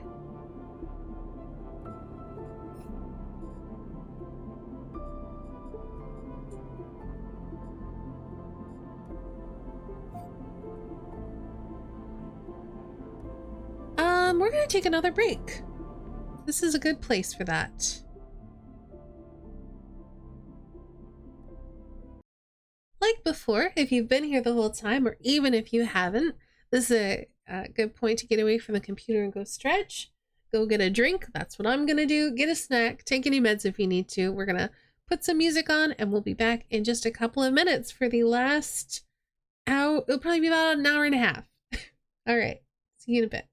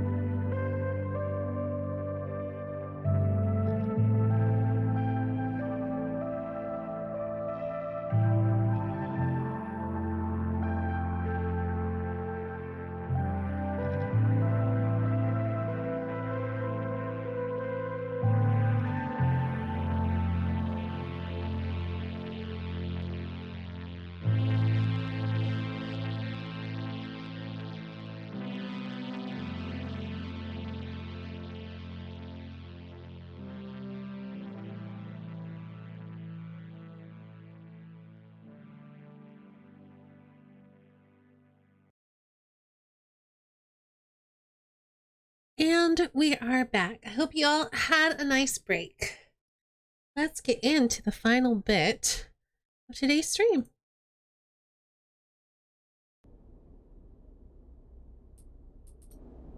All right. We have stabilizer. We have 3 dice. I know that stabilizer restores, I think, all of our condition, which makes me feel like I should get more data while I can.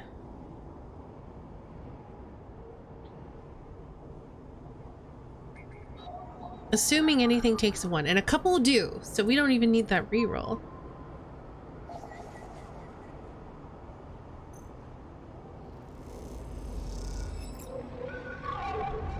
Another encrypted key, that's not what I wanted.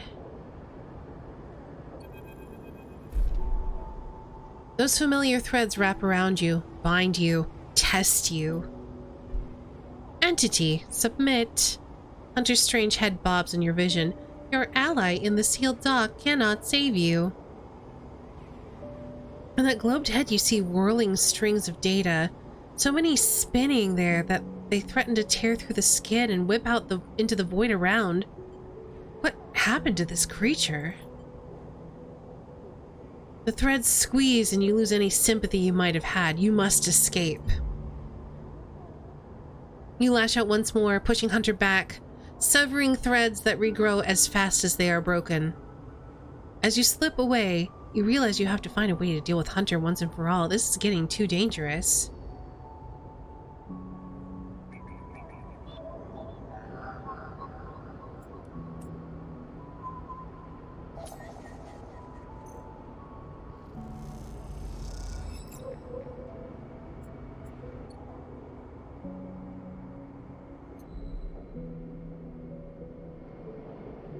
Okay, where do I want to use the 6?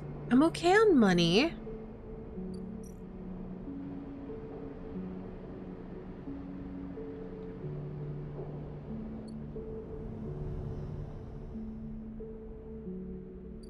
So maybe in the mushroom groves?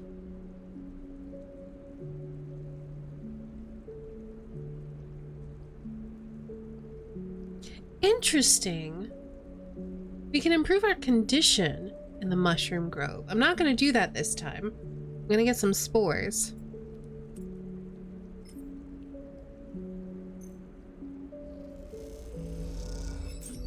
You find a chamber thick with pale particles. You gather as many as you can, unsure what species or types might be in the mix.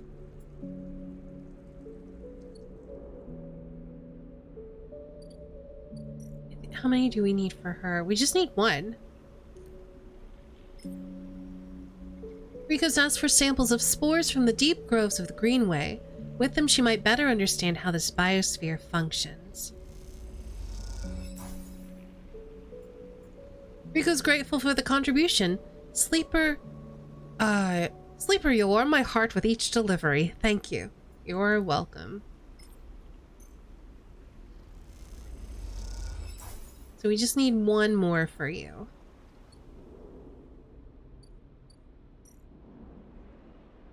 So let's input our stabilizer.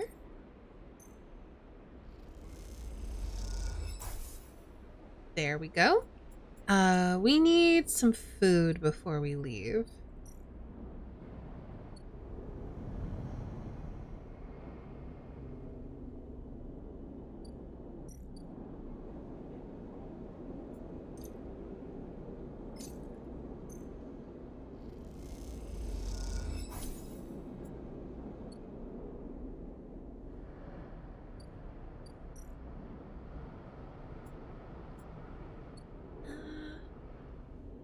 Might as well sleep here. I don't think we've slept on the other side before. I don't think it makes a difference where we sleep, but we're gonna sleep here in our new dorm.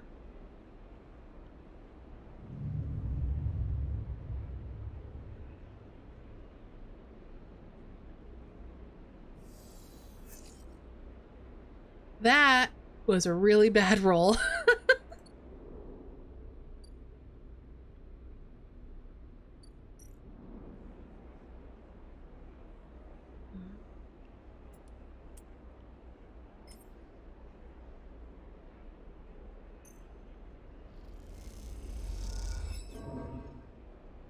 Negative outcome. We got energy. That's actually great. You can just burn dice you don't want in here to get energy. That's really good. Reroll. Much better. Those glowy bits in the greenway look too similar to closed eyes.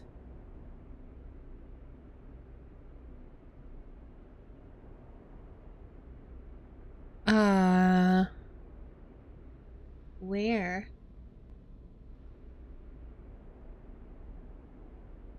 Tops of the towers.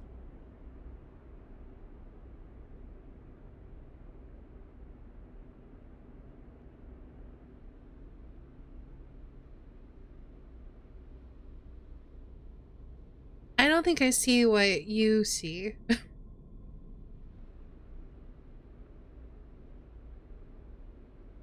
They poke out of the glass.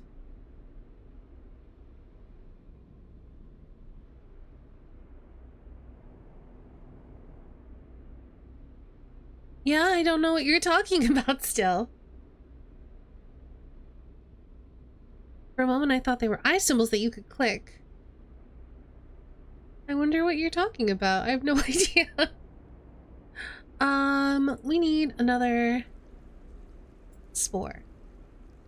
So let's spend our 5 there. The dark circles with the curved glowy line.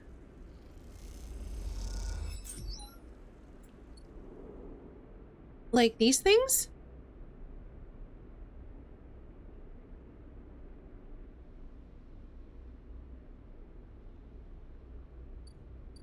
Huh.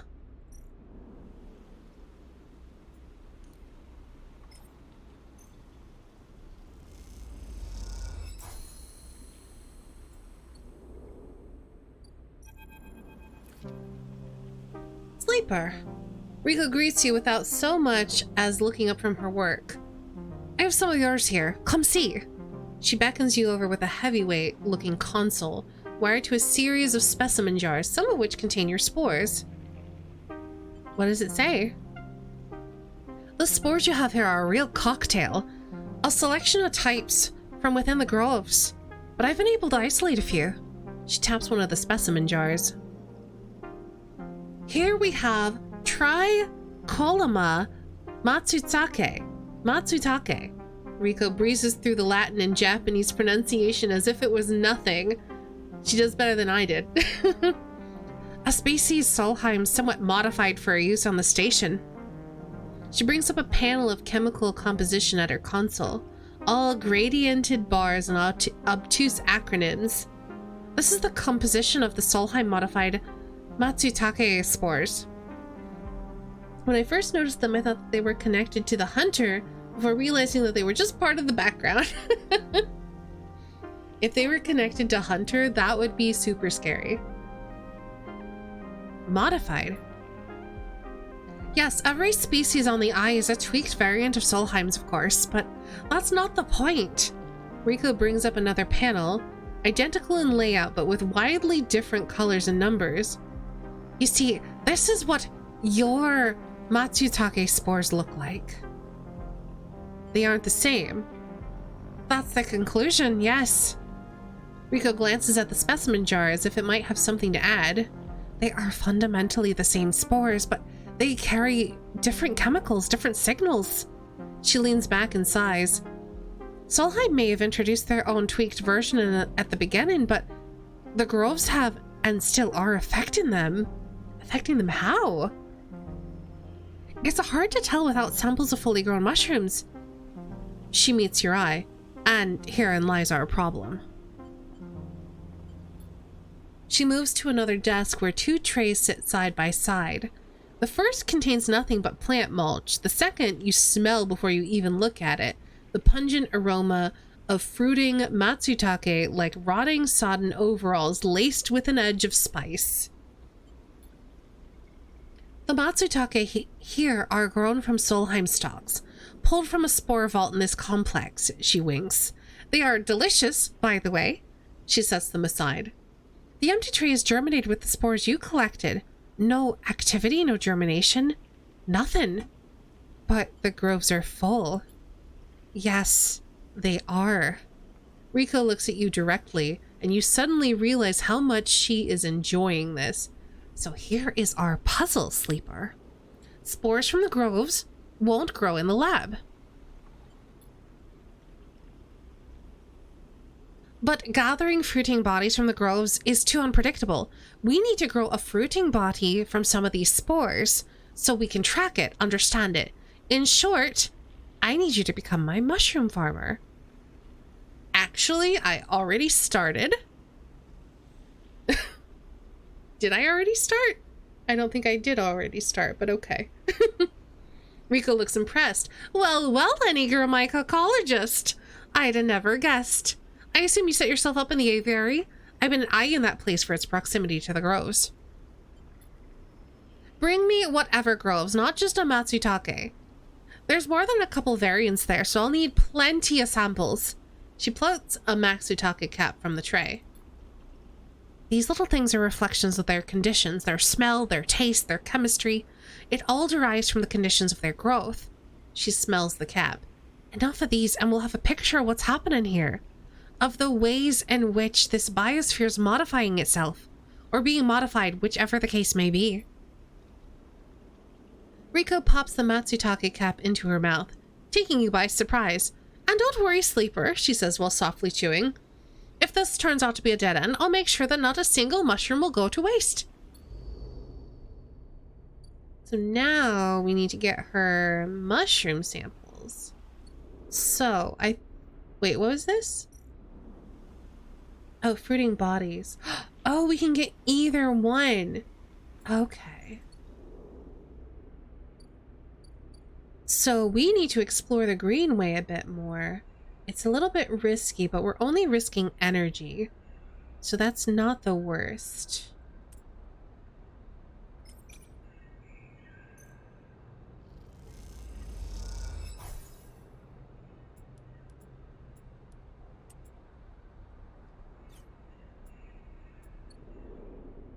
Give us a new place? No.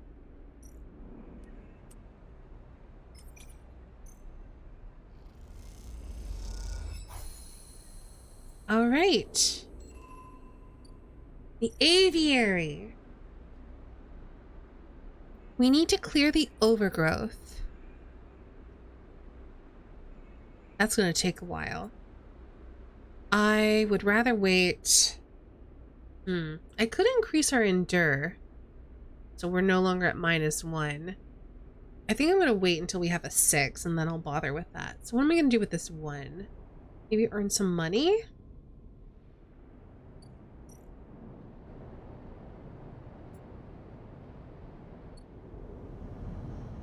Or I could see if there's any more data points that need a 1. This one does.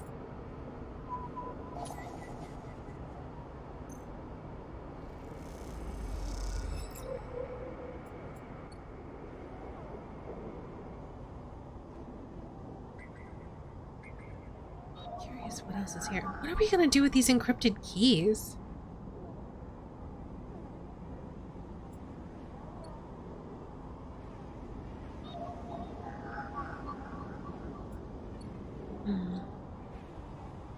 So we only have a few more sections here that we need to worry about.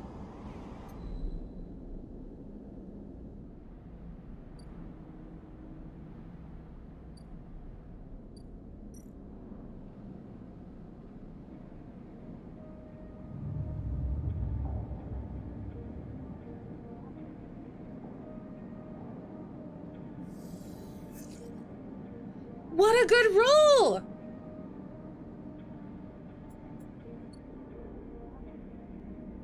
So I'm very excited about that.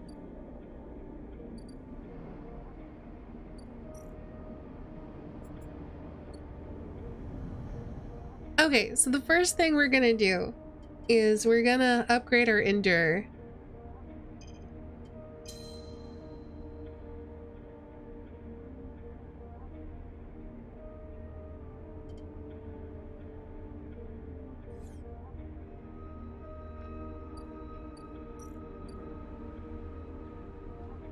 Because now all of our sixes are sixes, which means we can tear through this so much more quickly.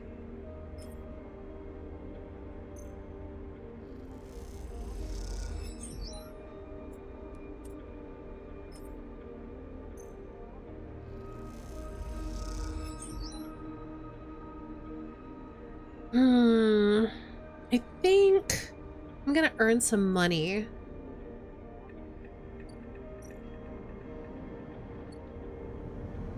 With the 5 and the 4.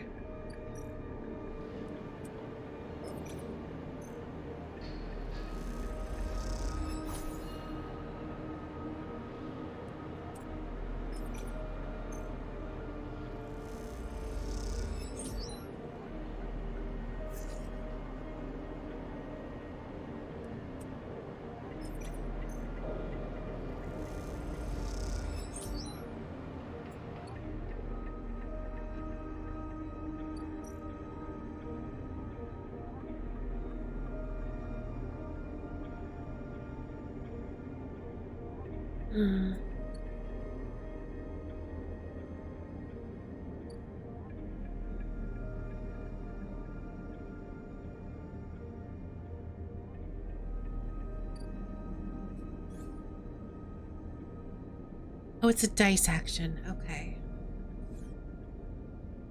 I think we're just gonna sleep.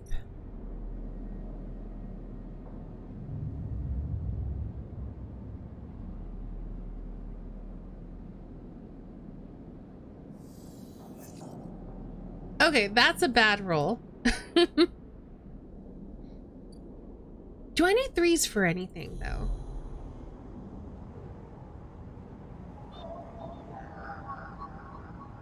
We can use a 2 or a 3.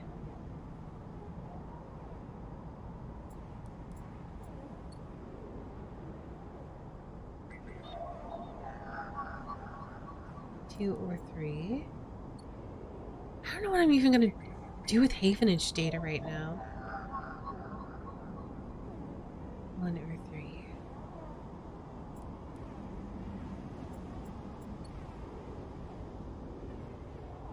There's what, 4 more? Oh, there's 5 nodes. If we get all 5, we're gonna get attacked for sure.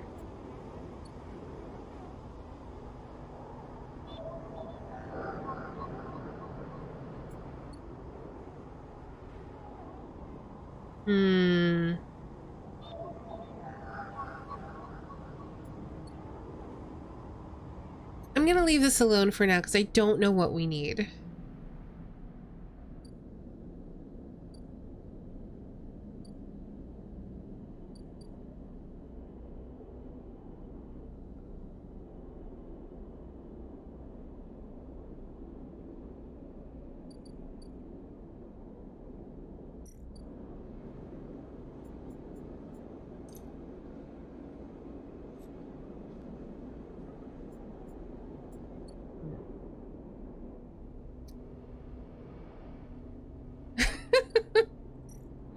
Let's start by giving her some data.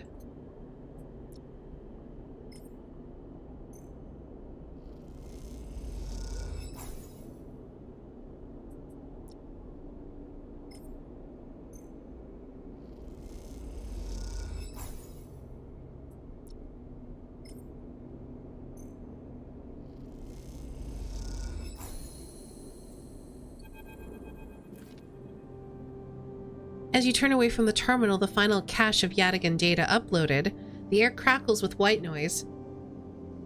Sleeper. Sabine's voice, weaker than before, comes through the haze. Sabine. A sigh of relief comes through the layers of noise. The call must be coming in from somewhere on the station. This has to be short. I don't know if Yadigan are monitoring me. The voice is hushed, distant. You try to focus on it. The data you've been bringing in from Yadigan agents. There's something in it I don't understand. A shrill howl rattles through the signal. This data is all gleaned from their implants.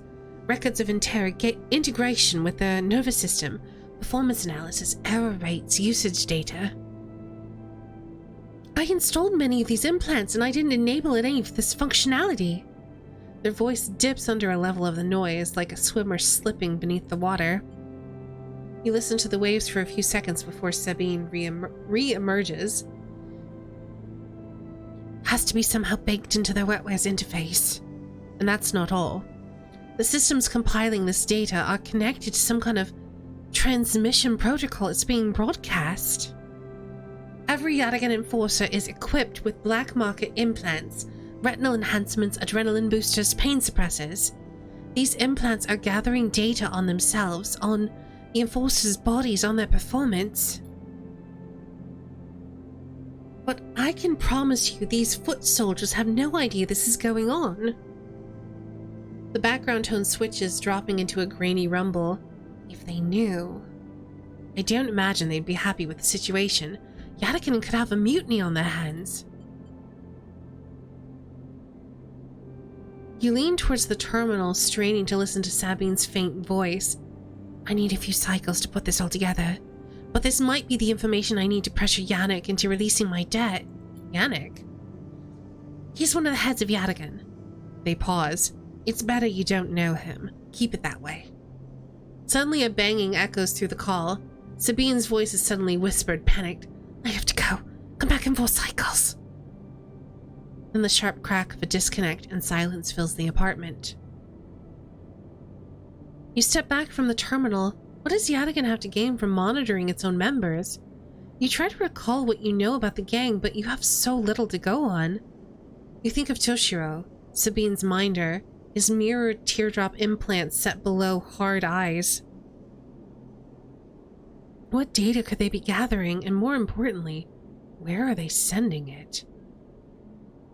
You reflexively rub your forehead trying to think. Can you really trust Sabine? How did they come to be Yadigan's doctor in the first place? You think of their kindness, their care, but also that glazed look of recognition they gave you when they first met you. That look stays on your mind as you slip back out of the apartment, glancing around as you close it up and drift into the corridors of the station, unable to shake the unpleasant sensation of being observed. Well then.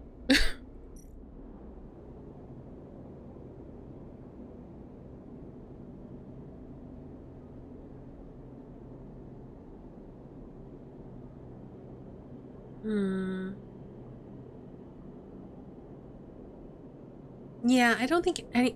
Not right now. I think we're gonna use our 3s here.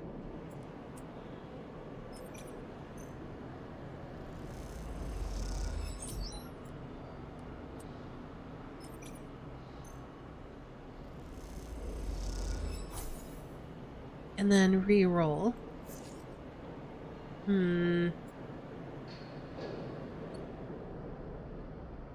Well, I know where we're gonna spend our 1.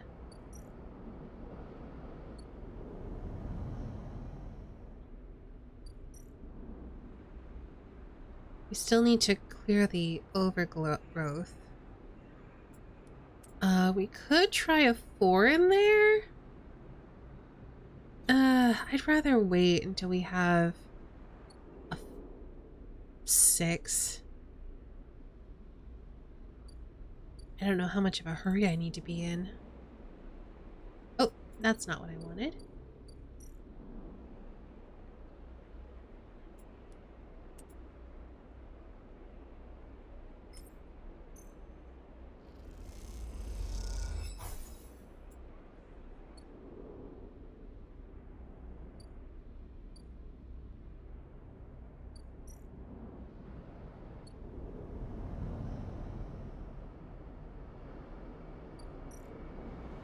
Our 4 in here.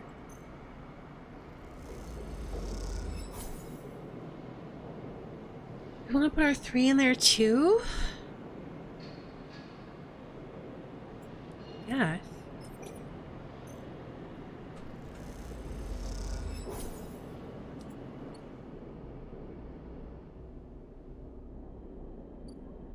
Also, just in case something happens and we can't buy this, we're gonna acquire some stabilizer, just so we have it.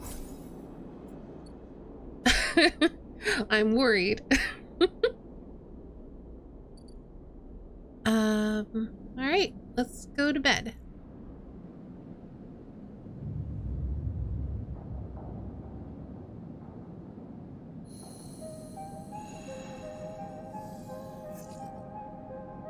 Not terrible.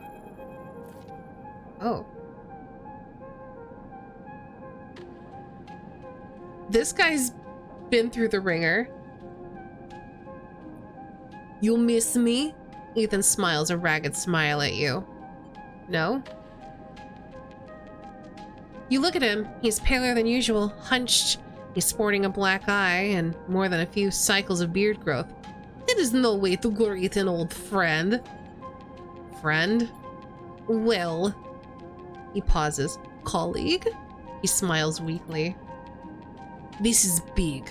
Really big stuff about you. He seems more jittery than usual, on edge.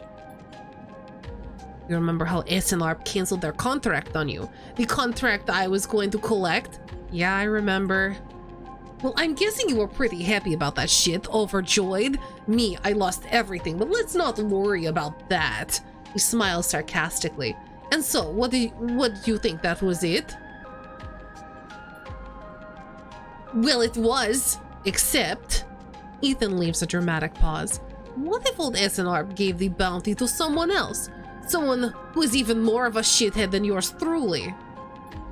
He smiles darkly. What a disaster that would be. Who? Ethan grins. That's the question, isn't it? Ethan fishes around in his pocket for a slip of paper.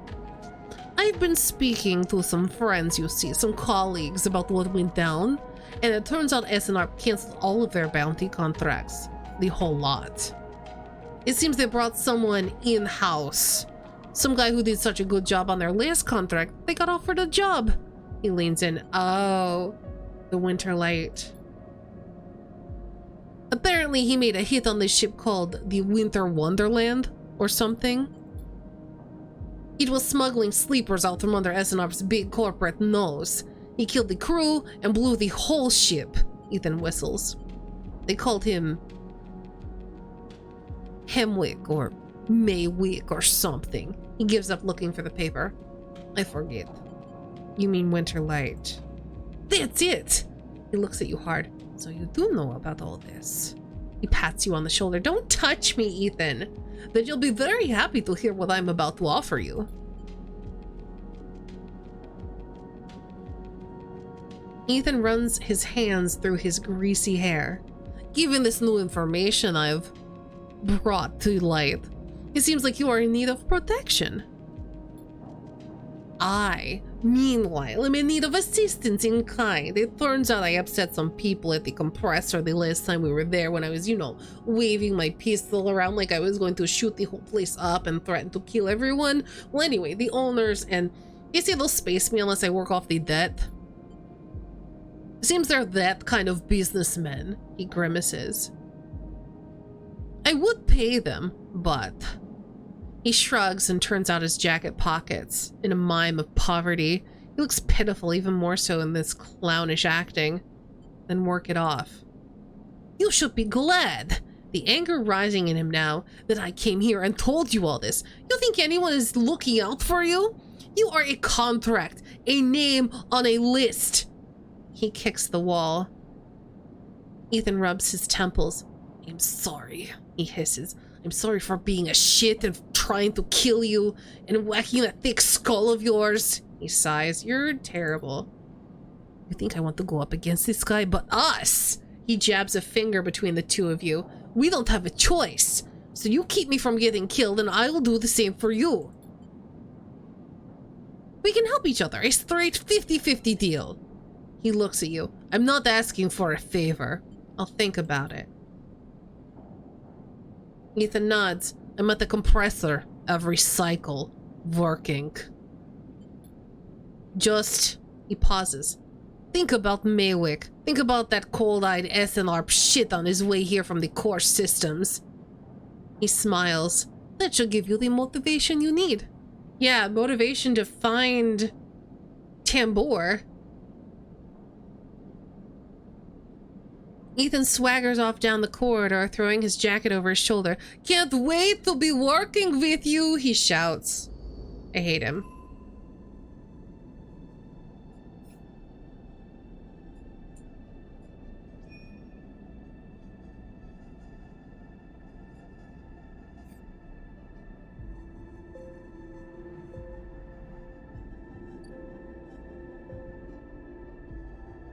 Oh no, how terrible. He actually has to work anyway.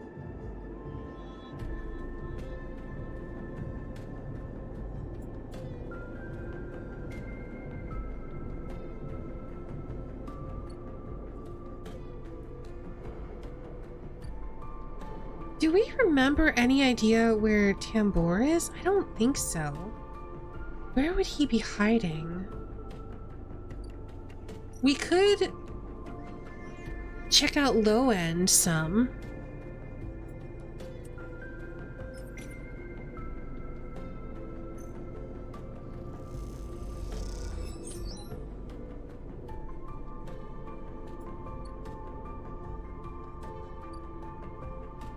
Oh, there's a noodle place.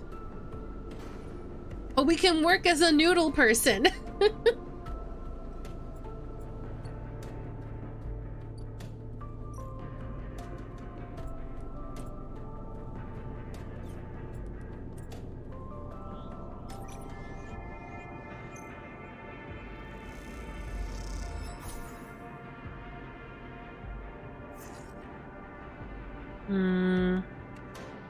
There'll be 4s. I'll try it.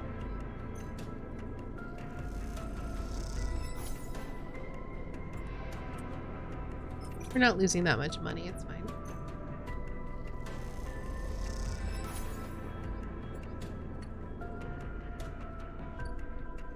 Tambor!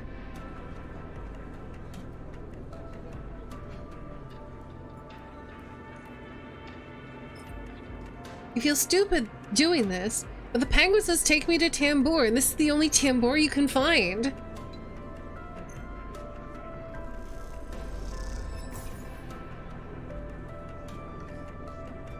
The waitress looks at you with suspicion as you hand over the box. Is this the right place? Now I want a TTRPG character who's an escaped android working at a noodle shop. I love that idea.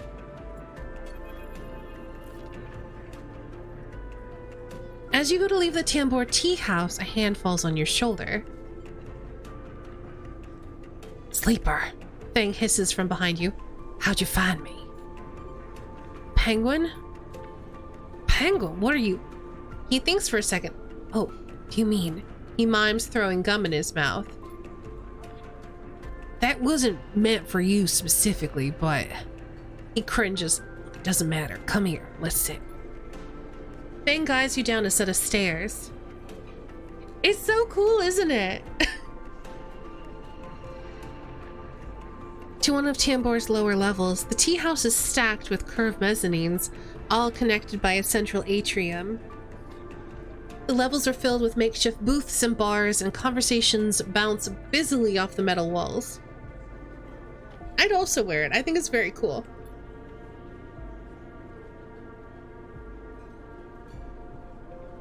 Fang sees you looking around. This place used to be a fuel tanker's main drum, hence the name. The tea house part's a bit of a misnomer, though. You can get anything the eye offers from this place, but real tea ain't exactly readily available. He picks a booth, itself fashioned from some old salvaged tank or container, then lined with spongy insulation foam, and collapses into it. He looks around furtively. Don't suppose you've seen any Havenish types? They don't usually come this far. And what is going on? Well, I'm suspended. That's the first thing, and the second thing is I'm pretty sure Hardin wants to drop me off the rim of the eye. And grins. Doesn't bother me, though. Shows we hit a nerve back there. He picks a scrappy, hand-scrawled menu from the table and tosses it over. What are you drinking? Let's look at the menu. Fang is right, the menu is ridiculous. There's at least 10 different infusions, most of which you can't make out, but the paper is dominated by an extensive complement of esoteric alcohols and cocktails. Black tea is listed without a price as a seasonal specialty. So you ran into Harden. Was he pissed? Fang doesn't wait for an answer. That snake is so self-righteous, he might actually believe that Erlen would approve of his meritocratic bullshit. He taps on the table. If Havenage was like it should be, like it was founded to be, they would have shouted him down at any council meeting he dared to mention true citizens. He sighs. But I guess his kind run the place now. A young woman with a vine tattoo snaking up her arm turns up at the booth, a slate in hand. Your order. You skim the menu, your eyes glazing over. Time to pick something. Kelp infusion.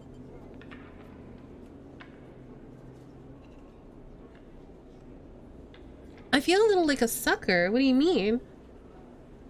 I totally would have been cool after Ethan apologized. I mean, I'd still make him work off his own debts, but I don't know. I just feel the anger usually drain away if someone apologizes and means it. I don't know how much he means it, though. I don't know. I don't trust him. And also, when we were like, work off your debt or whatever, and then he got mad at us again, like, he hasn't changed. The only thing that's changed is that we're no longer a meal ticket for him. So he's trying to make the best of a bad situation, I feel like. I don't know. She nods and notes it.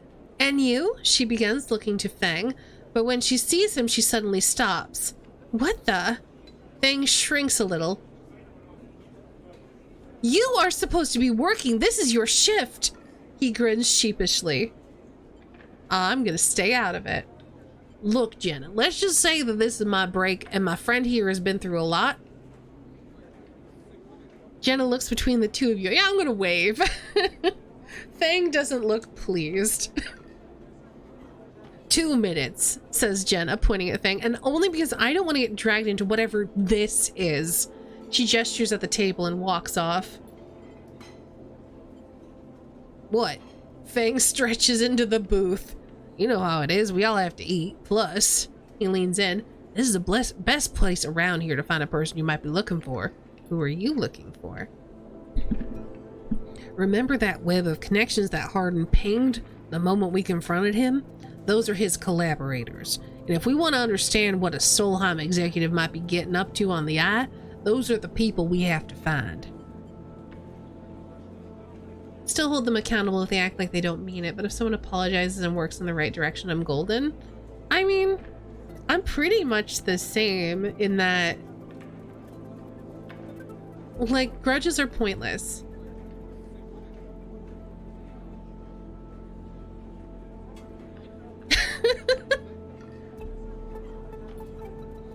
Crit, I really enjoy your crit bot things. It's really fun. Fang is almost whispering now. There's a couple of them I suspect are in the low end as well. Almost everyone in the low end comes through this place at one time or another. Hydrate. Thank you for the reminder.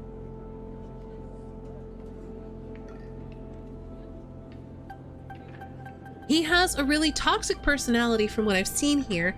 I feel a bit bad for him, but I wouldn't trust him. The moment he could turn his fortune around by turning us in, I'd be expecting him to do so no matter what we'd have done up to that point. I agree. He seems really entitled and self-involved and does not consider us a person. So, F him.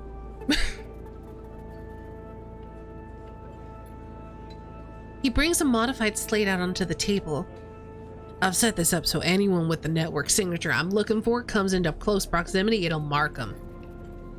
Once they're marked, we can break through their access protocols and get at the good stuff inside. We just gotta find them first. Hence me moonlighting as a waiter. Suddenly, a smile grows across his face. Wait, I have an idea. Oh no. Look, I can't cover enough of the low end on my own.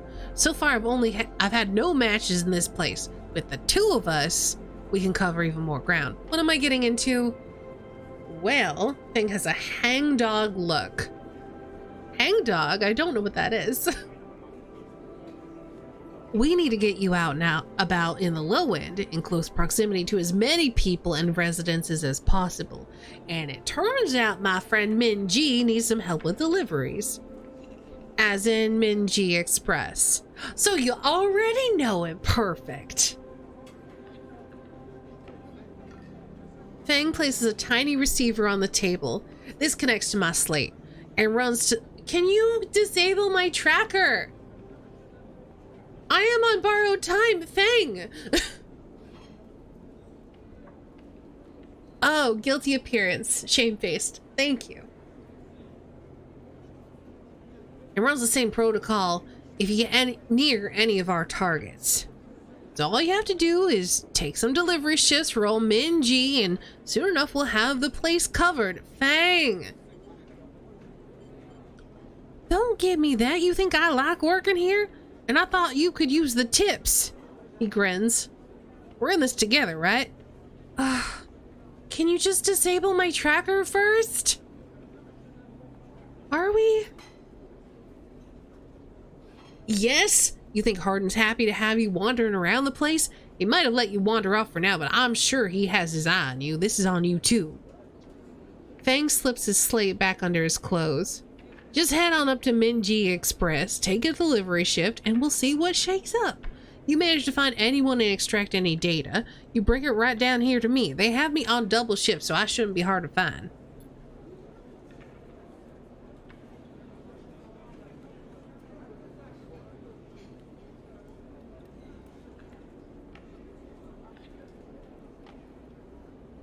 Crit is definitely joking.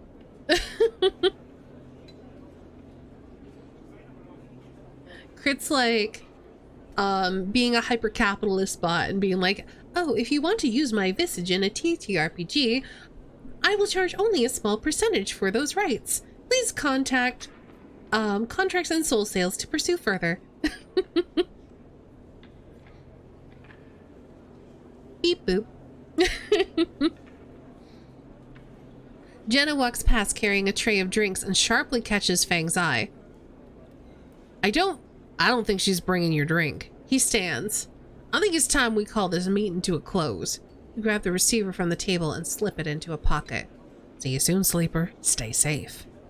Fang adds before turning and walking off towards the bar, whistling as he does. Well, before I do anything there, I've got data.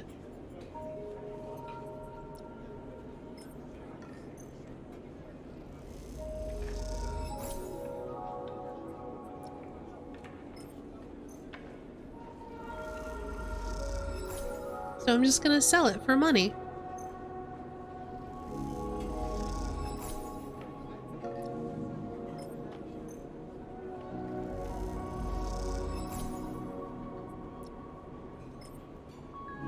I can buy so many mushrooms with all this money.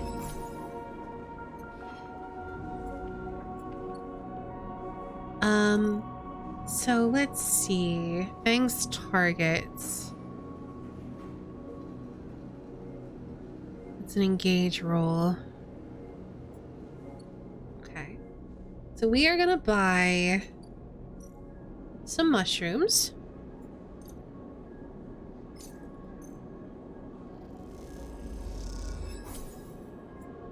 It really does last.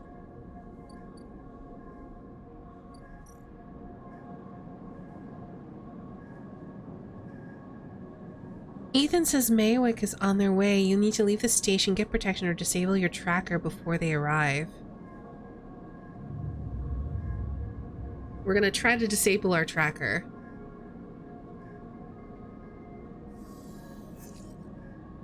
And we got a 6. That's what we wanted to see.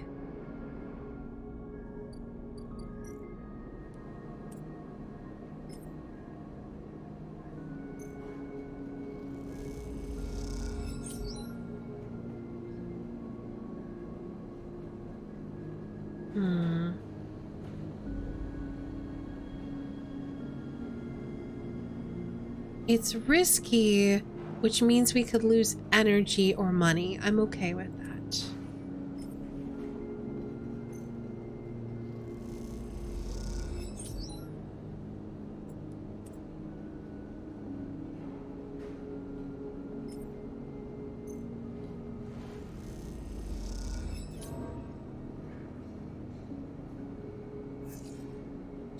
Oh, we got a 1 on our reroll. That's the worst.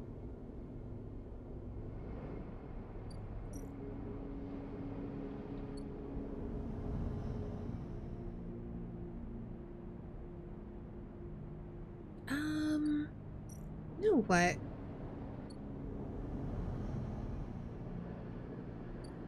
I'm gonna throw our 1 into here.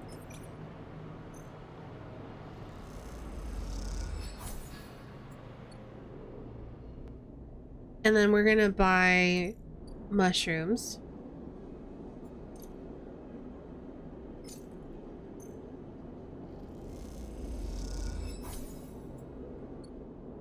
And then we're gonna go to sleep.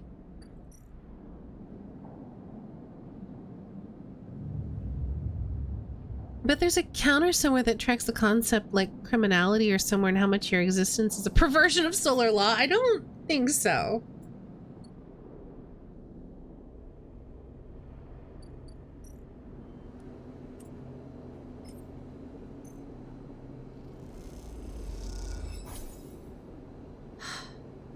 Just need 1 more.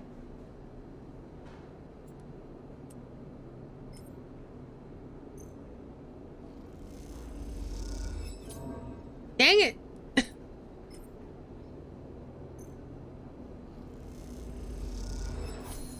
Okay, good. Sleeper. You see Fang coming up the corridor as you step out of Minji's, the kelp noodle smell still clinging to your clothes. He comes up fast and stops close, looking around suspiciously. I don't have long. Take these. Fang palms you a couple of those metal thumbnail-sized drives, ripper worms. My slate's been buzzing like crazy. It seems like your delivery shifts have turned up our 2 targets. He squeezes your shoulders. Knew you could do it? Now we nail those snakes. I'm ready.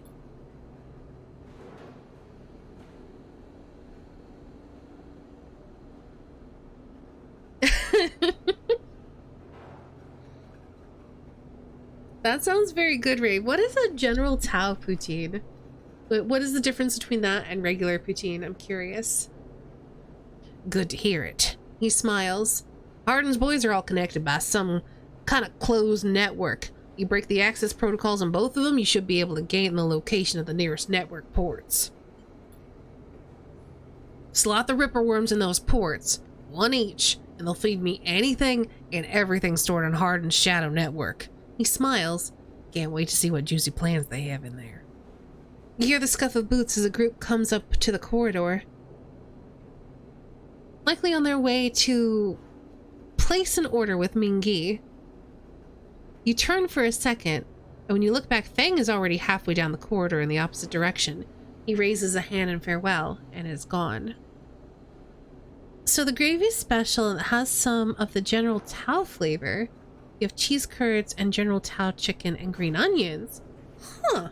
That sounds interesting. I've never had anything like that before. You run your fingers over the tiny ripper worm drives in your pocket and smile to yourself as you wonder how mad Jenna will be at Fang for this little excursion. Time to slot some worms.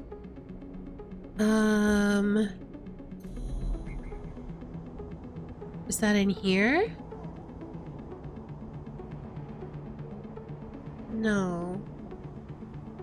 Where do I slot these worms?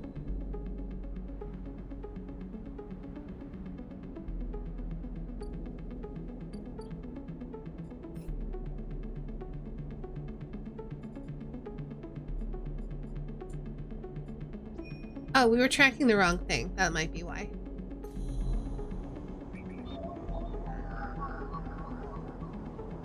I need a... Okay, I have to hack it first, do I?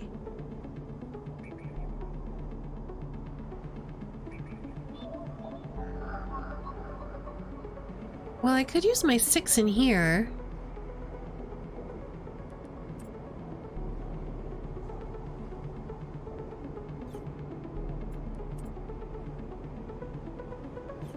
Get in there.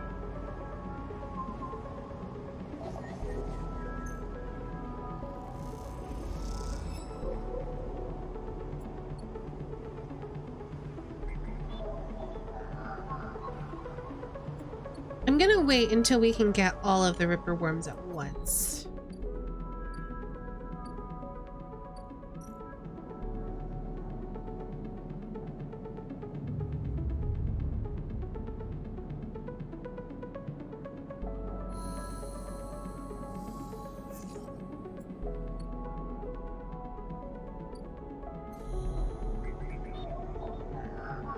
Then I need a 5 or a 3. I don't have either one. So where do we want to use the 6? Oh! 4 cyclists, Sabine said, and here you are right on time with no sign of them. You wait a while in the apartment, the dread descending as the cycle spins onward. They should be here.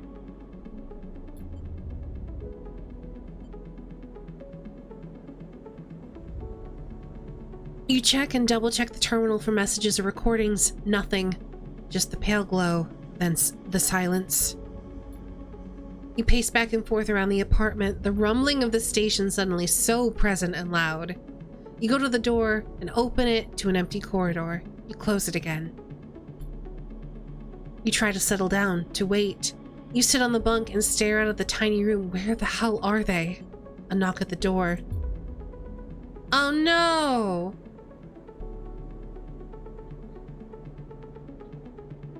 A figure stands at the door and immediately you know it's not Sabine. They are taller, sharper, and something in the face glints in the half-light. A dark shape, like a stubby baton, hangs loosely from her hand. Our local sleeper. Good to finally meet you. She steps into the apartment, glancing around with sharp eyes. What, may I ask, are you doing here? She fixes you with a steady, unwavering stare.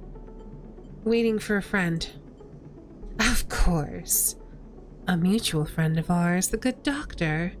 She walks past you into the apartment, glancing around. We set them up here, you know. This place is one of ours. She picks a glass from the dispenser and inspects it. People always seem to forget who put them where they are. She glances at you. And I suppose you are here to help? Something like that. Good. Good. She puts the glass down and turns to face you. I love to meet helpers. We need so many, but can find so few with the right skills. She spins her baton in her fingers by her side, her eyes not leaving yours. We have a problem, you and I. It seems our friend has disappeared, left without even saying goodbye, which means they are in a little trouble now. But it's the kind of trouble that you need help for, so I thought I'd come down here and take a look at their little hidey hole, and here you are, the help. She looks through the detritus on the side. And what help? A sleeper, no less, which I have to admit is a little surprising. It suggests to me that our friend hasn't been very honest with you either. What do you mean? Well, I'm sorry to report that before we got them set up here, Sabine was working for your owners. She pauses. S and ARP. I mean, that tracks. You blink hard at the news, unsure how to take it. Rabia looks away, waiting for a response. I don't think either of these matter. I think she's probably being honest with us and would explain the expression on Sabine's face when we first met them. She crosses into the next room and you follow silently. She sits at the terminal and touches her baton to one of the access ports. A spark. Then the terminal screen skips, encrypted folders emptying themselves before your eyes. In the flicker of files, you see S and ARP letterheads and code forms, reports laden with medical data marked with the corporate logo like a sigil of some cult. She's not making the stabilizers, I don't think. She stole them. Sorry, they stole them. They use they, them pronouns. As far as I understand, Sabine was able to get their hands on a stabilizer shipment. I don't think that they're manufacturing them themselves.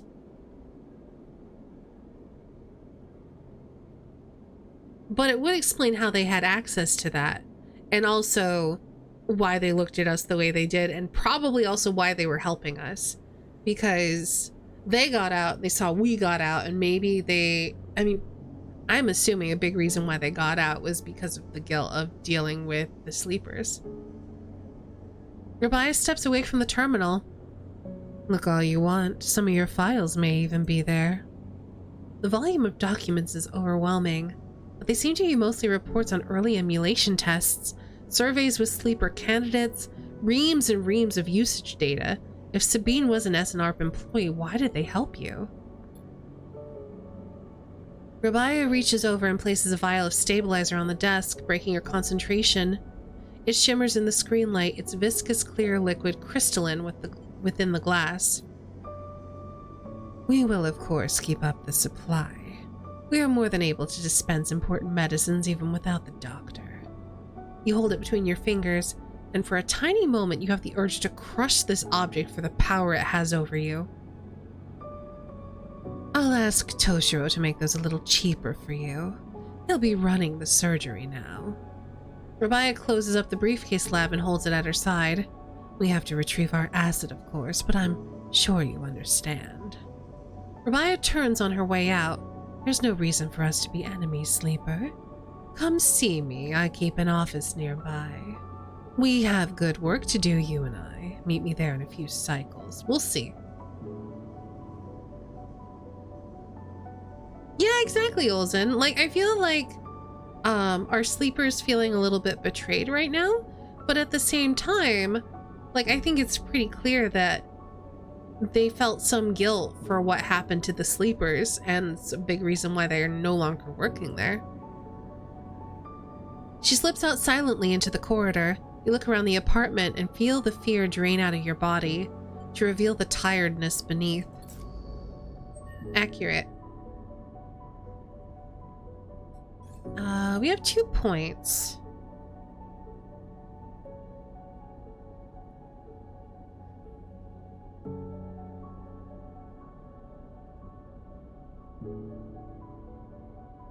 I think I'm gonna wait.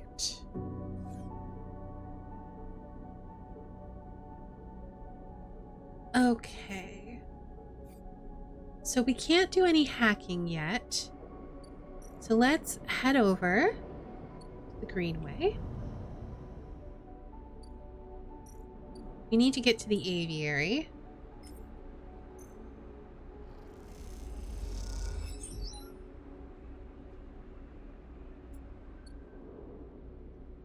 Need to figure out what to do with this 4.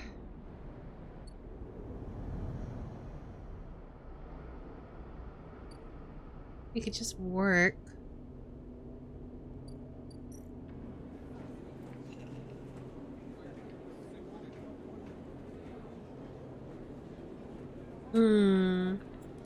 You know what?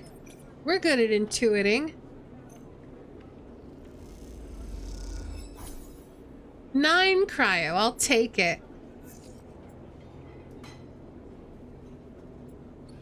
Alright, what did I don't think it was a 3 that I needed. It is a 3!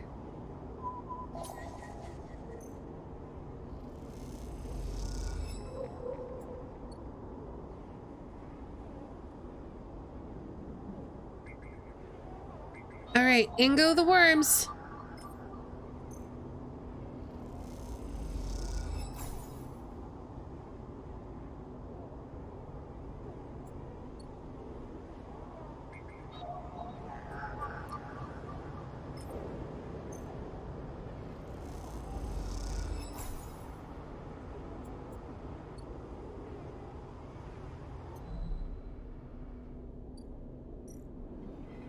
Also, I am going to do this. Heck yeah. I'm very good at gambling because I'm a robot. I see absolutely no need to hate every former employee of every major organization. Buy some of these good mushrooms.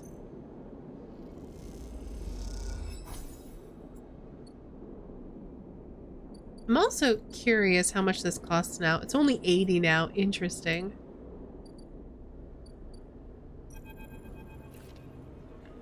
As you walk into Tambor, you quickly spot Fang arguing with Jenna. I'm just gonna approach. I don't care. You come up behind Fang and he turns and notices you. Jenna stops mid-tirade as you arrive. She turns to you. You again? You here to vouch for this layabout? No, I don't. What? I don't know what's happening.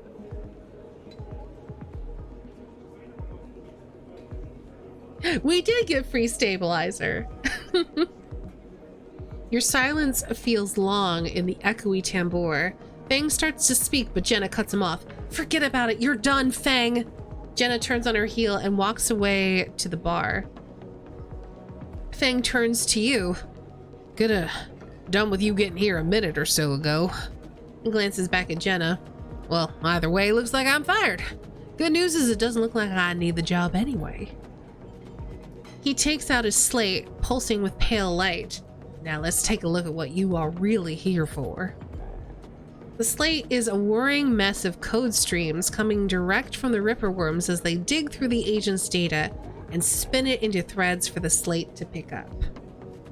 Anything good? Fang scrolls the display with a finger. A lot of junk, a lot of dull as hell message threads, a lot of tedious data caches, but Fang's eyes flash. Definitely some good stuff.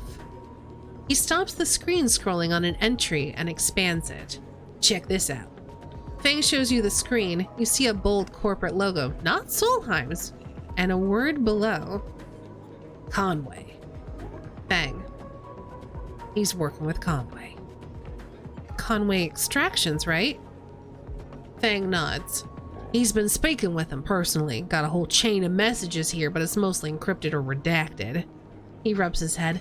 Damn it, this is juicy, but we can't nail him with it. He scrolls some more. Wait, what's this? A wasteland reclamation facility right here on the eye. He glances at you. What's the bet this place is tucked into the wastes? Conway are set up here? I'm guessing so. Got themselves set up in the wastes. Back before the collapse, people would have got there by going down the connected spoke from the hub, but that's been broken now, so the only way is the long way. Round the rim, past the greenway. He shows you on his slate. Fang's looking away, thinking. Conway have been making moves on this system since the collapse. I heard they took over one of Solheim's old belt colonies a while ago. Moved everyone out and reclaimed the whole rock. What's their angle? Hardin has to be offering him something. Fang looks back at the screen. But if Hardin is involved with it, then we need to check it out. Simple as that. So what's next? Can you just disable my tracker? Fang stares out into the middle distance. Why can't we tell Fang? Oh, by the way, a super dangerous bounty hunter's on the way here and is probably gonna destroy the whole station after getting me back. So can we just like fast track this and disable my tracker and then I'll help you.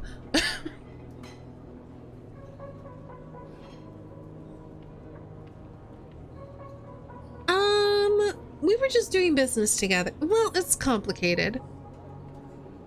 They are the station's doctor. They're run by this criminal organization.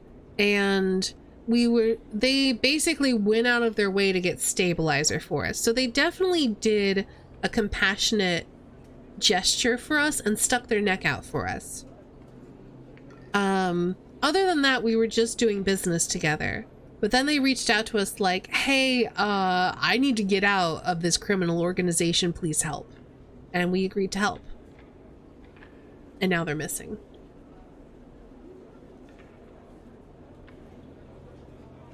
Fang stares out into the middle distance. We have to get to that facility. The answer to whatever Hardin's been planning has to be there, and we are going to catch him in the act. Give me 5, maybe 6 cycles, then I'll see you on the greenway. I seem to remember there's some old service docks on the outer shell up by the Haifa building. Should be a good place to meet. Fang squeezes your shoulder. Thanks again, Sleeper, for sticking with this. I don't have a choice. I am being hunted. I haven't forgotten about that track of yours either, but I'm gonna need to be back in my bay to put a solution together. Okay. He turns the slate around to face you, showing a massive scrolling code. I've been working on fixing my brakes. Okay, thank you. Thank you. He winks. I feel better seeing that. I am so glad he brought it up. So yeah, we have to get rid of Hardin in order to get our tracker fixed. Business partners that were on good terms. Yeah, that sounds about right. It's not like we had any long conversations or we're hanging out in our downtime or anything. Fang grins. See you soon, sleeper. And he walks out of the door of Tambor without looking back.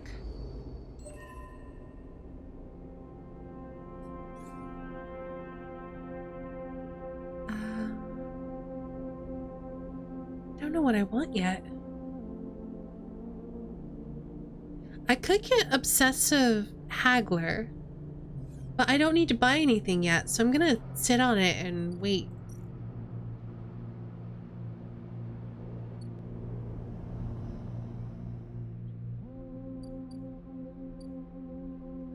Oh. Oh, that's where we're waiting for Fang. Okay.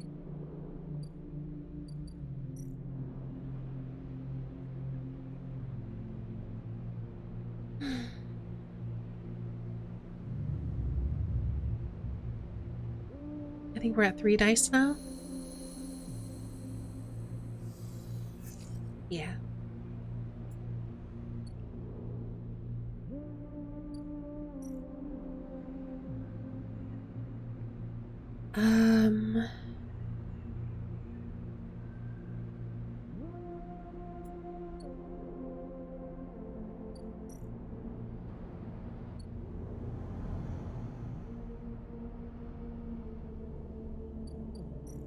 I'm gonna gamble.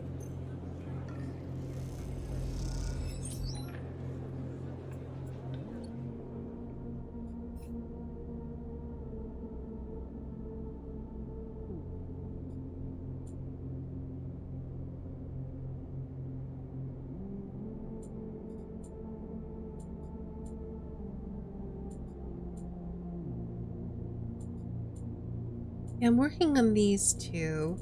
So I'm basically working on all of this stuff down here.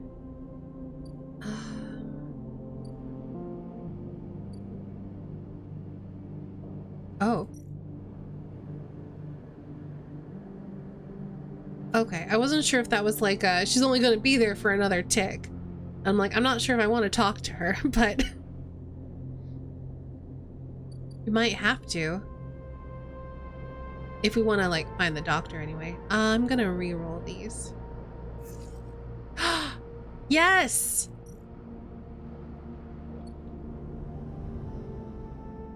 We got what we needed, which was a 6.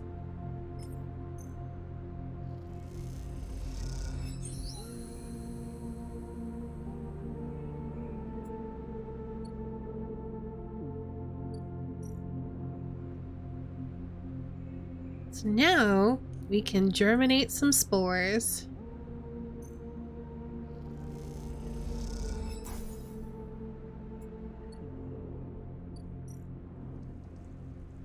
Let's collect some more spores.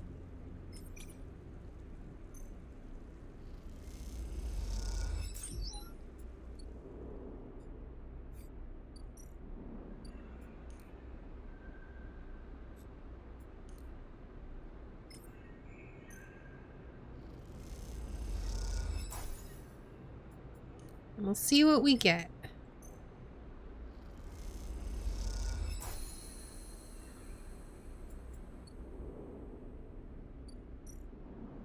And then we have to wait.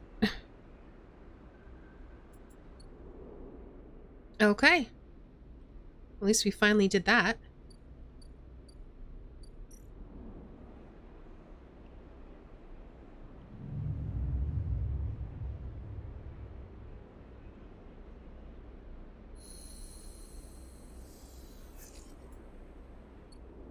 Okay, we got a 4 and a bunch of 1s.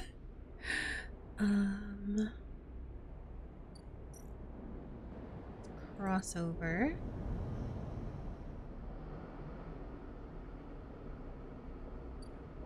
Do we... I feel like if we're gonna follow the doctor's path, I mean, we can at least talk to Rabia. As you approach the address Rabia gave you, a heavy hand falls on your shoulder. What's your business here? The enforcer grips your shoulder, giving a hint of the strength her implants give her. Oh, she's a gruff lady.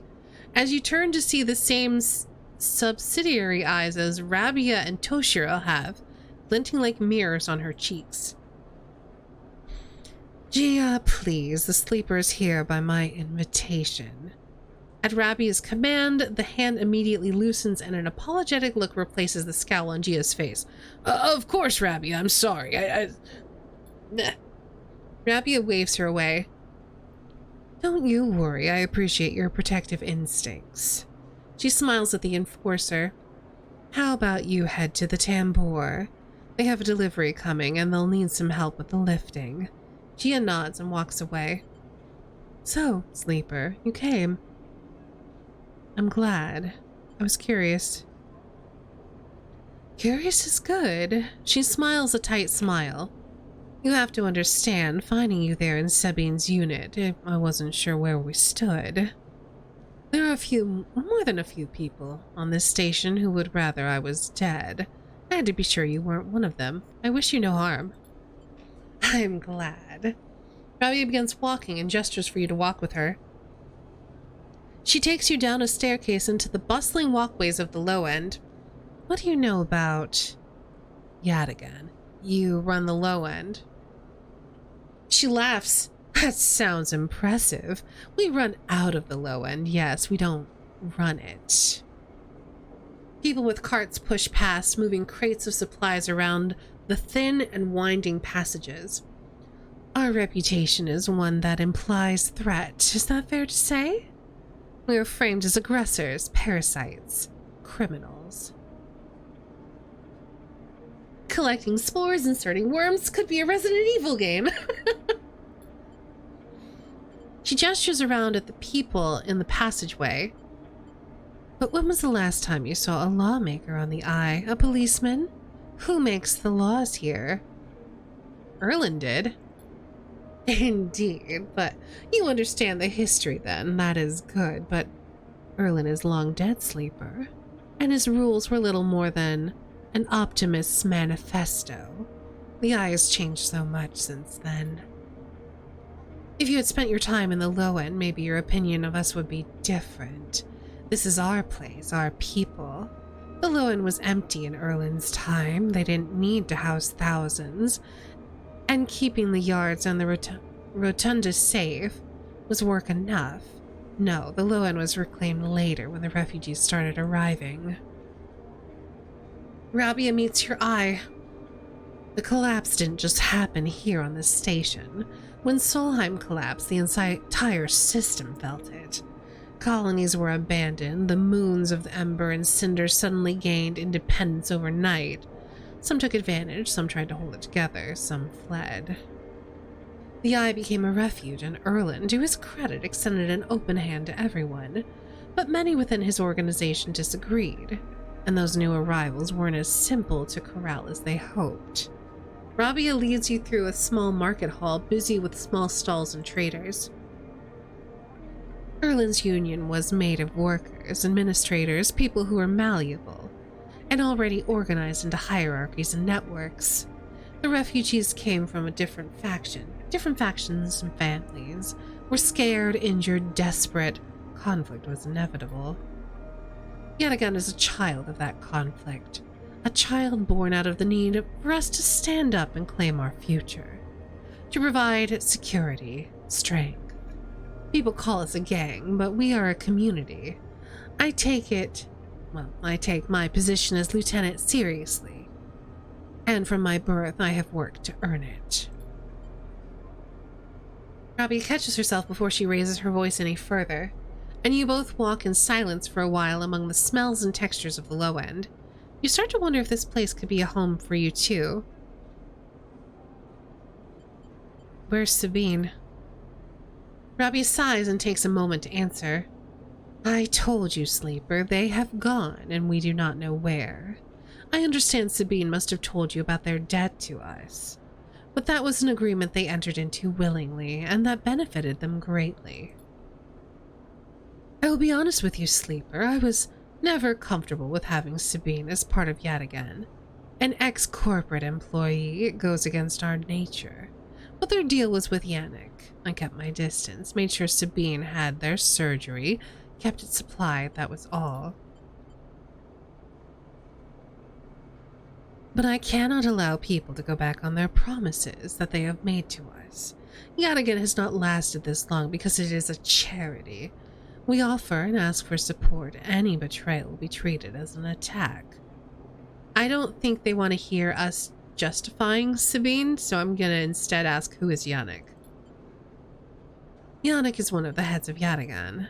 They guide us. He's the newest to be elected. He is an elder. Sabine found something. Please. I don't want to hear their accusations. They only wanted to escape their debt. They would have said anything. But where are they now to stand behind their claims? You realize that Rabia has led you in a loop, and together you both come back to the staircase, to the walkway where you met. You are free to go, sleeper. I've said what I wish to say. She looks out through the windows of the walkway. I would protect this place with my life, as it has protected me. I want to make that clear. She turns back. However, if you too wish to come under its protection, I can help you. Return here if you wish, and there will be tasks for you to complete. You'll be able to see out again, to see the low end with your own eyes, not as others frame us. As for Sabine, she pauses to consider her words. I will not ask you to betray them, but if they contact you again, consider their motivations carefully. With that, Rabia leaves, slipping back into her office, while you stare out at the countless units, each a home, each with a story, that make up the low end. Alright, well, I am curious what kind of things. Collect tithes or patrol the ward? I don't think so. I don't think so. No, thank you.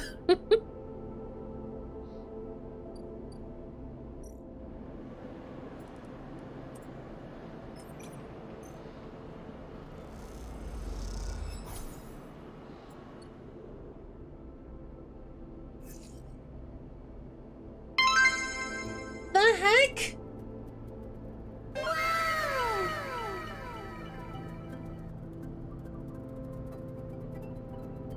It still says daily goal met. I need to fix that. Lost, thank you so much for completing our sub goal and gifting out 10 subs to the community. They went to Darth Pixar's, John Sivak, Hey Blue Satyr, Just Roll With It, Nephilim, Jaggy Ellen, The Frostwind, Alizarin, Adam Combat, and Madman Oreo. It's a pretty good reroll, yeah. Thank you so much, Lost. We hit our sub goal. Thank you, thank you. That also means that next month, because our sub goal was, if we hit 50 subscribers, which we just did, we're gonna play one-page TTRPG during a special art stream next month. So we're gonna do that next month. Everyone enjoy your sub. I'm gonna fix this before I forget.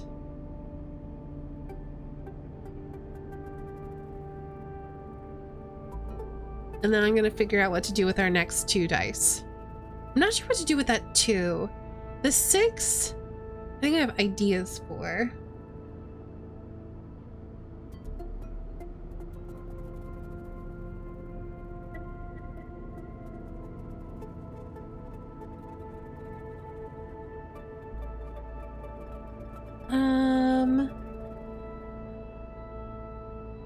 Yeah, I never saved this.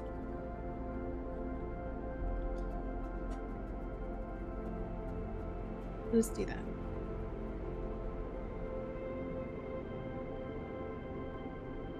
It was to give you a break from reading, but you had already finished. I still appreciate it. And I was gonna have to read out all those names anyway. So really, you just gave me more reading to do, but I'm not complaining.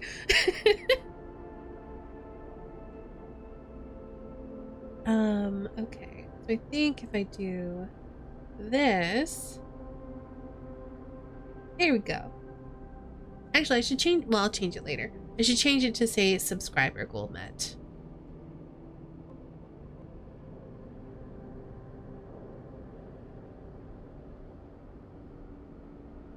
Okay, I have a 6. Where do I want to put this? I had an idea. I have 2 ideas. I can either go gambling,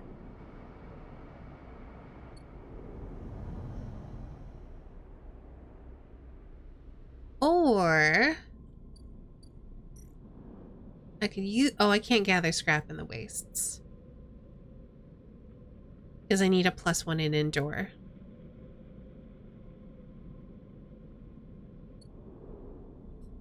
I mean, I could get that. I've got 3 upgrade points.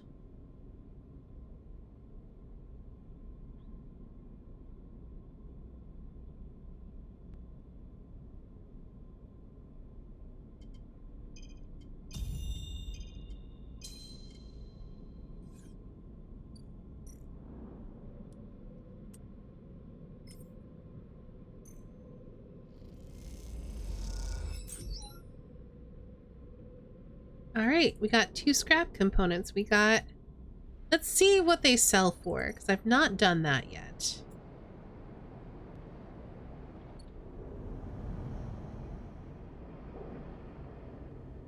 At the exchange.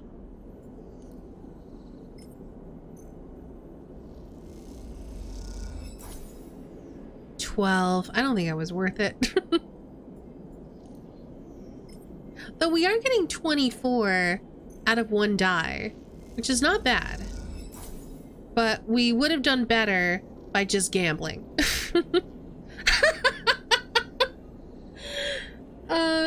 Golden, thank you so much for gifting us up to John Harper. I appreciate it. John Harper's gonna be confused.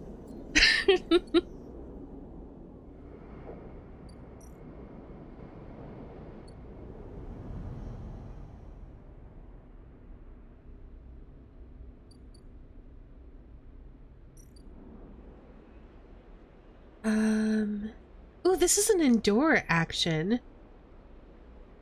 We'll either get 1 or we'll get 3. Or possibly 2 if we get a neutral. Let's do it.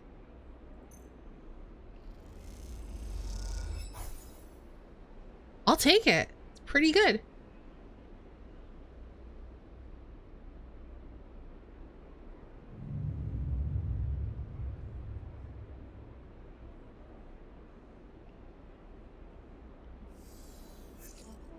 Ooh, that's a pretty good roll.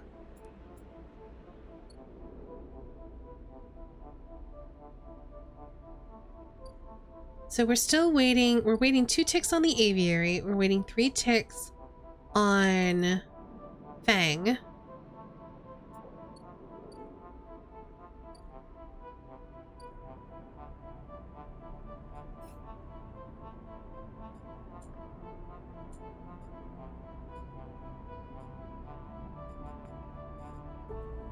I don't really want to work for... I don't want to work as a Yatagan enforcer. So I think all we're really doing right now is earning money and buying time. Let's gamble.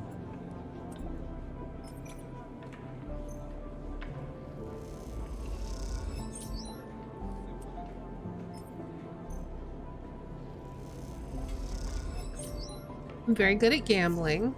Still a 1. Okay.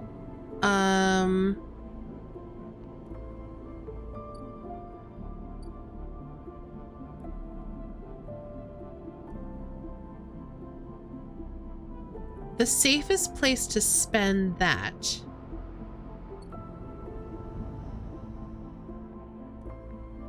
is here, the commune. Because we're gonna get 2 no matter what. Oh, right. And when we do engage actions, we get extra energy. That was the best one die I think I've ever spent.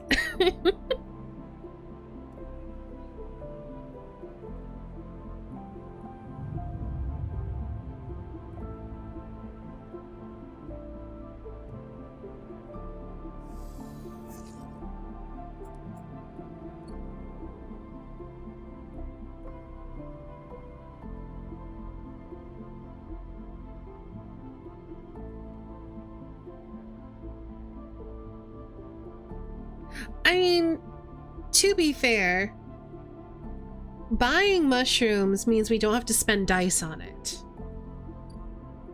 So it's still very valuable to us.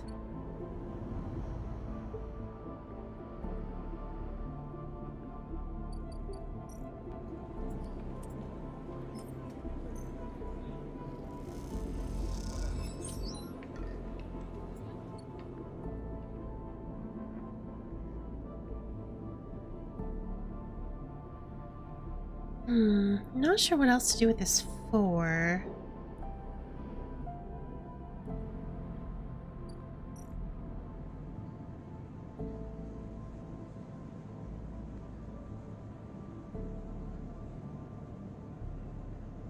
We could haul materials. Let's haul materials.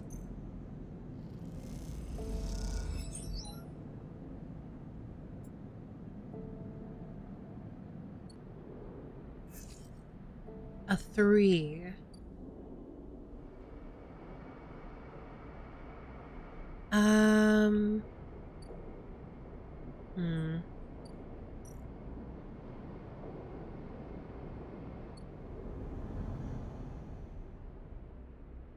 We're just waiting on so many things. I think we will go ahead and do a work assignment to get some energy.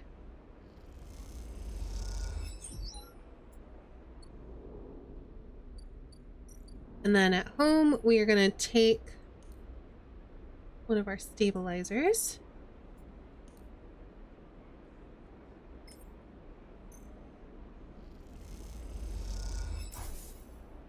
And then we're going to end our cycle. And then we can harvest some mushrooms and see what we get.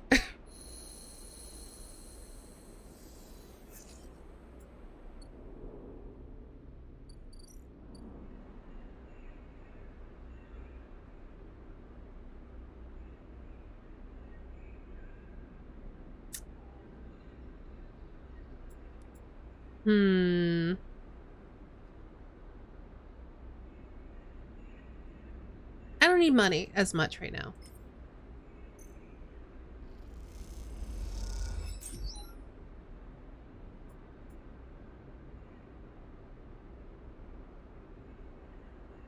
Okay.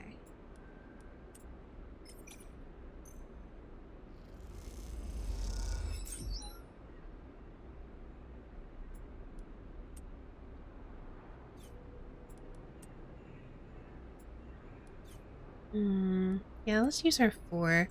I would like to get some Girol caps, though.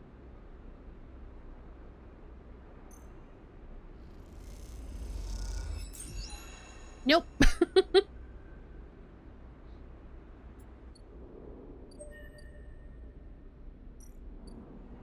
We need more spores to do that again. Oh, right. I guess we're not going to be friends.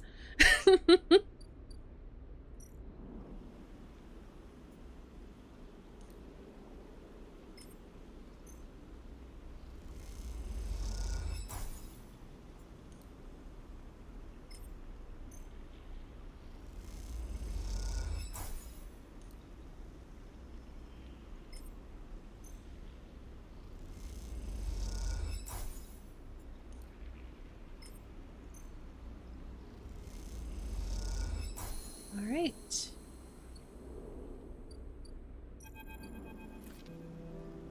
Rico meets you at the entrance to the lab, leaning on her crutch with a glint in her eye. Walk with me, sleeper. I'd like to tell you a story. We'll never have to buy mushrooms again unless we want to save our dice. There you go.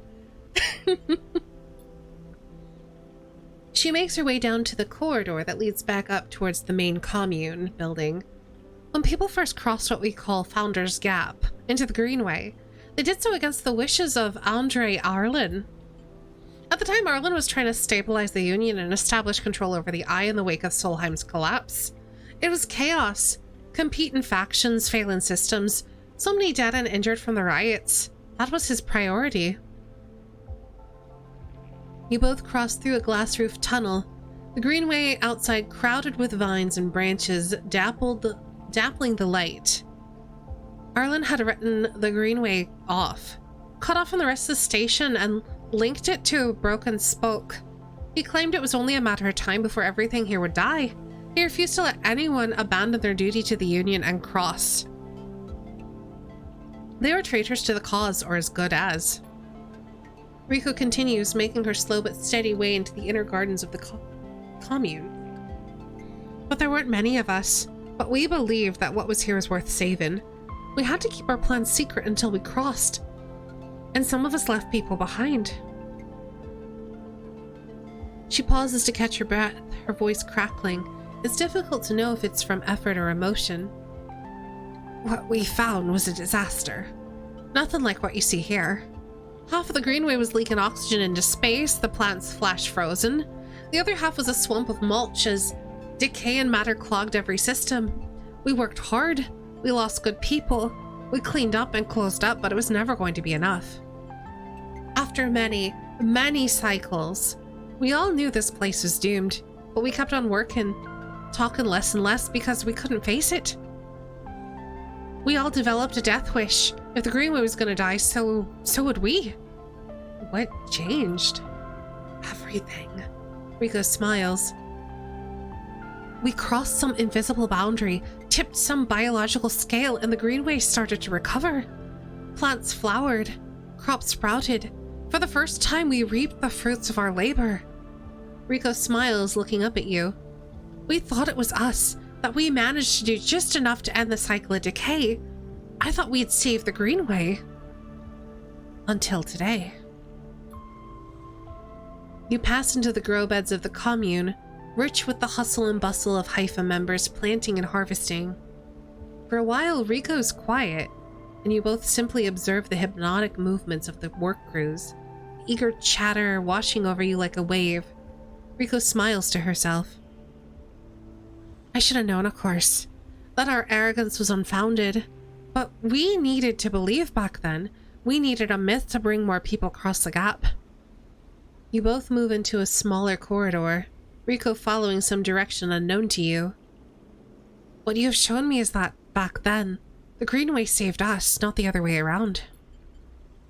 Tell me, have you ever consumed one of the Matsukake or Girol caps you've been growing? No. They can be difficult to prepare without proper equipment, she muses, but you should try them. After all, they were designed for you. Riko has a mischievous look. At first I thought it was the location they were growing that made the mushrooms from the aviary, from the labs, or from the grove different to each other. But what I've come to understand is that it's the person growing them. The Matsutake and Girol caps you brought me are totally unique, containing compounds never usually found in similar specimens in my possession. Many of these compounds aren't even digestible for humans, but for a sleeper like you. Riko smiles as she leads you into the internal garden of the commune, where the Haifa members have planted species from all over the Greenway. Back when the tide turned, when the Greenway started to recover, we all felt something. A response. It was as if this place was not just alive as a forest is alive, but alive in other ways. Communicative, responsive. We shrugged it off at the time, but now I understand why. Riko stops and turns to you. This place is responding to us, adapting itself to us. It's growing fruiting bodies for you, for me. It is adapting, changing. It is, in short, displaying all the signs of sentience. The Greenway is sentient. Perhaps not the Greenway, but the ecosystem itself or something within it. Riko sits on a bench within the peaceful gardens and gestures for you to join her. When you have been growing the girolles and the matsutakes in the aviary, are those species so familiar to the Greenway? Have you discovered any others? Not yet. Riko nods. If you do, can I ask that you immediately bring them here? I believe it's only a matter of time before they bloom. You look around the garden, amazed at the sense of peace within it. Riko interrupts the silence. There's a species of mushroom that I haven't seen in years. It was dark, short, shaped like a club. We first found it in those early days, when we were working to save this place. It was around the time that we started to lose our first members. They were succumbing to some infection, some mold growing deep in the dark mulch that drowned this place. At that point, we thought we were lost. And then these mushrooms emerged from that same black mold. And we tested them and we saw that they contained some compounds that counteracted the mold. They contained an antidote. Of course, as a botanist, I saw this as a part of the natural processes of the ecosystem. Even if the timescale seemed absurdly short. But what I'm wondering is, if that antidote was a gift. Riko meets your eyes. Perhaps if you are patient, you will receive your gift too, Sleeper. You both sit for a while, Riko seemingly done telling stories for today. You watch the light playing off the leaves and plants around you and wonder what forces could be in play in this place. After a while, you stand and leave, and with a quiet nod to Riko, leaving her to her memories. Huh. So I need into it. It's risky. I need some spores.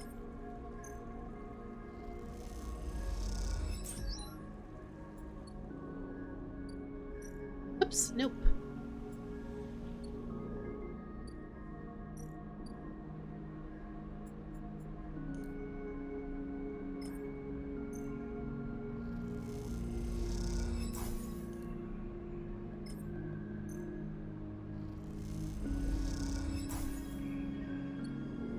Unfortunately, well, actually, you know what? All I'm gonna risk is 2 energy.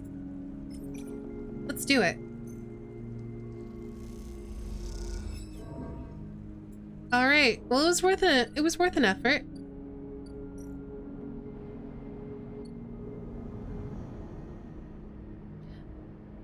Yeah, that's what I'm thinking, Olsen.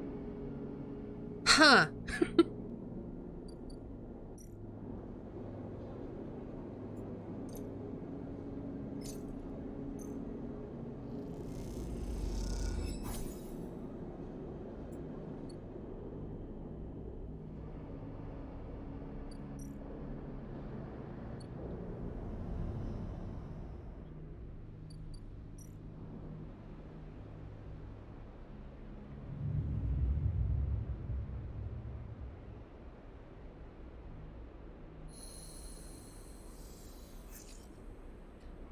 What a roll!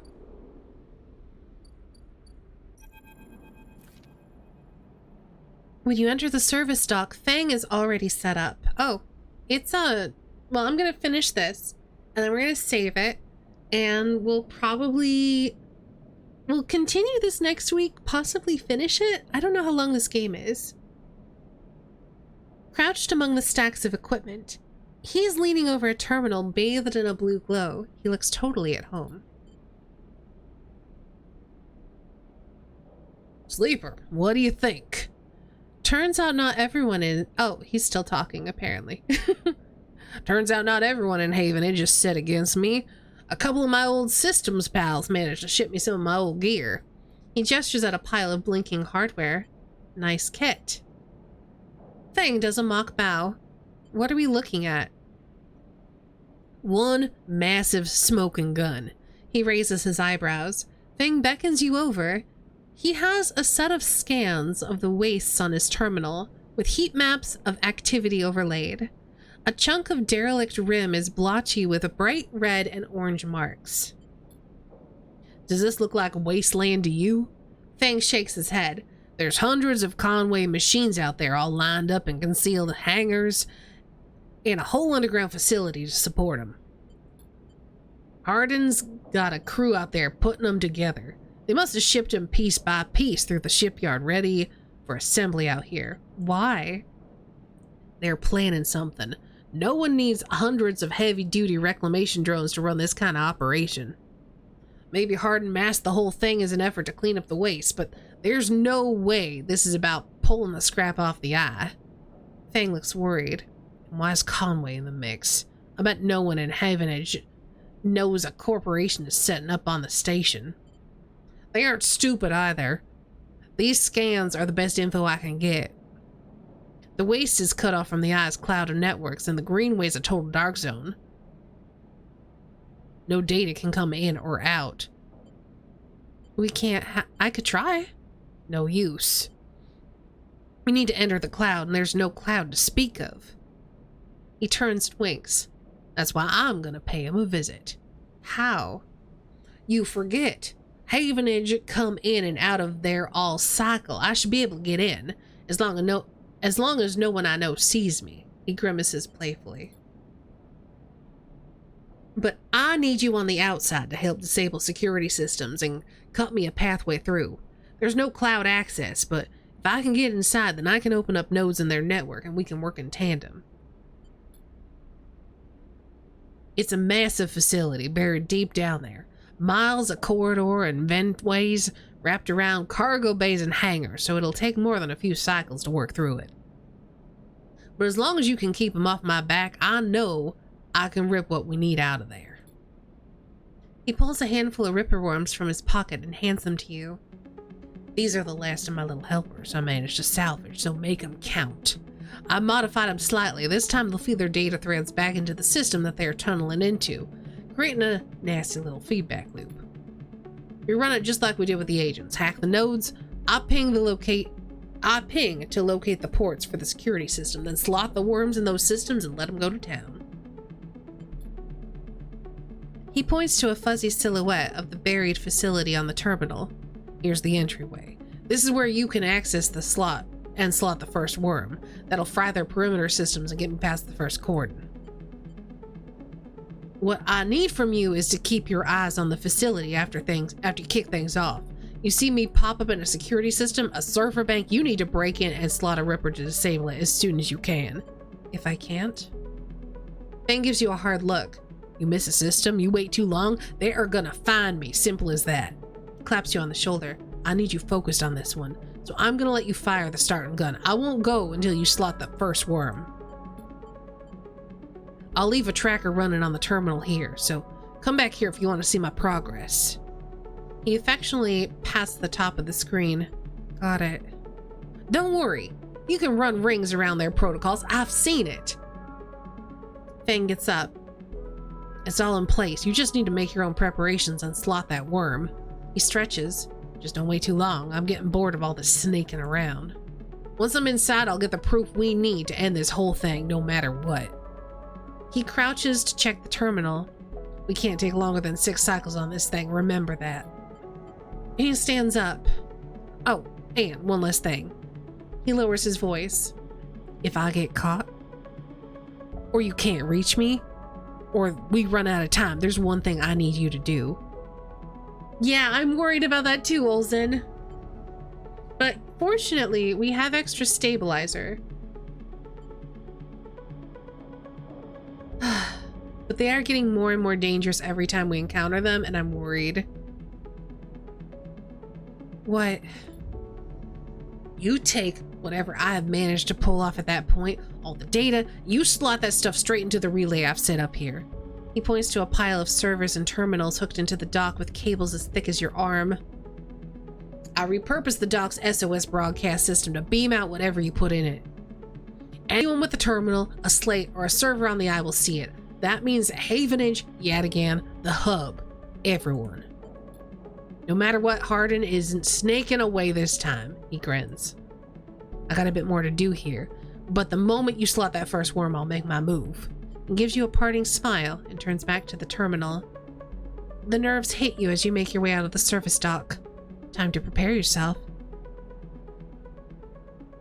He said that he needs his old workshop in order to disable our tracker, unfortunately. So I guess that answer is no.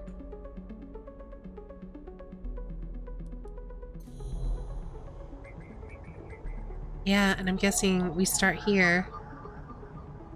Okay. Well, at least we've got good rolls. Oh, and there's no hunter here, actually. Because it's disconnected from the other cloud. So that's good. Yeah, so I think that's where we're going to leave it. And next time, we're going to be probably doing Fang's quest. That does change things.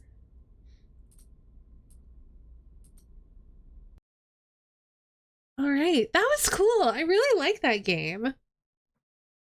As a reminder, this has been a semi-promotional stream because we got a free key to play this game. It's Citizen Sleeper. As a reminder, it's by Jump Over the Age and Fellow Traveler. If you found that interesting, you can buy it or wishlist it on Steam. There's the link to it. Go check it out. I had a great time playing it, and we're probably going to play more next week. Possibly finish it. I don't know how much game is left. All right, let's get some music going, and we'll say goodnight.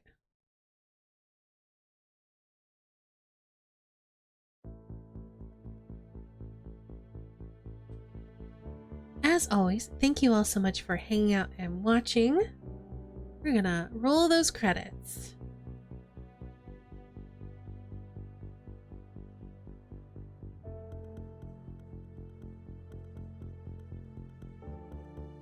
Shout out to all of our mods for doing mod things. Special thanks to all of our supporters over on Ko-fi.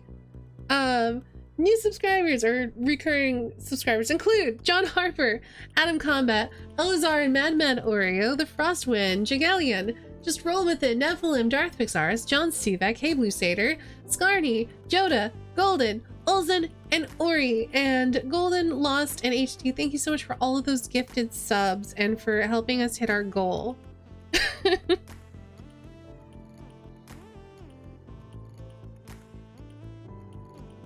Thanks for the stream. Thanks for being here. I'm still a little floored that we've hit our goal. So thank you all so much for all the support this month. I really appreciate it. We're going to be off tomorrow, Sunday, and Monday. We will be back on Tuesday with more Spiritfarer. Wednesday, we're going to be doing art. Thursday, we're going to probably be playing more Dragon Age. I'm still debating because we got a whole bunch of keys. So we might take a break to cover something else. We'll see.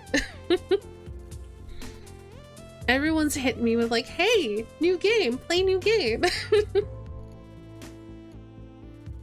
I can tell you, we got keys for The Inheritance of Crimson Manor, which is a exploration puzzle horror game, which seems interesting. And we also got a key for Lost Nova, which looks like it's a cozy survival game.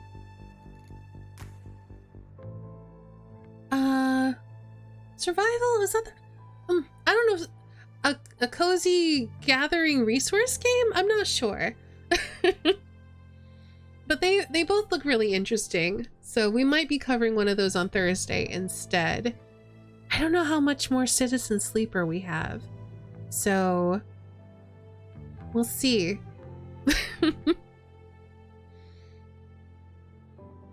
So yeah, anyway, next Thursday's up in the air, and then we're going to be doing more Citizen Sleeper next Friday, probably finishing it. I feel like we're getting very close to the end, but I'm really enjoying it. I like how there's so many different paths that you can take to, like, avoid mayhem or whatever their name was. the guy hunting you. Anyway, so that's what's going on with us. Let me drop some links. If you're new here, be sure to hit that follow button. You can also hit the bell next to the heart and get notifications right here on Twitch whenever I go live. If you like notifications, join the Discord or follow me on Twitter. I always tweet when I go live. I always post when I go live. You can grab a react roll to get notifications on Discord. Otherwise, I'm not going to ping you because I'm not about that life. We also sometimes do watch parties on Discord, and I put polls up there for new games to play. So yeah, there's Discord stuff. If you're looking for places off of Twitch to support my content, I have a coffee. Right now it's mostly my tip jar, but sometimes I also post about TTRPGs on there. I have a Patreon for all of my art stuff. I have a store for art prints and merch. I'm a Humble partner. I'm a Clip Studio partner. There's lots of ways to support my content. Okay, where am I sending you? Who is live? Who is streaming what? Where's a good place to send you? Honestly, we're gonna raid Vanna again. I've been raiding Vanna a lot lately, but Vanna's playing RimWorld, which feels like it's a good follow-up to this game, so we're gonna do that. Vanna is one of the team leads and, as far as I'm aware, the founder of Team Emporium. She's wonderful. She's lovely. She's an amazing content creator. She's super funny. RimWorld should be fairly chill also, so it feels like it's a good fit to follow up with. As always, thank you all so much for hanging out and watching. Have a great night and a great weekend, and I will see you all again very soon.